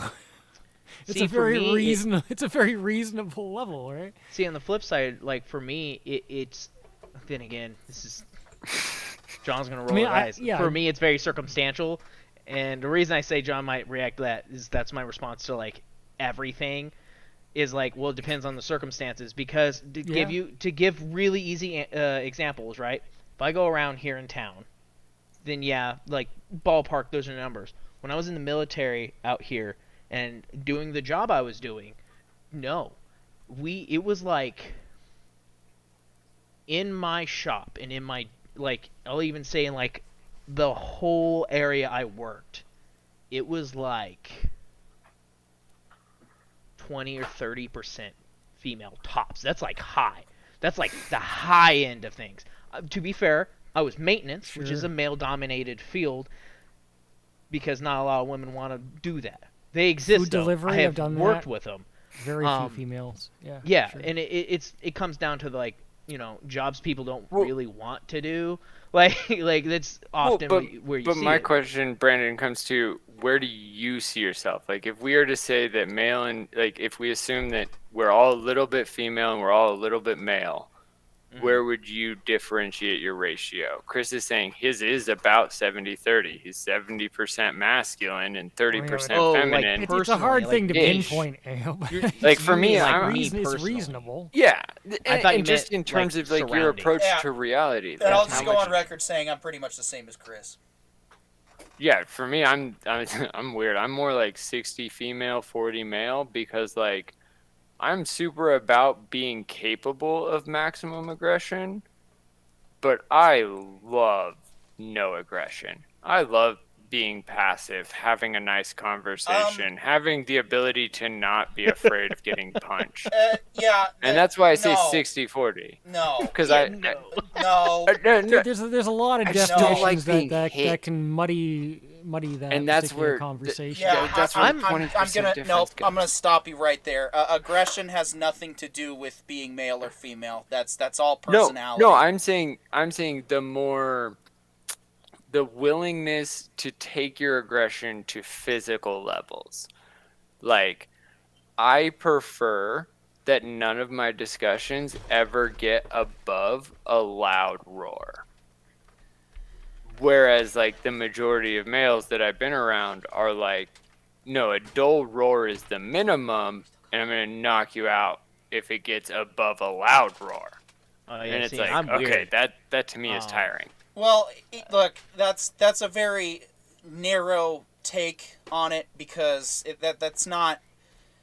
Well, no, so like, to me, it's the most general take. Like, I'm not gonna say that like I'm more feminine because I take care of my hair, or I'm more feminine because Unfortunately, spend. there's 100 different categories that you Exactly, could and so- identify That's not what I percentage thought you to were for gonna each say, gotta be honest with specific you. Right. thing.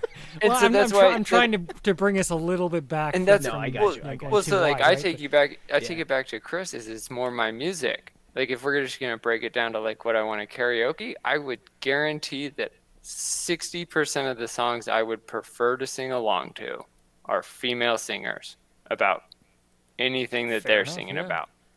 I've 40% of shamelessly them belted male. out spider webs by no doubt.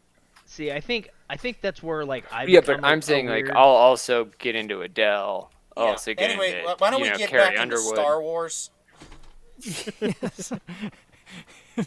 John, It's you always keep the derailing challenge the with conversation streams, of right? politics and other stuff, which is fine. I'm glad you know, again, this is the type of stuff that I want to have shows that we do philosophical stuff and we have these hard discussions. I don't care who's a part of it, but we're still mostly pop culture focused, so Yeah. let's try to stay focused on the pop culture on the Absolutely. I do gotta call it out, guys. I gotta head home. Take care of the family. I love you. You all be safe. Stay safe. Have fun. I Okay, love we'll you. see you later, John. I can hang out for a bit if you don't mind. I actually I have some stuff I can use to pull us back if you Please want. Please do. I had two things pop up in my mind earlier. By the way, if you haven't noticed, which is hard, I'm talkative. So if you have something you want to say, by all means, like signal me, and I'll try to back off because I'll talk. Well, there's that's two fine things. because you know the more you talk, the more likely I'm to bring you back on the show for future episodes. There's two big ones I thought of. One was one I actually saw today for the first time, and it had to do with the Guardians of Galaxy game. This is kind of touching back on like the like good female characters. In the clip I saw, I have no frame of reference for it because I haven't played the game, even though I've started to become interested in it. But the Guardians are going to this location where there's a lady. Her name's like Helganeth or something. I saw she was referred to as Mrs. H.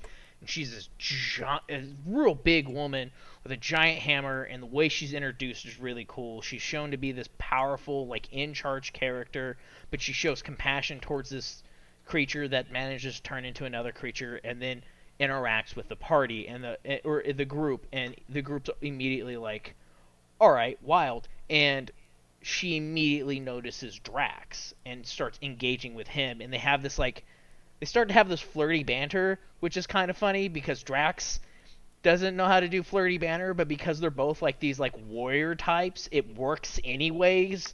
So like his first words were like, I thought you'd be taller. Meanwhile, she's literally like 4.5 feet taller than him. Like she's ginormous. And it just immediately is like this cool interaction. And just like this thing of like, Dad is an interesting character. She's shown to be immediately clearly strong because she's jacked and has a hammer as tall as she is. She's shown to be able to show some level of compassion. She interacts with these creatures. She at one point is shown to have humor where she laughs at Rocket because this little raccoon comes out and starts talking, and she's like, "Oh, this is adorable. Like, what is this thing?" And then the other side of that was an interesting thought I had where it's about the Monster Hunter movie that came out, which, as far as the game Monster Hunter goes, that is. But the thing that was like, is the thing that I paid attention most to that movie, and it was mostly because it confused me, is I'm gonna mess up her name, even though I've liked her as an actor to some degree forever, but Mila Jovovich. Oh, I got it right. My brain didn't die on me. That's cool. Has always played these super badass female roles. Always. That's just the character she plays. That's just what she does. And the thing that threw me off in that movie is like she still plays that character, but I think it's one of the few movies I've ever watched where they continue to beat the hell out of her the entire movie. She is constantly chucked by monsters, and it was like, this is the most probably relatable character I've seen, because like she's shown to be smart throughout the movie, in particular in the beginning when she's with the I don't remember if they're Army or Marines. I just remember they're in Humvees and have gear, and it showed that she's able to make, you know, quick logical thinking and equipment and decisions like that, like from the get-go. That being said, they're fighting giant dinosaur monsters that, like, good luck. And like she learns how to fight using their equipment, and like it shows her like learning and getting better, and as they progress, and then eventually they end up finding a monster that guaranteed yeets her across the screen. And I was just like, I don't think I've ever seen this woman get chucked so much in a single film and shown that she's a strong character at the same time. Like it was almost more relatable because she didn't just come across as like she does as cool as she was in the Resident Evil movies. Like her character doesn't fail. Like she doesn't. She may not always make the right calls, but whatever she decided she was going to do, she did. And in that movie, you're able to watch this character progressively get stronger, not lose the whole fight, but at least have moments of where she's being beat up, because these monsters are huge. They're incredibly strong. That's the point of this game. In the game, you get chucked around in the game all the time. So it was like, there's so many things that like they did wrong, and then like some things they kind of got right, and that was one of those things that was like, that's weirdly relatable to the game, because if you do get hit by one of these creatures in the game, you don't just get knocked over, you don't have this tiny little bit of your health bar, it just is like, huh. Like they just slap you and you go tumbling, and it was just like, it was a thing of like, no, that actually feels right. Like, not that I want to see her chucked all over the place, that's not really the point, but like, it was the thing that caught me off guard the most, because it was just like, it's like, the humanizing aspect. Yeah, exactly. It's the fact that you know, and that's, you know, that's really all that anybody wants, you know. And I've said this before when it comes to the rise of woke in the culture and whatnot. It's not an issue with your message in particular. It's more so the way that you're putting out your message that's the problem. And so that's what I have the biggest issue with, is it's like, I don't, you know, it doesn't matter whether or not you agree with some of the woke ideology or not. It's a matter of, are you respecting your audience? Now, people like to say, and I'm, you know, going to deviate to the Rivals series to make my point, is that New Trek is properly progressive because old Star Trek, TOS Trek, was woke. And that is not true at all. Gene Roddenberry did not make Star Trek, and he did not purposefully go out of his way to offend people. He just simply did it. Whoops. When he put Uhura on screen, when he put Sulu on screen, Chekhov, when he put all those characters on the bridge of the Enterprise working together, that's all they were. They were just working together. He didn't like put one of them on display and say, "Oh, look, we got the, you know, what do you think of that, Christian, right?" No. Now, did people get upset? Absolutely. Did people have their problems with it? Of course. But see, there's a difference in the tact used that Gene Roddenberry did versus what they're doing now. And that is that they still respected the audience majority, and they just told stories. And that's really the thing about these newer Star Wars movies and these newer Star Wars products is, while Mandalorian got back to that storytelling aspect, we still had to deal with the fact that we're not putting stories and characters first and foremost. We're putting the ideology first. And when you start with the ideology, you end up with garbage. That's the reason that I don't know if any of you are familiar with the Left Behind series. I often refer to that as Christian woke movies, because that's exactly what it is. It's a fear story about someone's interpretation of the Bible that is definitely certainly doesn't hold up to scrutiny in the long run. But the reason why those messages didn't get across is because they were grounded in a specific ideology, and they were pushing the ideology. They weren't trying to tell a story. And that doesn't, so it doesn't matter, and my point in saying that is it doesn't matter what your ideology is. If you don't respect your audience first, and you don't put the audience first, and you don't put the story first, then it's going to spiral out of control, and that's when we're going to get the garbage that we have now. That's why Doctor Who sucks, that's why Star Trek sucks, it's why Star Wars sucks. All of it sucks because they're not putting characters and story first. It doesn't matter what message you want to say. If you can't be respectful in the delivery of that message, no one's going to listen to you. And rightly so. And I'm not saying this like I know how to deliver a respectful message, because I don't. I used to be extremely arrogant. Nowadays, I just play up the arrogance because it's funny. Or at least I try to. But I'm not right. I'm wrong on a lot of things. And the thing is, and that's the other thing, like me growing up, and the thing that I hated about growing up was wrong shaming. I can't stand people who wrong shame. Like, it's one thing to call out arrogance, but it's another to try and make someone and belittle them for doing something wrong. It's not right.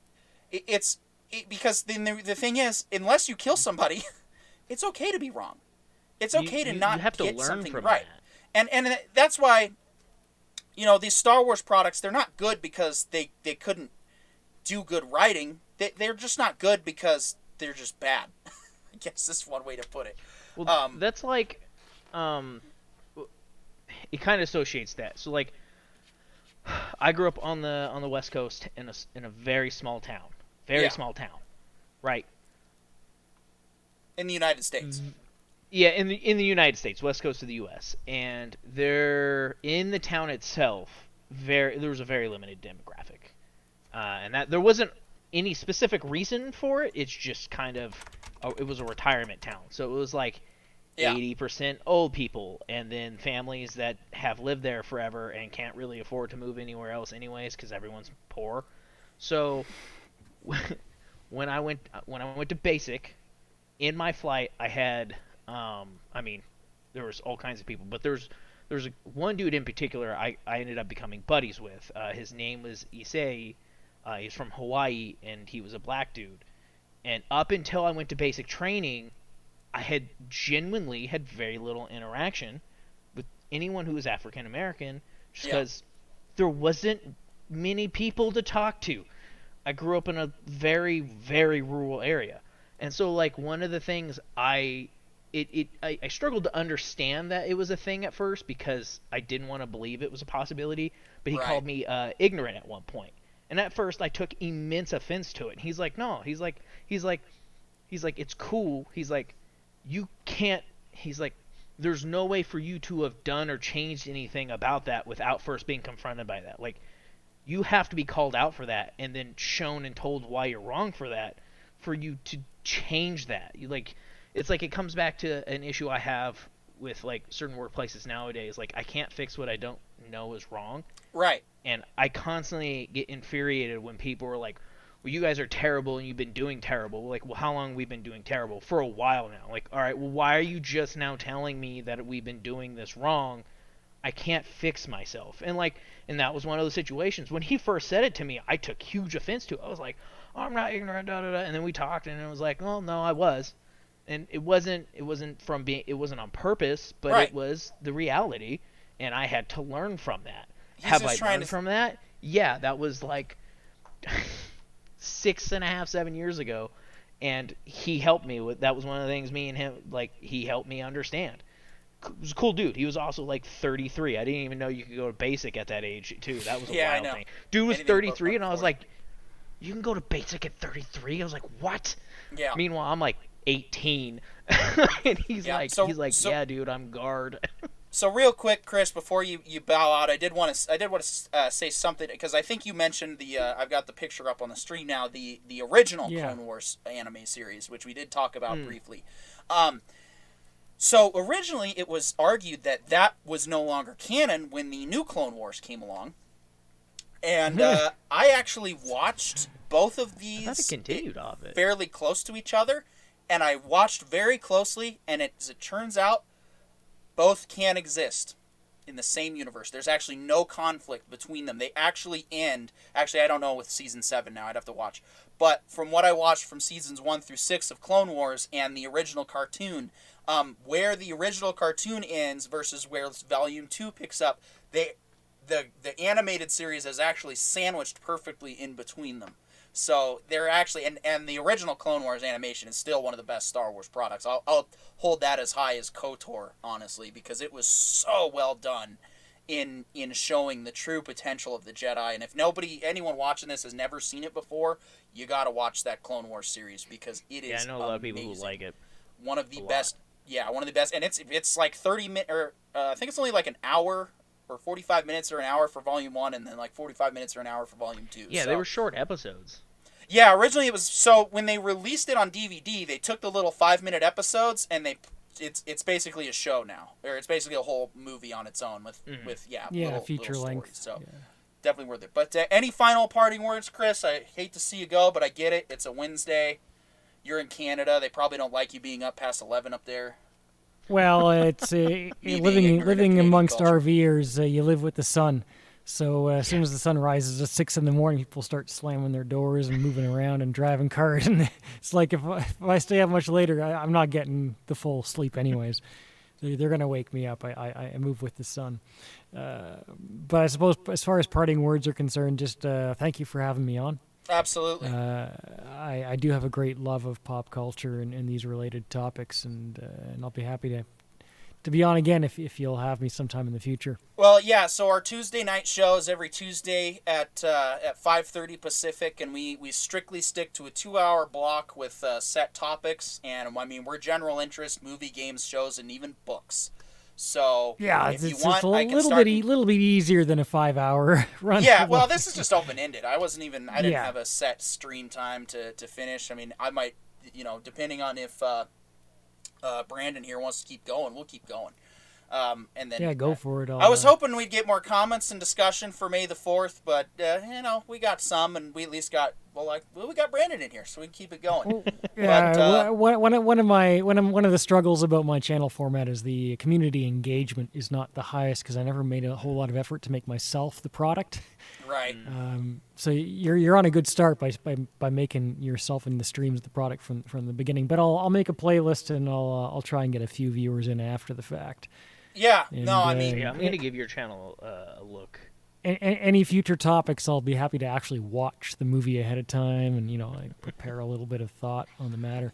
yeah. But, I got your Discord stuff, so maybe I'll include you in that that group chat, and if there's any time, like we're still. I mean, we're 11 episodes in, and Oh, yeah, we're for still sure. figuring ourselves out. So I'm we might working get with it- a similar thing. There's a ton of people who want to come into my stream. It's like, who do I include this week? Who do I include? So Right. It's all good one way or the other. And I'm still working on my own setup. As you can tell, I've knocked my microphone over a couple of times. So Well, No, I I'm feel you. hoping to I've been eventually. wanting to get an actual mic. Yeah. right. Oh, I need a better Exactly. mic too. This is a little $40 thing I found, but I gotta save up the money first. So, but yeah, Thankfully, thanks the for one coming on here on, isn't too Chris. Good to have you. Good discussion. Good presence overall on the stream, and we'll definitely have you back in the future, and we'll chat offline. But thanks for coming, and we'll just keep the Star Wars discussion going here in a second. But for now, I'm gonna swap seats for a second because I gotta go to the little boy's room. So I'm sorry to do this to you, Brandon, but take it away. Sure. I suppose you can monologue for a bit. I can attempt Thanks to. for having me. It was nice meeting you, by the way. You too. Thanks. All right. Go for it. Monologue away. Do the Monologue thing. away. Which I mean, there's so many things. Star Wars. Star Wars. That is the topic of the evening. It is, and I'm trying to think of how to get back to Star Wars and not just random media. 'Cause I'm like a middle of the road dude. Like, I'm into a little bit of everything. So like, I have a really weird knowledge base for things. Like, I'm not really good or into one specific thing. I'm just kind of like all over the place. That's fair. So it helps that I like to try to look at things from different angles. Like, I play devil's advocate a lot because of that. If I feel like one side of an argument has too much and the other side doesn't have enough, even if I disagree wholeheartedly, I'll start arguing for the other side to create the discussion, and so there's some level of playing field for the discussion. In other words, just like, let's just berate this. Let's see, well, we talked a lot about the new series, or the most recent. Oh, Mandalorian. I forget her name, but the one main gunner female in the Mando. I loved that character. It's kind of funny how that worked out, right? It's like, oh, dude, strong female characters, and yet the Mandalorian managed to have a whole cast of them by the end of it, just by the easy assassin, circumstance. The assassin dog. The assassin chick was pretty cool. I mean, I just like assassins, so I mean that alone. Oh yeah, Gina Carano's I'll bow out now that you've returned. Thank you very much again. Chris. See you, Chris. Thanks for keeping the seat warm. So yeah. So you haven't watched Mandalorian yet, you said? No, I've watched Mandalorian. I haven't watched. That was my bad. I might have said Mando earlier. I have watched Mandalorian. I haven't watched Book of Boba Fett. That's the one I haven't watched. I watched the hell out of Mandalorian. I really liked Mandalorian. I was so excited to have good Star Wars stuff. I liked the way they did the Mando. I even liked the way they finally did, where they finally took off his helmet. Like, it was, because it took a... You've watched it, right? Correct? Yes. It took an extenuating circumstance. Yeah. You did it for one of your episodes, didn't you? No, we were doing. We did Book of Boba Fett was our. That's right. That was our the finale for that show was our first ever episode. I've talked to John for a little while about your guys's, and I've sat in on one or two of your streams a couple times. Oh, thank you. Me and John talk a lot about like game design stuff, and we work together. That helps. Right. We also have some similar views on certain things, so like we've kind of become buddy. But I was just talking about Mandalorian, and like even the way they did his helmet reveal was cool. Like the removal of his helmet finally, it was very much a reluctant thing. It was very much like, look, you're gonna die. I need to do this. I'm going to do this. Like. And so it didn't feel forced. It felt like the right moment for that to happen. It made sense with his character development over the show, and like him slowly starting to like him grappling with like these different relationships. Like it was interesting. Like him and Grogu's relationship and like trying to figure out how to navigate that was interesting. But I originally going to like the female character thing, I forget her name because I'm terrible with names, but the one gunner, the drop gunner chick that he deals with. Oh yeah, Gina Carano's character, Cara Dune.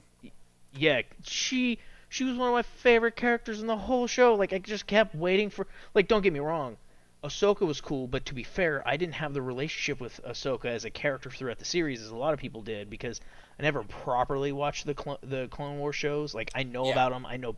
The problem is I know a bunch of, like, the story elements, so it's like I have a hard time sitting and watching it. I hated Ahsoka at first. Like, I found the entirety of Clone Wars to just be an abomination when it first came out. And then it wasn't until someone convinced me, watch from season 3 on, and sure enough, it was all amazing. Yeah. And so, Ahsoka's character development is some of the best in Star Wars. Yeah, no, she definitely, from what I've understand over the years, is like very much like when initially she was just this annoying, like, you're annoying, like, go away.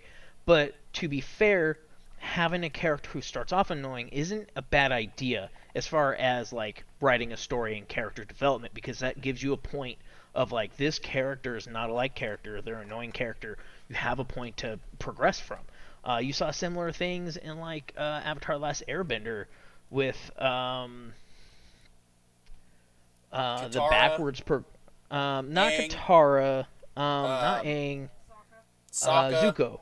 Zuko. Yeah, Zuko. And especially. his sister. Oh my gosh. And the opposite character arcs they had, Oh, which they was all- incredibly interesting when you think about that. He started off as this like really punk, just not well liked, irritating revenge because of everything that happened, because he had had terrible things. And meanwhile, the first time you're introduced to his sister, she's seen as the smart or an intelligent, strong person. And as the show progresses, and he ends up ending up in Aang's party, and his relationship with the party progresses, even his with the Katara, and like this moment of like, I will help you get your revenge, and then at the last moment like, oh, I'm not gonna let you kill him though.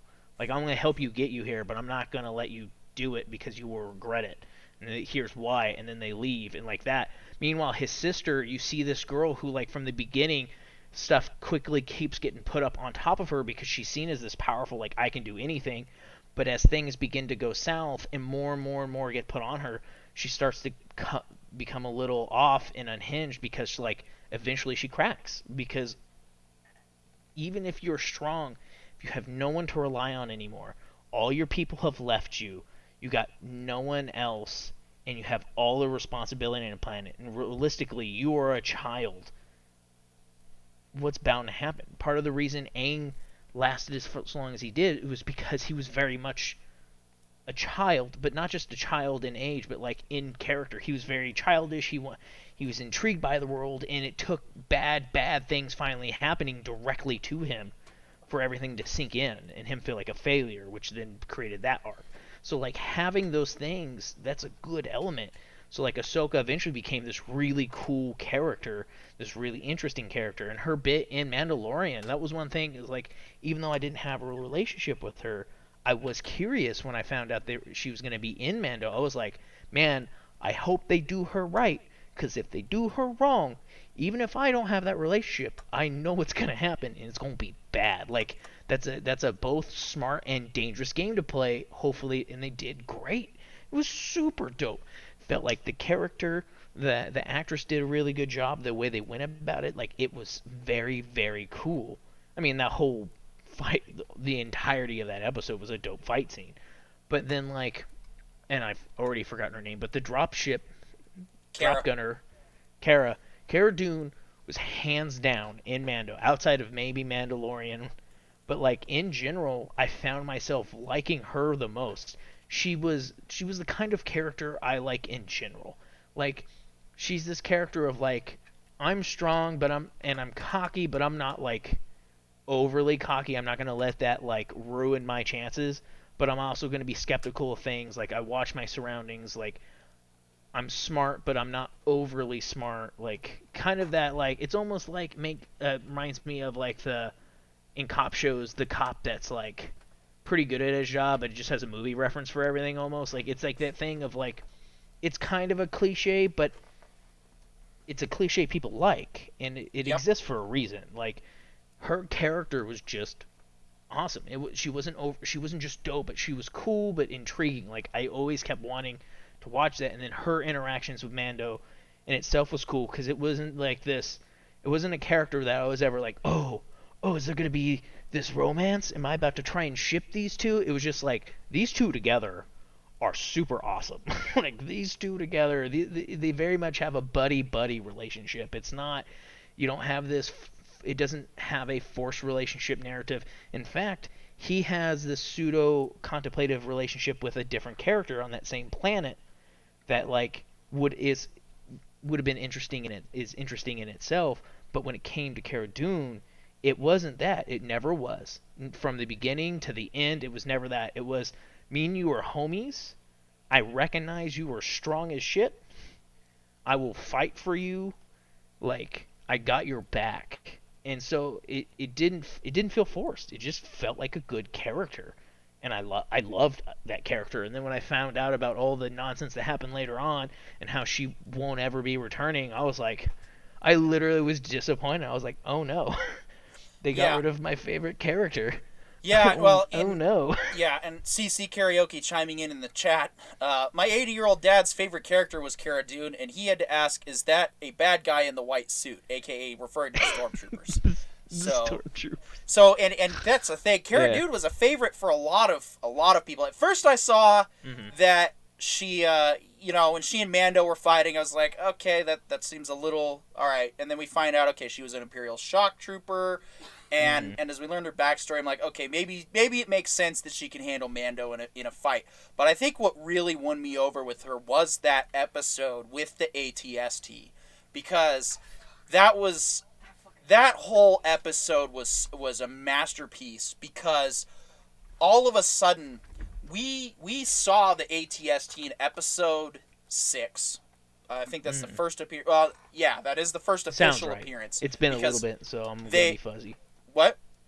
I said it's been a little bit, so I'll be a little fuzzy on specific episodes and stuff. Yeah, so episode seems 6 legit. was the first time they saw the two-legged walker, and they weren't put into episode 5 until the special edition, I believe. I don't think there was actually ever any two-legged walkers in the original Battle of Hoth, if I'm remembering correctly, which could be wrong. Which, hey, good thing it's okay to be wrong. So the fact that we've seen these two-legged walkers in episode 6 get destroyed by teddy bears, it's like they're not that imposing, right? Well, they made this one because we don't have a bunch of Jedi and we don't have a bunch of plot armor teddy bears. Now we have actual people that are struggling in a poor community. Cannibal teddy bears. Right, they're struggling in the swamp, and all of a sudden the stakes are through the roof. And ATST is now a real bad guy adversary, and they had to work together to put their resources to defeat that foe. And the whole concept of that episode, that's what won me over on Cara Dune, was because, yes, she's a badass on her own right, but she's a badass who knows how to work with other badasses. And so that... Well, it's not just that. Like going into what you're saying, like, you don't have this situation where, like, you had in episode 6, there was the resistance troops that were on the ground. There was Luke, the pseudo Jedi. You had you know Han and Leia yeah, right? They were there. Yeah. Anyways, for you had the episode bears. 6? I'm vaguely yeah. The Battle of Endor was Han and Leia. Luke was there for a little bit, but yes, you had Han, Leia, and Chewie. Basically, everyone present was some sort of combatant. So, like, yeah, you have these people like taking out these ATs, but at the same time, they're all combatants. They all know what they're going into. The ATs aren't a surprise. They're a known thing. They've prepared for it. Meanwhile, here you get the short notice of, like, there's an AT here. Oh, hey, civilians for the eye that can see. They ain't doing nothing. They're not ready for that. It's just like, we now have that. And the reality is, if you came up to, I forget what they're called, but basically, they replaced Humvees, but we'll say a Humvee for now.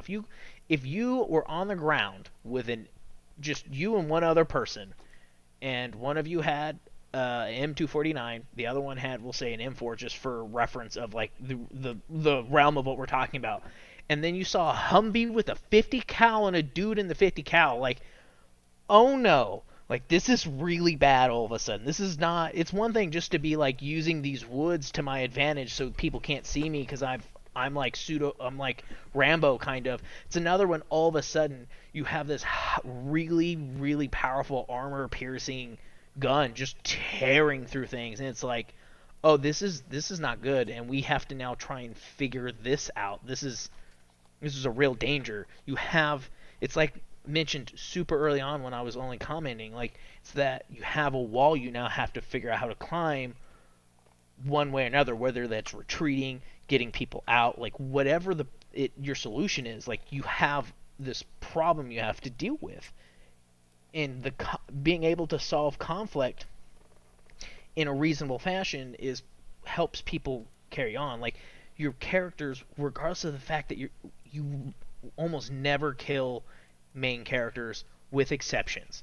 in a show like this, your main character is never going to be killed off unless at the like season finale type stuff. Right. But midway through the season, you realistically as a viewer know that they're not going to do that because that would be suicide for your show. Like it's a it's a terrible idea.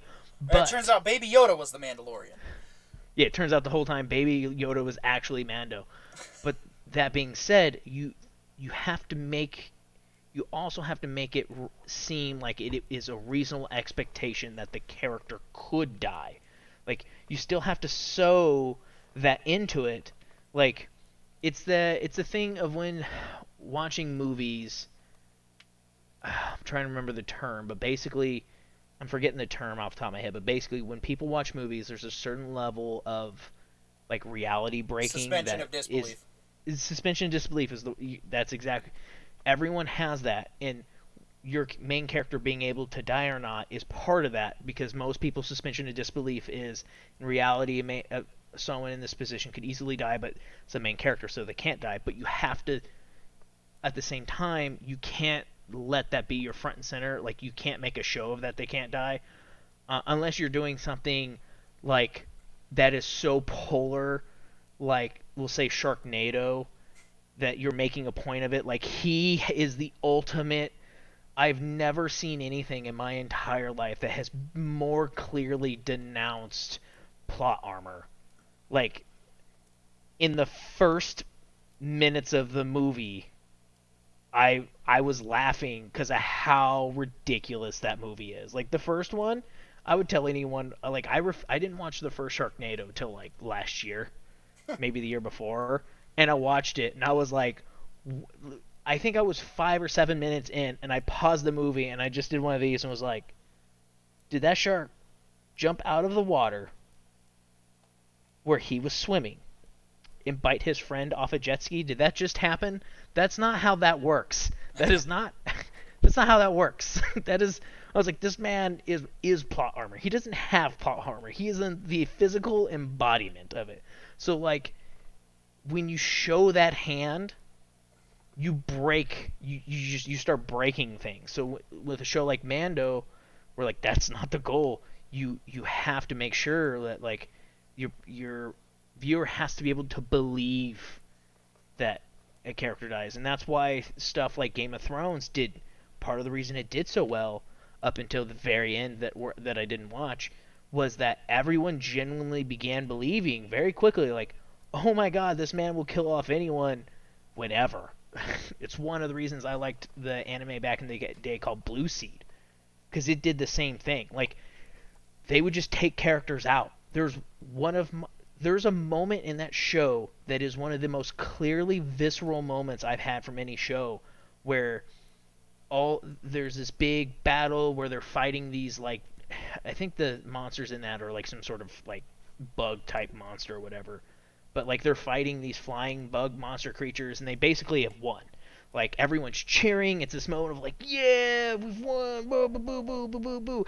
And then one of the main characters happens to look at one of the other ones, and while everyone is around him cheering and like grabbing people, like, yeah, he turns and then sees a bug, literally like this, sweep down and take a dude off, and that character's just dead. And it's not a character you expect to die in the show because they're like them prevalent, and it's just like, oh my god, not only did you kill this character, you just did it so offhandedly. Like, they're just gone.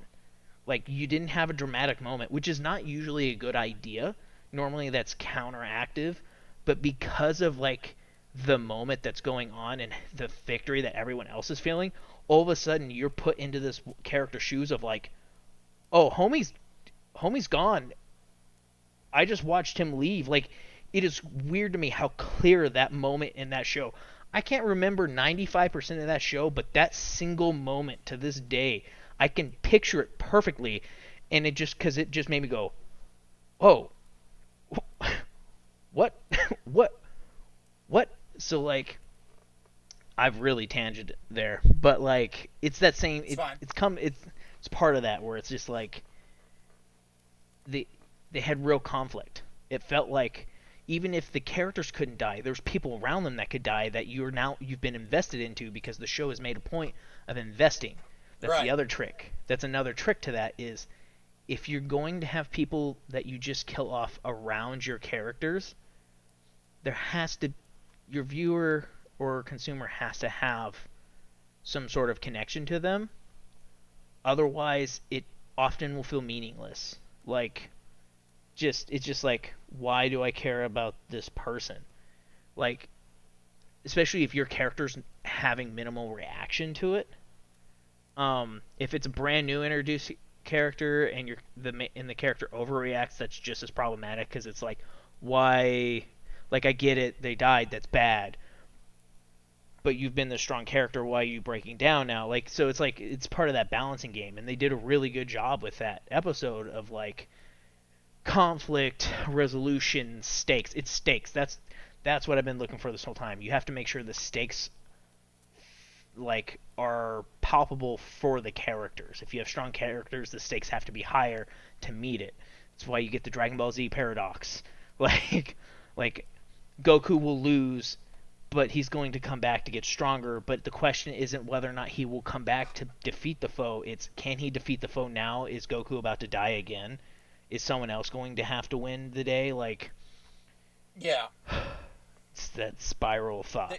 Well, yeah, and it's also, you know, you want to find a balance in storytelling between not just raising the stakes so impossibly high that where your audience has no idea, but you also don't want to write yourself into a corner in the process either. Yeah, And- you got to be careful. Right, and that's the ultimate failure again of the Disney Wars trilogy, was that they didn't have a plan, and you know, they just kind of let each director do their own thing, and then until they didn't want to anymore. And so, and it's just, yeah, there's no character development, there's nothing. Whereas Mandalorian manages to take a story, and, you know, I don't like that they tied it into the Skywalker's ultimate. I mean, it's okay for that story, but... The way they did it in the story is fine, though. Like... Yeah. Like, I understand your feeling. I will say, though, like, it was weird that Ahsoka was just like, no, I can't do it. It has to be Luke. In reality, it's like, Ahsoka would have been a great option. She was a great option. Some would argue a better option, because she's detached from the dogma and the doctrine of the Jedi, and ultimately it's that same doctrine, which is ultimately what I had a problem with.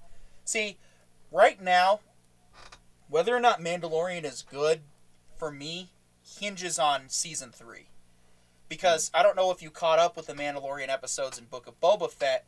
But basically, Grogu was given a choice between picking the Mandalorian chainmail or the lightsaber, and it was basically going back to that same thing. Either or. That caused the original Jedi Order to fail. See, this is the part of the extended universe that I'm most angered that they threw out, was the whole dynamic of Mara Jade.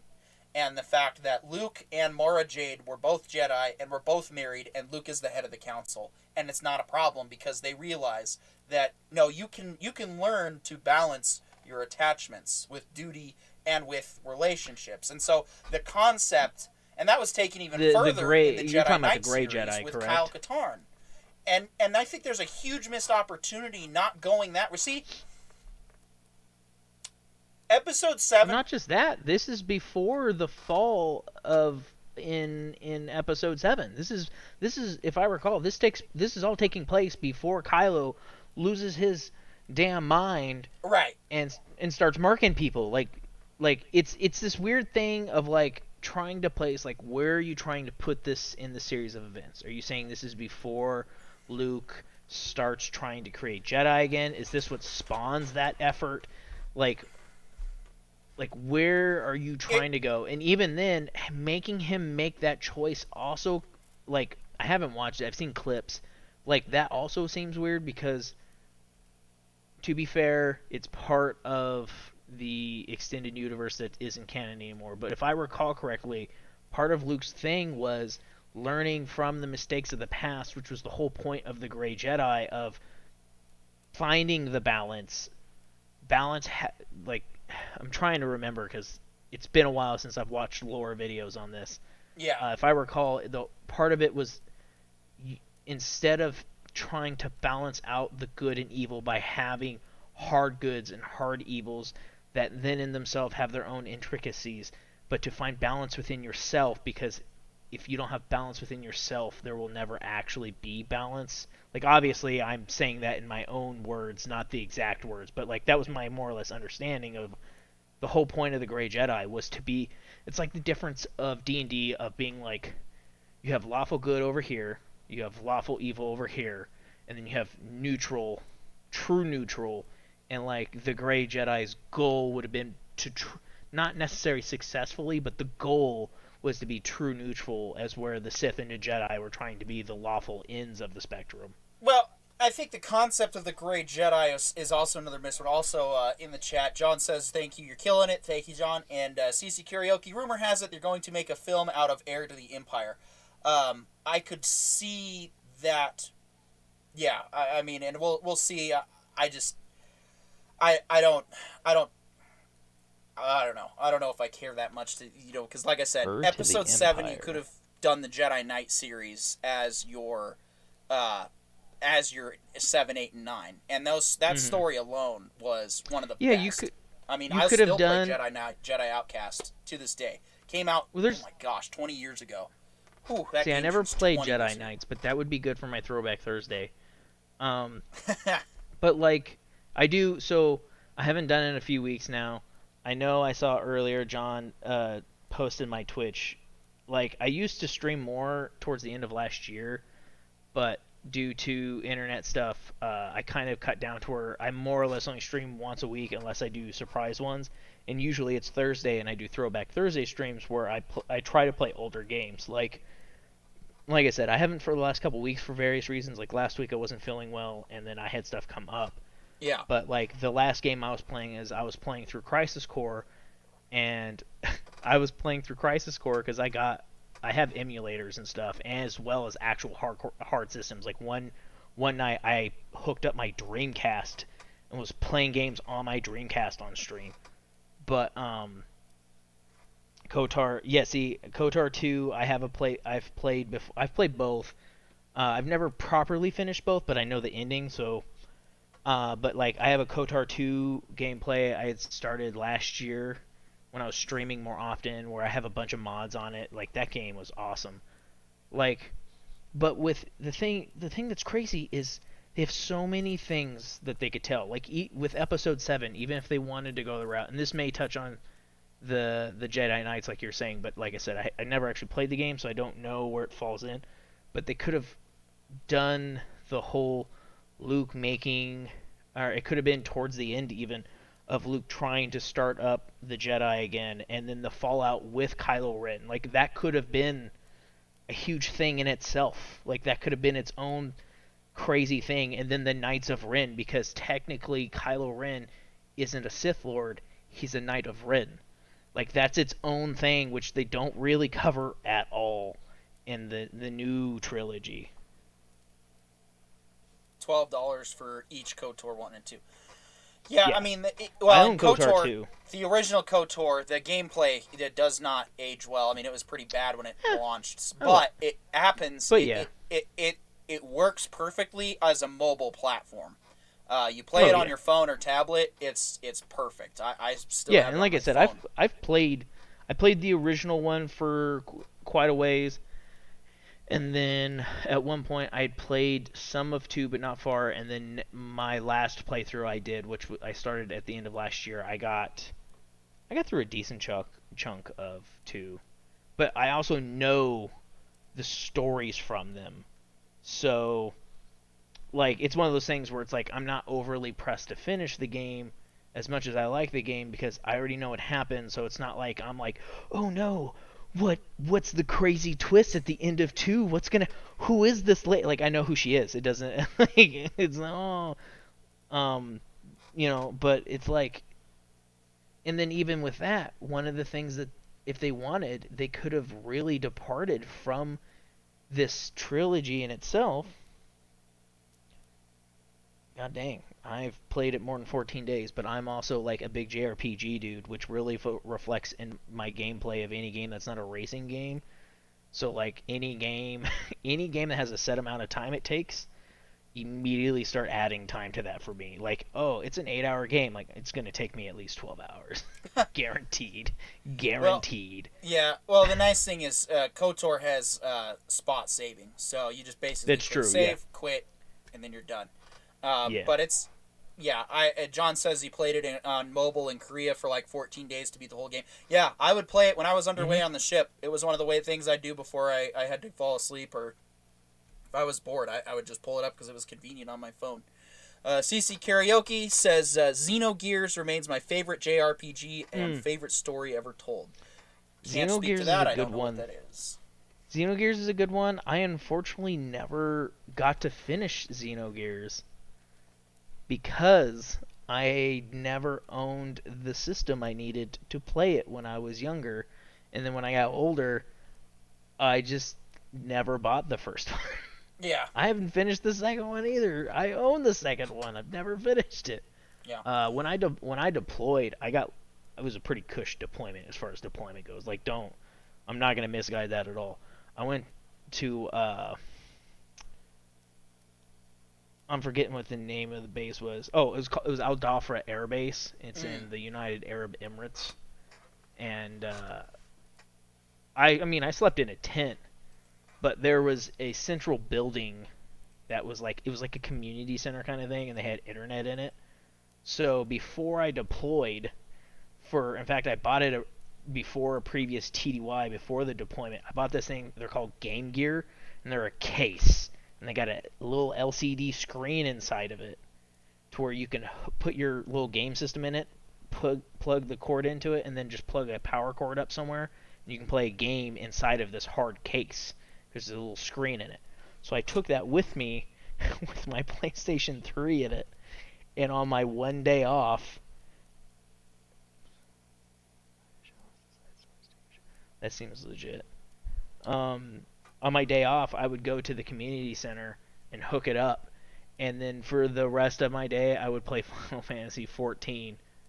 That's pretty much all I did on deployment, was play 14 on my one day off. That being said, the other 6 days in the week, I went to work and I worked out, and that was it. Like, I worked, I slept, I ate, and I worked out. And there was nothing else. I didn't have time. 12-hour shifts, 6 days a week. I worked out on the flight line too, so it wasn't even like I was on the nice side of the base. I was out to where it was almost a mile to the planes I worked on.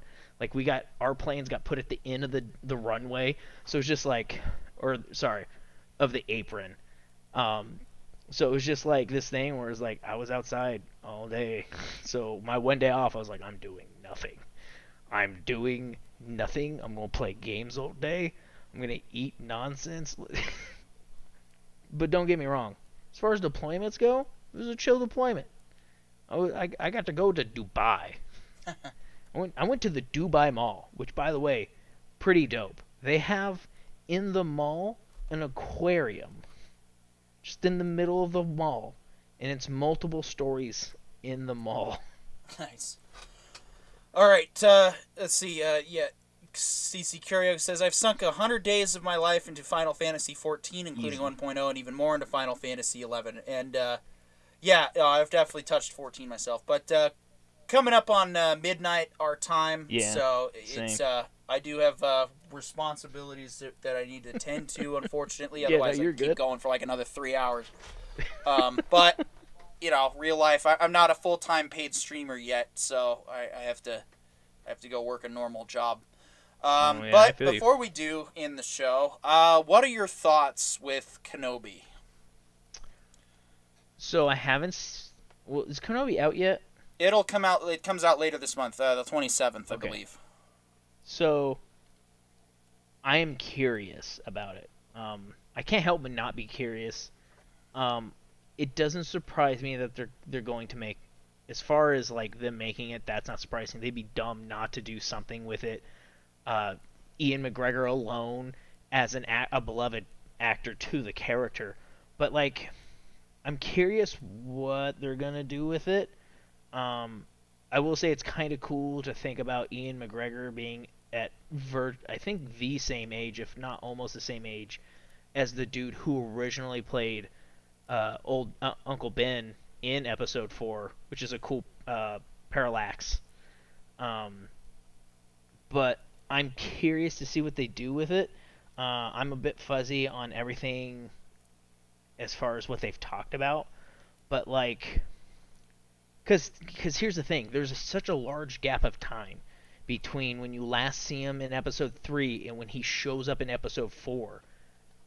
He does a lot. There's a lot of things that happen. There's like a whole section of his life where he's all over space dealing with business. Then there's a whole big section where he's on the planet looking after Luke, and then things going on that planet. Like, I'm not sure where they're going to go, and depending on what angle they go for depends on like the end result to me. Like, I'm kind of indifferent right now. I don't know. Like, I'm kind of excited, but I've learned to keep a certain level of trepidation, especially with Star Wars stuff, because it's hit and miss. Especially in the last several years now, it's been super hit and miss. Like, we either get really cool, really good stuff, or, well, you made it. Like, you made this thing. So, I'm hoping it's good. It's just I don't know what angle they're trying to go for with it, and that could make a huge difference. Yeah. And I mean, I keep hearing a bunch of rumors about different stuff and different things, and I don't know. I'm not so optimistic about Mandalorian season 3 because of the way that the Book of Boba Fett ended, with the implications, and I'm not so, I hear rumors about this Kenobi series being something bad. So yeah, end of the day, my voice is going. So I don't know. I like the first trailer was great. They released a second trailer today, and it was pretty meh by comparison.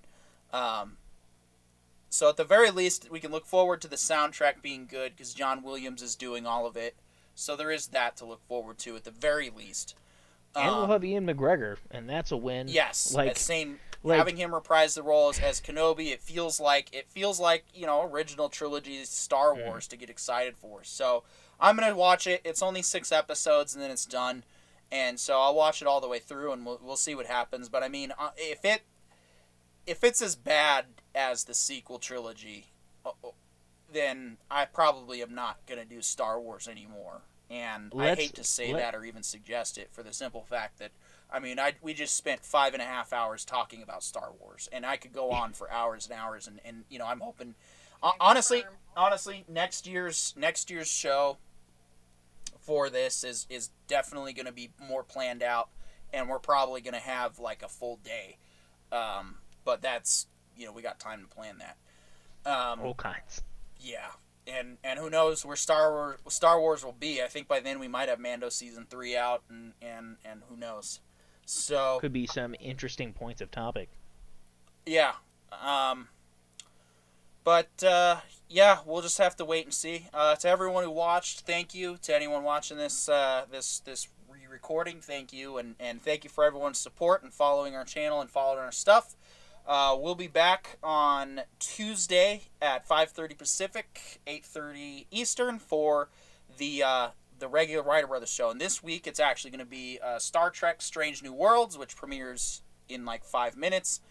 And probably going to be looking at we might do a Foundation book versus show comparison. We'll see. We haven't quite decided yet.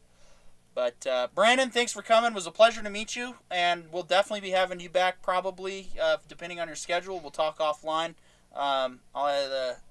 Just hit me up actually I'll have you post your Discord in the private chat here, and we'll go from there. Okay. But Will do.